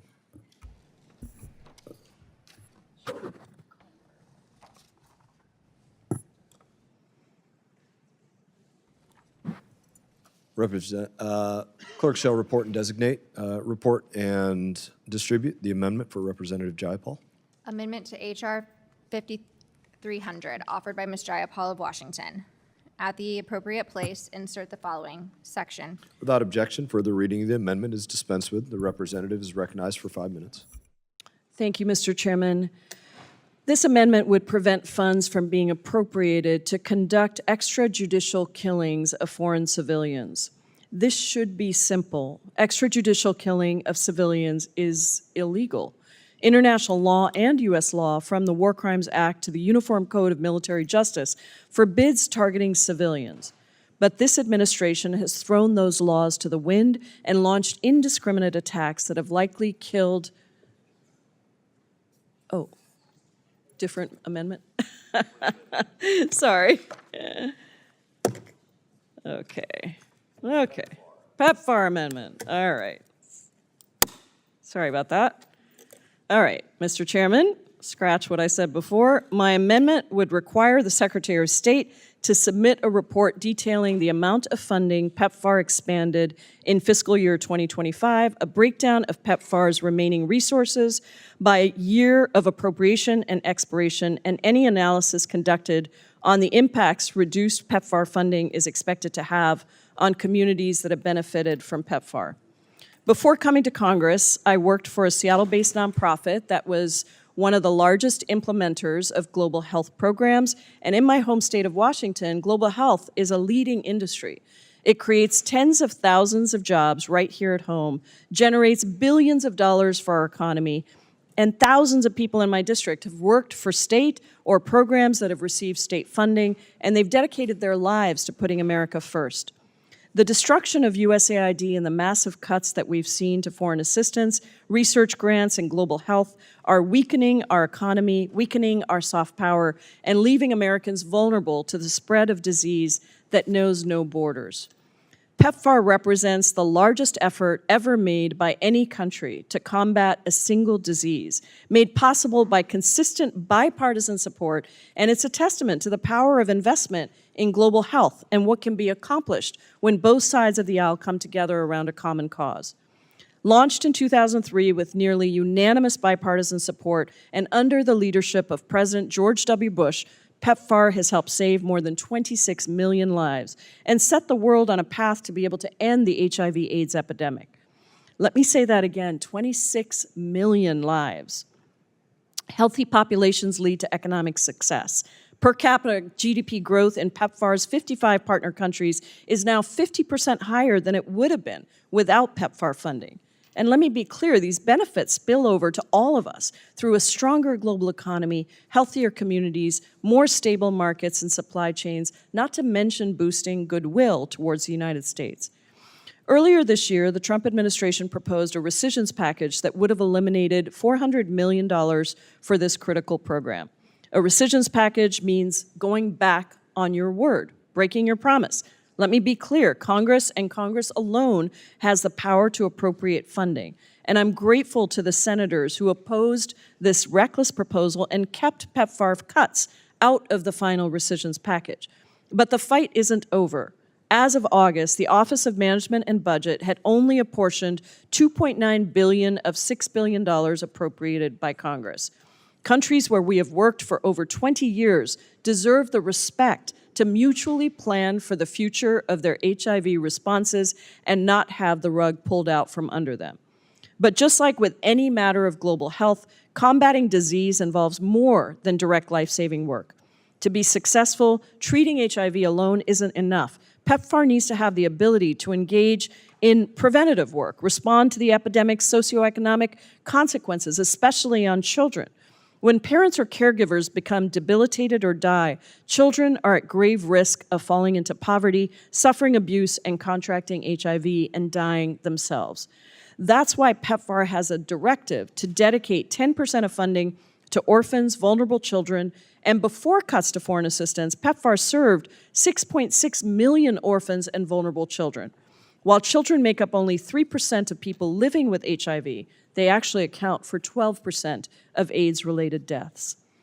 PEPFAR's programs for orphans and vulnerable children have played a critical role in identifying HIV-positive children, getting them tested, and ensuring adherence to treatment regimens. It's critical that Congress has the data to ensure this life-saving program can continue to operate and serve the most vulnerable. I urge my colleagues to vote yes on the amendment, and I yield back. Gentlelady yields back. Do any other members seek recognition?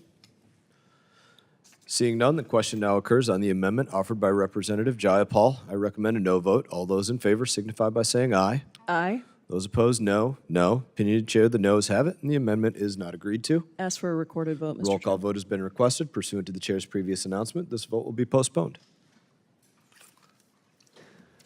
Representative Jacobs, Thank you, Mr. Chairman. have an amendment at the desk. Jacobs 115.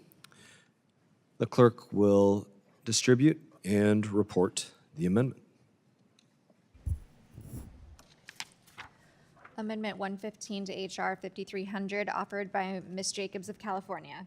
At the appropriate place in Section 415, insert the following. Without objection, further reading of the amendment is dispensed with. The representative is now recognized for 5 minutes.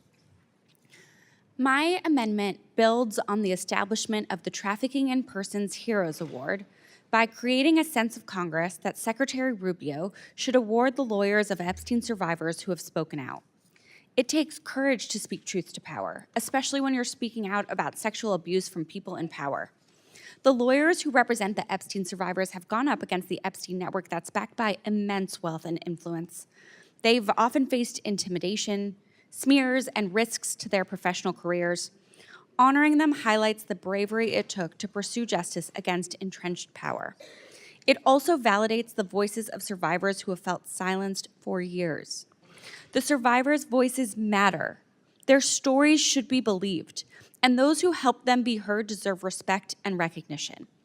These lawyers have demonstrated so much bravery, incredible determination, and commitment to the principle that no one is above the law.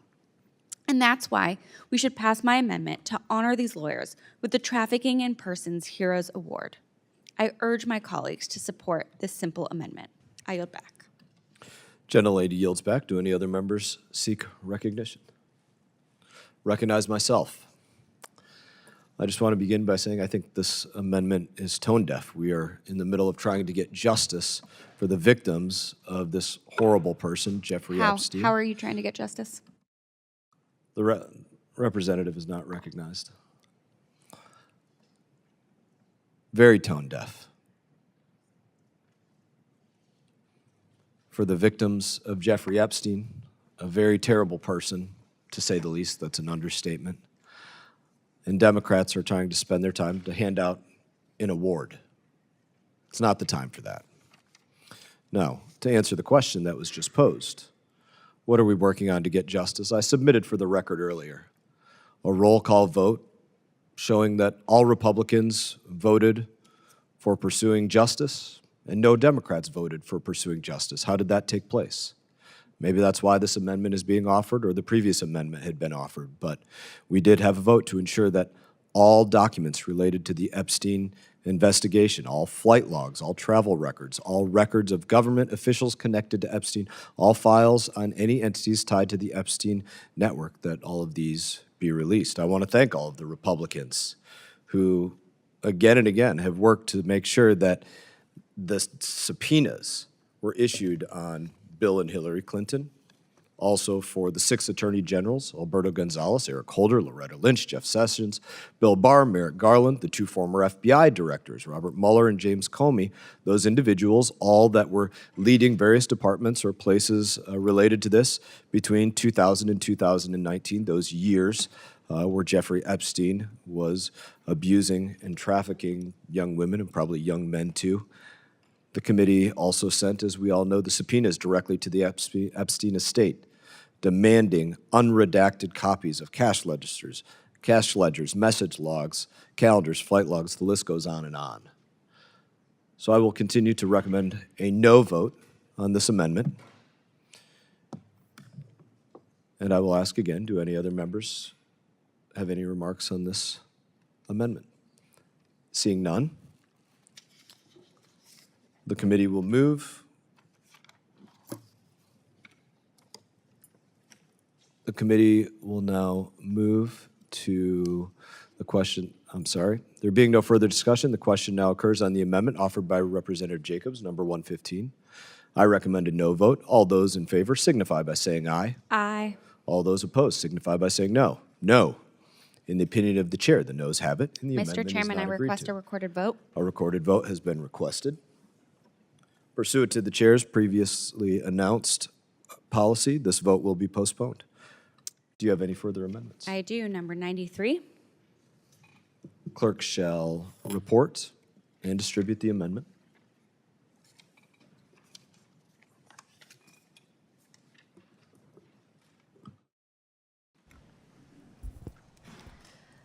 Amendment 93 to H.R. 5300, offered by Ms. Jacobs of California. At the appropriate place in Title VI. Without insert the- objection, further reading of the amendment is dispensed with, and the representative is recognized for 5 minutes on the amendment. Thank you, Mr. Chairman. My amendment would tell taxpayers how many of their dollars are going to the Gaza Humanitarian Foundation and whether their money is being spent well. In February, Israel created the Gaza Humanitarian Foundation, or GHF, to allegedly distribute aid in Gaza. Unfortunately, that's not what we've seen happen.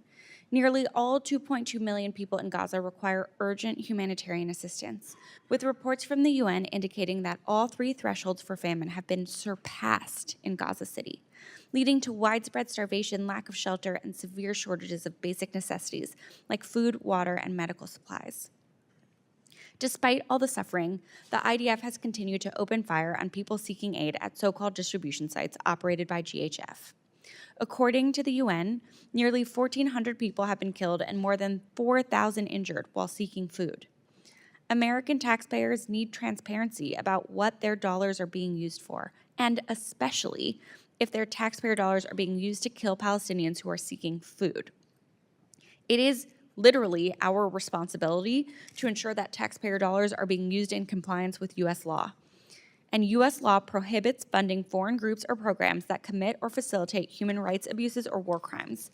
And no matter whether you think the GHF is well-intentioned or not, I hope that we can find bipartisan agreement that we should know how many American taxpayer dollars are being used to fund ineffective humanitarian relief or programs that are linked to civilian harm. So I urge my colleagues to support my amendment, which is just about transparency and good stewardship of taxpayer dollars, something my colleagues say they care a lot about. I yield back. Gentlelady yields. Do any other members seek recognition? There being no further discussion, the question now occurs on the amendment offered by Representative Jacobs, number 93. I recommend a no vote. All those in favor signify by saying aye. Aye. All those opposed, no. No. Opinion of the chair, the noes have it. I request a The recorded amendment vote. is not agreed to. A recorded vote has been requested pursuant to the chair's previous announcement. The vote will be postponed. Do you have another amendment? I do. 110. Clerk shall report and distribute the amendment. Thank you. Amendment 110 to H.R. 5300. Without objection, further reading of the amendment is dispensed with, and representative is recognized for 5 minutes on the amendment. My amendment would prohibit any funds authorized in this bill from being used to commit war crimes. Earlier this month, J.D. Vance tweeted, and I quote, "Killing cartel members who poison our fellow citizens is the highest and best use of our military," end quote. A political commentator responded, "Killing the citizens of another nation who are civilians without any due process is called a war crime." And to that, the Vice President of the United States of America responded, and I'm quoting here, "I don't give a shit what you call it." Well, I would argue that the American people do give a shit what you call it. Now, while I would argue that in this case the administration committed extrajudicial killings rather than war crimes, it also seems necessary to remind everyone that committing war crimes is illegal under both U.S. and international law. The U.S. is bound by the Geneva Conventions and international humanitarian law, which prohibit the deliberate targeting of civilians, torture, and other atrocities in war. U.S. credibility on human rights, democracy, and the rule of law depends on adherence to these standards. Sanctioning war crimes undercuts every diplomatic argument the U.S. makes. I know that many of my colleagues don't buy the arguments about soft power, so let's talk about the real blowback created by U.S. committing war crimes. Atrocities fuel insurgencies, radicalize populations, and provide propaganda for extremist groups. This isn't hyperbole. We saw this happen when al-Qaeda used photos from Abu Ghraib, Guantanamo Bay, and the drone strikes in Pakistan, Yemen, and Somalia that killed civilians in order to recruit and radicalize people. Short-term tactical gains are often reversed by long-term instability that endangers U.S. interests and U.S. national security. Committing war crimes is wrong at the moral, the strategic, and the tactical levels. So I urge my colleagues to support my common sense amendment that reiterates that it is illegal to commit war crimes and to prohibit the authorization of funds in this bill from doing so. I yield back. Representative yields back. Do any other members seek recognition? Seeing none. The question now occurs on the amendment offered by Representative Jacobs, number 110. I recommend a no. All those in favor signify by saying aye. Aye. All those opposed signify by saying no. No. Opinion of the chair, the noes have it. Mr. Chairman, The I amendment request is a not recorded agreed to. vote. Recorded vote has been requested pursuant to the chair's previous announcement. This vote will be postponed. Mr. Chairman, I have an Do you amendment. have another amendment at the desk? Yes, 131. Is this your final amendment? I actually have two more that aren't on the board. Could I just finish them? Yes, we will go through those. Representative Jacob, you are Thank you. recognized. Or, I'm sorry, the clerk will report and distribute. Amendment 131 to HR 5300, offered by Ms. Jacobs of California. At the appropriate place, insert the Without following. objection, further reading of the amendment is dispensed with. Representative is recognized. Thank you. My amendment would prevent the State Department from facilitating a deal between a foreign government or its sovereign wealth fund if it includes a payment or future payment to a business controlled by the president, vice president, or their immediate family. I would hope that we could all agree that we want to avoid conflicts of interest, corruption, or even the appearance of corruption in our foreign policy. And that's because if U.S. officials or their families stand to benefit financially from foreign governments, it creates an incentive to shape diplomacy around personal gain rather than the national interest. It also leaves U.S. officials open to manipulation and weakens our bargaining power. We want the American people to have full confidence that we are making decisions and policy choices in their best interest, not because of personal financial gain. And that's why many of the business transactions made by the Trump family have been so concerning, especially the reported pay-to-play crypto for chips deal. As the New York Times reported in May of this year, a top official in the UAE made a $2 billion investment in World Liberty Financial, Donald Trump's crypto venture. 2 weeks later, the White House agreed to allow the UAE access to hundreds of thousands of the world's most advanced and rare computer chips. The State Department helped facilitate this deal, using taxpayer dollars and resources to do so. That should never happen again. My amendment would prevent diplomatic notes, clearances, official advocacy letters, and state-run working groups from advancing foreign deals where the president, the vice president, or their immediate family members profit. It does provide an exception for a tight national security waiver with notice to the foreign affairs committees, but it will help prevent pay-to-play and protect U.S. credibility. I urge my colleagues to support it. I yield back. Representative yields back. Do any other members seek recognition? Seeing none.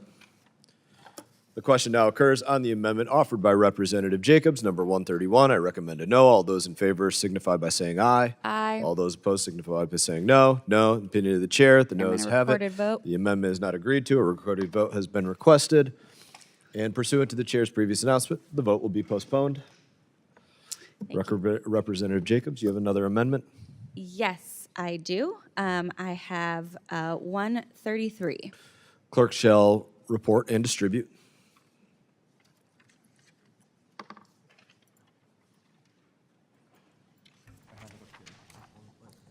Amendment 133 to H.R. 5300, offered by Ms. Jacobs of California.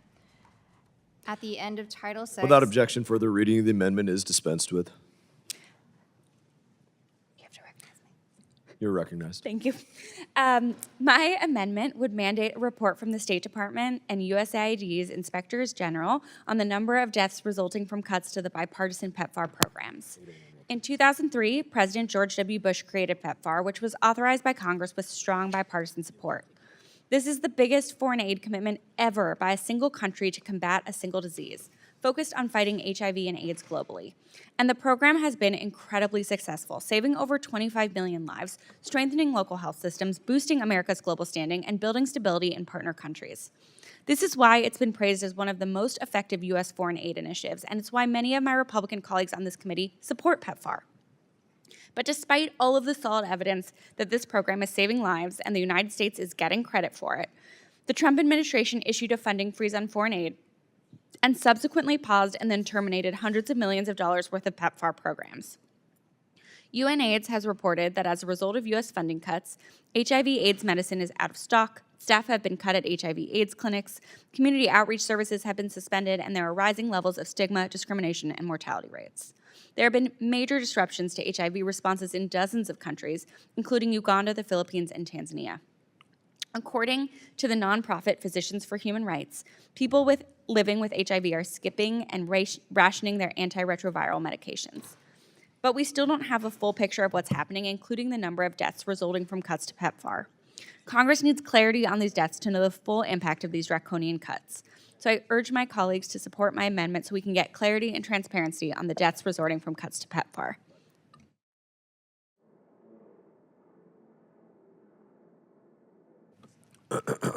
Representative yields back. Do any other members seek recognition? Representative Bear, are you just pretending to shoot hoops over there, or are you raising your hand?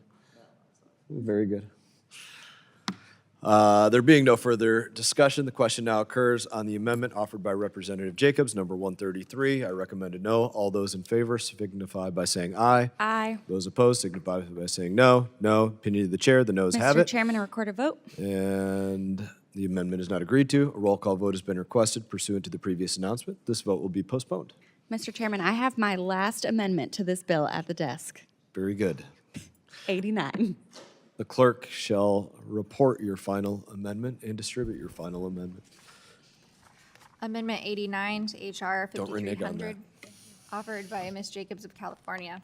Strike Section 406. Without objection, further reading of the amendment is dispensed with. And the representative is recognized. Thank you. My amendment would strike a harmful amendment in the base text. So this provision would expand the authority of NATOR ATA programs, which is an account that typically provides training and equipment to law enforcement agencies of partner countries to build their counterterrorism capabilities, to allow this assistance to also go to foreign military intelligence forces. This program was never meant to provide assistance to militaries or intelligence elements, and there's no need for it. There are already existing Title 22 and Title 10 authorities on the books that enable CT support to foreign militaries, like the PKO account or Section 333 programs. But what is most concerning about this provision is that expanding the scope of this authority in this section of law applies an extremely broad notwithstanding authority to significantly more security assistance. For example, this new expanded authority would not be subject to several existing laws, including the Trafficking Victims Protection Act, the Child Soldiers Prevention Act, restrictions on countries supporting terrorism, Leahy vetting, Section 7008, which ensures we aren't providing Title 22 security assistance to juntas, any country-specific bills that have restrictions, including in Cuba, North Korea, Azerbaijan, Syria, South Sudan, and dozens of other laws. I don't believe that the committee fully understands the implications of this sweeping provision. It is not only unnecessary, but it also completely counteracts dozens of existing laws and congressional intent about where our security assistance can go. So I urge my colleagues to join me in striking this. I yield back. Gentlelady yields back. Do any other members seek recognition? There being no further discussion, the question now occurs on the amendment offered by Representative Jacobs, number 89. I recommend a no. All those in favor signify by saying aye. Aye. All those opposed signify by saying no. No. In the opinion of the chair, the noes have it, and the amendment is not agreed A to. recorded vote. A roll call vote has been requested, and pursuant to the chair's previous announcement, this vote will be postponed. Representative Castro, do you have an amendment at the desk? I do, number 45. And just out of curiosity, does this represent all of your amendments here, or do you have more? No, I that- still have, I don't know, a handful more. That are hiding somewhere Yeah, beyond this? yeah. Let me see here. All right. Please report and distribute Representative Castro's amendments. Amendment. Amendment 45 to HR 5300, offered by Mr. Castro of Texas. Mr. Chairman, I reserve a point of order. Recognized. Without objection, further reading of the amendment is dispensed with, and the representative is recognized. Mr. Chairman, this amendment affirms a basic constitutional principle. Only Congress has the authority to declare war under the Constitution of the United States. In recent weeks, we've seen U.S. strikes on boats in the Caribbean. The administration has claimed that these boats were engaged in drug trafficking. The Trump administration has publicly declared that these military operations will continue. Yet Congress, the body with the sole power to declare war, has never granted authorization for force in Venezuela or the Caribbean. The administration has pointed to terrorism designations and other executive actions to suggest they provide a legal basis for the use of force. But that's not how our system works. A terrorism designation has never, in and of itself, constituted congressional authorization for military action. To claim otherwise is to rewrite the Constitution. This amendment states clearly, designations cannot substitute for an authorization for the use of military force, and Congress has never authorized military action against Venezuela. Members may disagree about our policy toward Venezuela, but we should agree that military operations must not proceed without explicit congressional approval. We cannot allow the executive branch to bypass Congress and wage unauthorized war, particularly in our own hemisphere. If the administration wants to escalate military action, it must come to Congress and make its case. I will commit to hearing the administration's case before deciding on whether we vote to authorize such military action. That's what the Constitution requires. This measure makes it clear that the Congress has not authorized military action and that a terrorism designation, a sanctions authority, does not authorize the use of military force. I urge support for this measure, and I yield back. Gentleman yields back. Is there any further discussion on the amendment? Seeing none, does the Representative Zinke, do you still insist on your point of order? Point of order is not germane, Mr. Chairman. The chair is prepared to rule. The chair rules that the amendment is not germane. Based upon Clause 7, Rule 16 of the Rules of the House regarding germaneness, the subject matter of the amendment is not germane to the bill that it would amend. Representative Castro, do you have another amendment at the desk? Yes, number 16. The clerk shall report and distribute the amendment.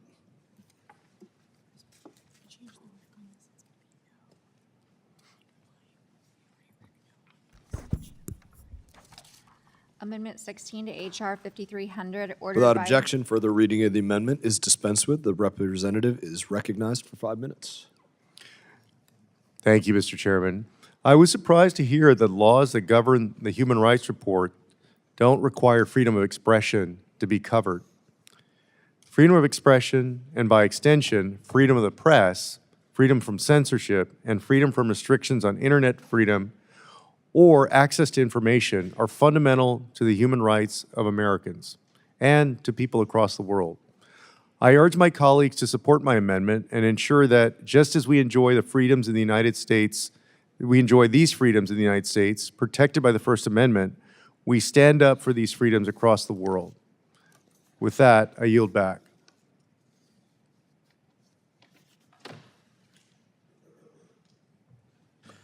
Gentleman yields back. Is there any further discussion?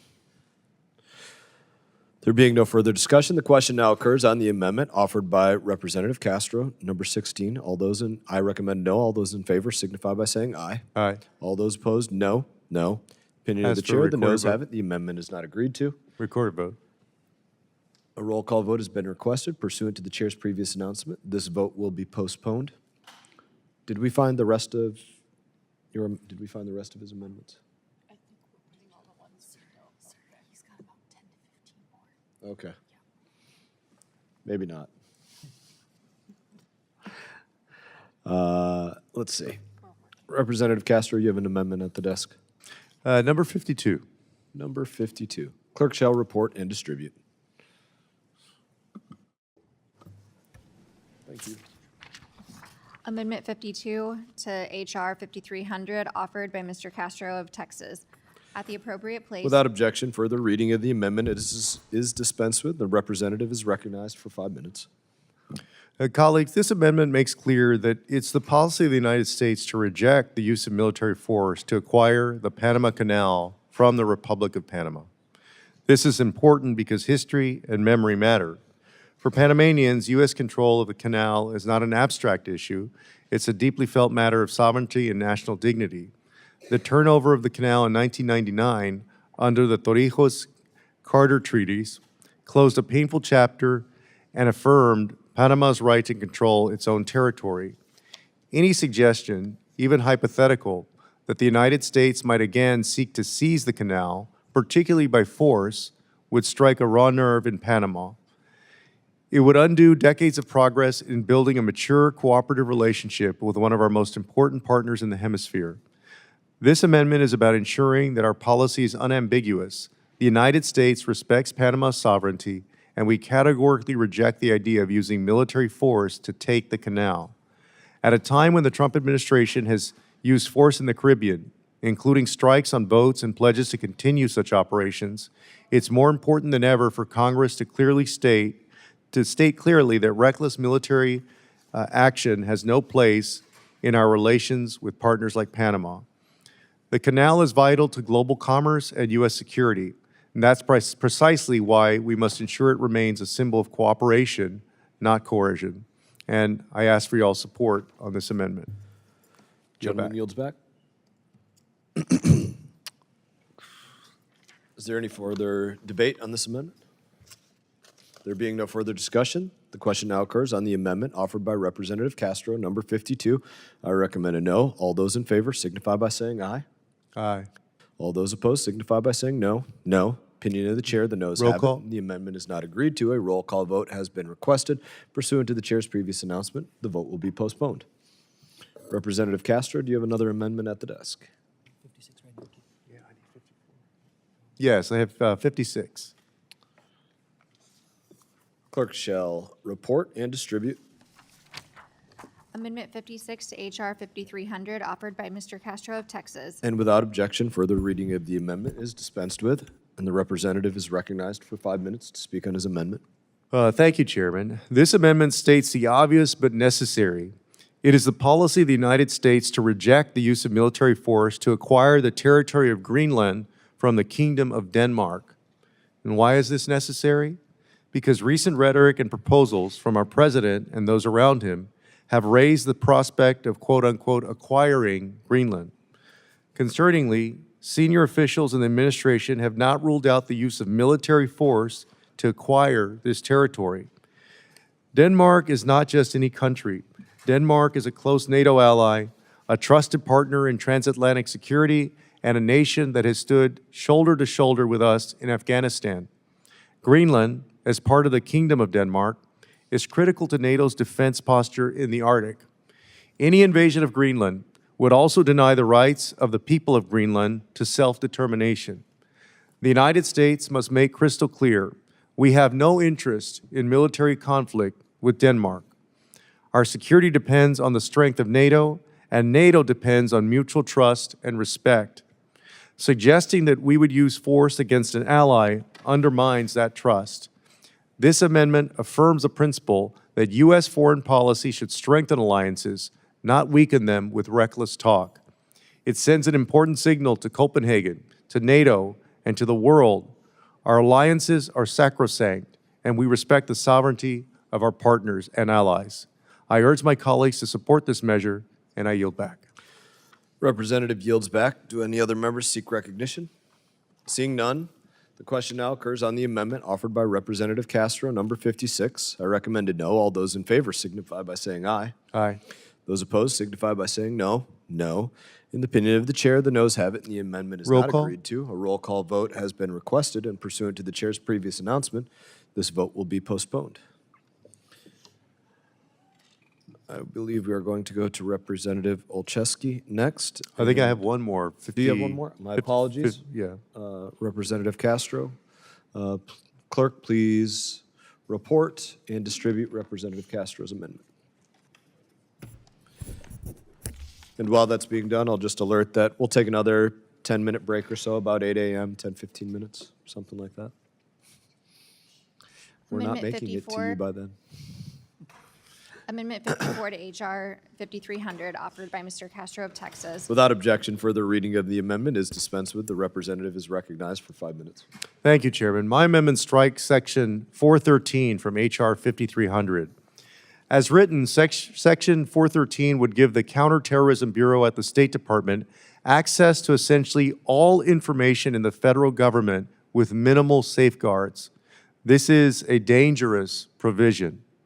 It includes everything from highly sensitive intelligence from the intelligence community to the private records of American citizens, such as health records, tax filings, and other very personal data. It would give the Bureau unprecedented access to highly sensitive intelligence streams, but without the guardrails that Congress has required for agencies like the FBI or the CIA. Those agencies operate under strict legal frameworks, court oversight, and internal compliance regimes. Section 413 would bypass those protections for Americans entirely. This is a very broad authority. It risks undermining Americans' privacy and civil liberties while concentrating power in a bureau that was never designed to handle such sensitive material. I certainly understand the need for a bureau that engages in counterterrorism policy and programming to have access to information to safeguard American lives. But if the Bureau of Counterterrorism needs additional authorities, Congress should consider them carefully and deliberately and not provide a blanket authority to access everything and anything in the federal government. This provision does make reference to privacy and security, but I believe the language is woefully inadequate. The privacy and security language only pertain to how the CT Bureau collects, stores, and uses the information, not whether it should have access to the information in the first place. At a time when trust in government is already strained, Congress cannot be complicit in granting an agency warrantless access to Americans' most private information. National security and civil liberties are not mutually exclusive, but this section tips the balance too far away from constitutional safeguards.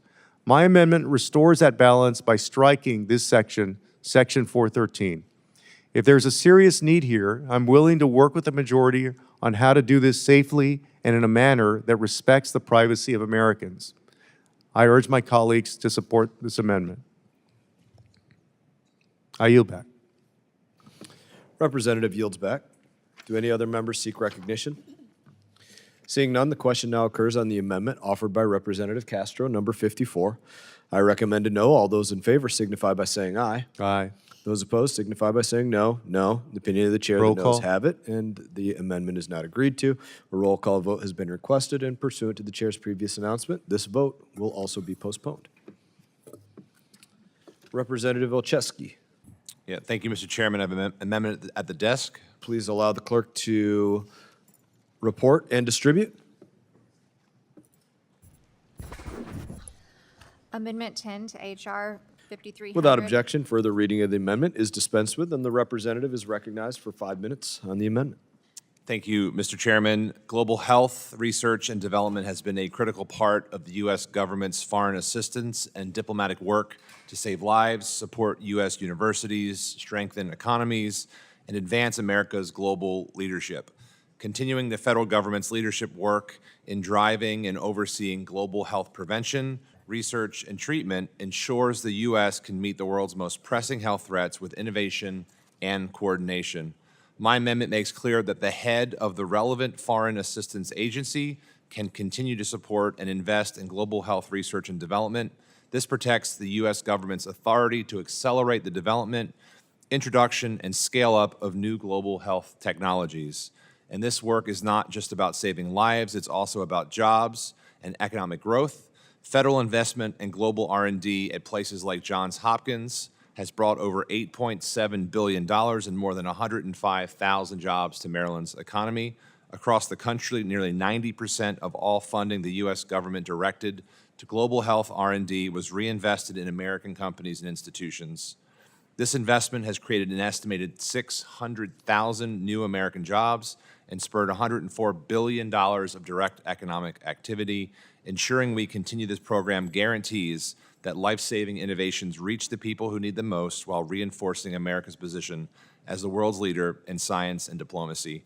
I urge my colleagues to join me in supporting this amendment, leaving no doubt that this work can and should continue. Thank you very much, and with that, I yield. Representative yields.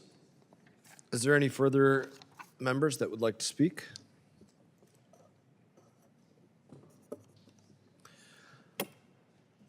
There being no further discussion, the question now occurs on the amendment offered by Representative Olszewski, number 10. I recommend a no. Those in favor signify by saying aye. Aye. Those opposed, no. No. In the opinion of the chair, the noes have it, and the amendment is not agreed to. I'd like to request a recorded vote, please. The gentleman has requested a recorded vote, and pursuant to the chair's previous announcement, this vote will be postponed. Representative Olszewski, do you have another amendment at the desk? Yes, Mr. Chairman, I have an amendment at the The desk. clerk will report it and distribute it.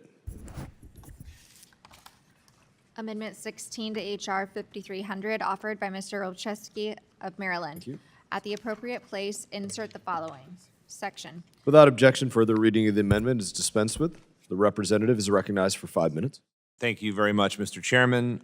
Our diplomats are the backbone of American diplomacy and of our national security. As crises continue to emerge around the world, it has never been more critical to ensure that our nation can call upon the expertise, institutional knowledge, and dedication of experienced diplomats who have already served our country with honor. Less than 10 weeks after the State Department laid off hundreds of Foreign Service officers, there are reports that it will begin onboarding new officers later this month. The hiring follows reduction in force notices that state issued to 1,350 employees, about 250 of whom were Foreign Service officers. This move reinforces significant questions about why the initial cuts were necessary in the first place. Moreover, new hires need to go through months of training and language learning before they can join the department. The State Department will literally have to spend millions of dollars to fill vacant positions, even though we had Foreign Service officers in those roles already. To me, this sounds like the definition of inefficiency. This amendment would ensure that career members of the Foreign Service who were separated through no fault of their own are given priority reemployment opportunities. It would not guarantee their return to the department, but it would allow them to be at the front of the queue for consideration. We know that former Deputy Secretary Rigas said in front of this committee about 2 months ago that the State Department would welcome the legal authority to give Foreign Service officers the chance to go back into roles they were holding when they were terminated, quote, if the law allows, unquote. This amendment would do exactly that. The amendment also creates a surge staffing registry that would allow the department to mobilize these professionals quickly in a crisis, ensuring our readiness in even the most unpredictable of circumstances. I urge my colleagues to support this amendment. When we preserve our deep bench of professional diplomats, America is stronger, safer, and better prepared to meet the challenges of tomorrow. I urge a yes vote, and I yield back to the chair.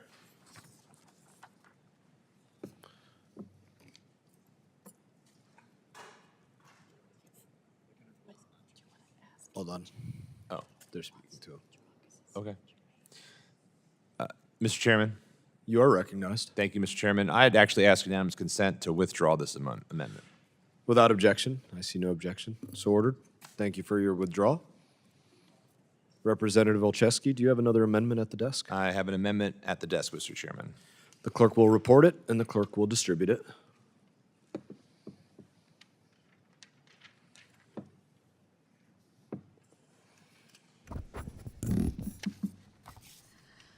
Amendment 18 to H.R. 53. Without objection, further reading of the amendment is dispensed with. Representative Olszewski, you are recognized for 5 minutes. Thank you, Mr. Chairman. I am extremely concerned about the proposed restructuring that eliminates the Undersecretary for Civilian Security, Democracy, and Human Rights and diminishes the standing of the congressionally mandated Bureau of Democracy, Human Rights, or Labor, or DRL. DRL has played a critical role in advancing our nation's commitment to human and labor rights. It houses key special envoys and representatives, as well as specialized offices focused on these issues. This amendment would authorize the Office of International Labor Affairs, which previously sat under DRL. Around the world, millions of workers face unsafe conditions, discrimination, exploitation, and suppression of their collective voice. Representative Olszewski, can I pause you for one moment? Yes, sir. We have a clerical error going on here. I believe you said 18? Oh, I thought we were on 39, so I apologize. So Okay. I can get It does back. say 39 up here, but I thought you said 18, so I wanted to make sure we are dealing with the same things. Which, would you like me to continue on 18 or move to 39? We can continue. Go ahead, clerk. 18, okay.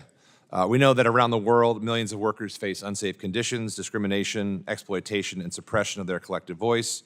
This office has been one of the U.S. government's leading advocates in ensuring that the fundamental rights of workers, including freedom of association and protections against forced and child labor, are upheld. I believe that any reorganization of the department should elevate, not diminish, the work of the DRL and its component offices. Unfortunately, we've seen the administration take away tools needed to track and address many of the worst abuses of labor rights, including outside the State Department. Specifically, many of the grant programs within the Department of Labor's Bureau of International Labor Affairs, or ILAB, have been cut. Programs that have played a critical role in addressing forced labor and human trafficking around the globe, and a paused enforcement of the Foreign Corrupt Practices Act for more than 4 months. We cannot continue to erode U.S. efforts in upholding the rights of workers around the world. This amendment ensures the department has a permanent, dedicated home for international labor diplomacy and the promotion of core worker rights. It creates the kind of capacity we need to address forced labor, child labor, and unsafe working conditions. I urge my colleagues to support this amendment, and with that, I thank you, and I yield back. Representative yields back. Do any other members seek recognition? Seeing none, the question now occurs on the amendment offered by Representative Olszewski, number 18. I recommend a no. All those in favor signify by saying aye. Aye. All those opposed, no. No. Opinion of the chair, the noes have it, and the amendment is not agreed to. Request a roll call, Mr. Chairman. A roll call vote has been requested pursuant to the chair's previous announcement. That vote will be postponed. Representative Olszewski, do you have one more at the desk? Last one, Mr. Chairman. I have an amendment at the desk. Very good. The clerk will report it, and the clerk will distribute it. Amendment 39 to H.R. 5300, offered by Without Mr. objection, further reading of the amendment is dispensed with, and the representative is recognized for 5 minutes. Thank you, Mr. Chairman. And before I begin on this final amendment, on the withdrawn amendment on our separated diplomats, I look forward to working with you, the majority and committee staff, to finding a solution outside of this legislation here. And I appreciate the openness to have that conversation. Thank you for your willingness to work with us. Thank you. This last amendment, Mr. Chairman, is introduced because it's been clear that over the last 8 months, America's proud tradition of leaning and leading on humanitarian assistance has been undermined by political decisions that have wreaked havoc on our disaster response capacity. Instead of ensuring our teams have the resources and independence needed to act quickly, the administration has cut funding, disrupted coordination, and placed political consideration ahead of urgent humanitarian and human needs. Disaster assist response teams, or DARTs, represent the United States at our very best. These teams rapidly mobilize to respond to disasters, including developing plans, assessing the scale of devastation, coordinating relief efforts, and ensuring life-saving supplies reach people quickly. The credibility of DARTs and of the U.S. rests on a critical principle that we send help where human need is the greatest, not where we just have allies. By upholding this standard, we demonstrate to the world that America's humanitarian efforts are unwavering and impartial. I appreciate the language included in this bill to protect America's disaster assistance capability. This amendment would simply ensure that the DART deployment decisions are guided by humanitarian need, regardless of a country's status as a partner or ally. Our allies and adversaries alike watch how we respond when tragedy strikes, When we stand firm in our principles, offering aid without favoritism, we reinforce our moral authority on the global stage. I urge my colleagues to support this amendment so that America continues to lead not just with power, but with principle. And with that, I yield back. Representative yields back. Is there any further debate? Seeing none, the question now occurs on the amendment offered by Representative Olszewski, number 39. I recommend a no. All those in favor signify by saying aye. Aye. All those opposed, no. No. In the opinion of the chair, the noes have it, and the amendment is not agreed to. I'd like to request a roll call. The roll call please. vote has been requested, and pursuant to the chair's previous announcement, this vote will be postponed. Thank you.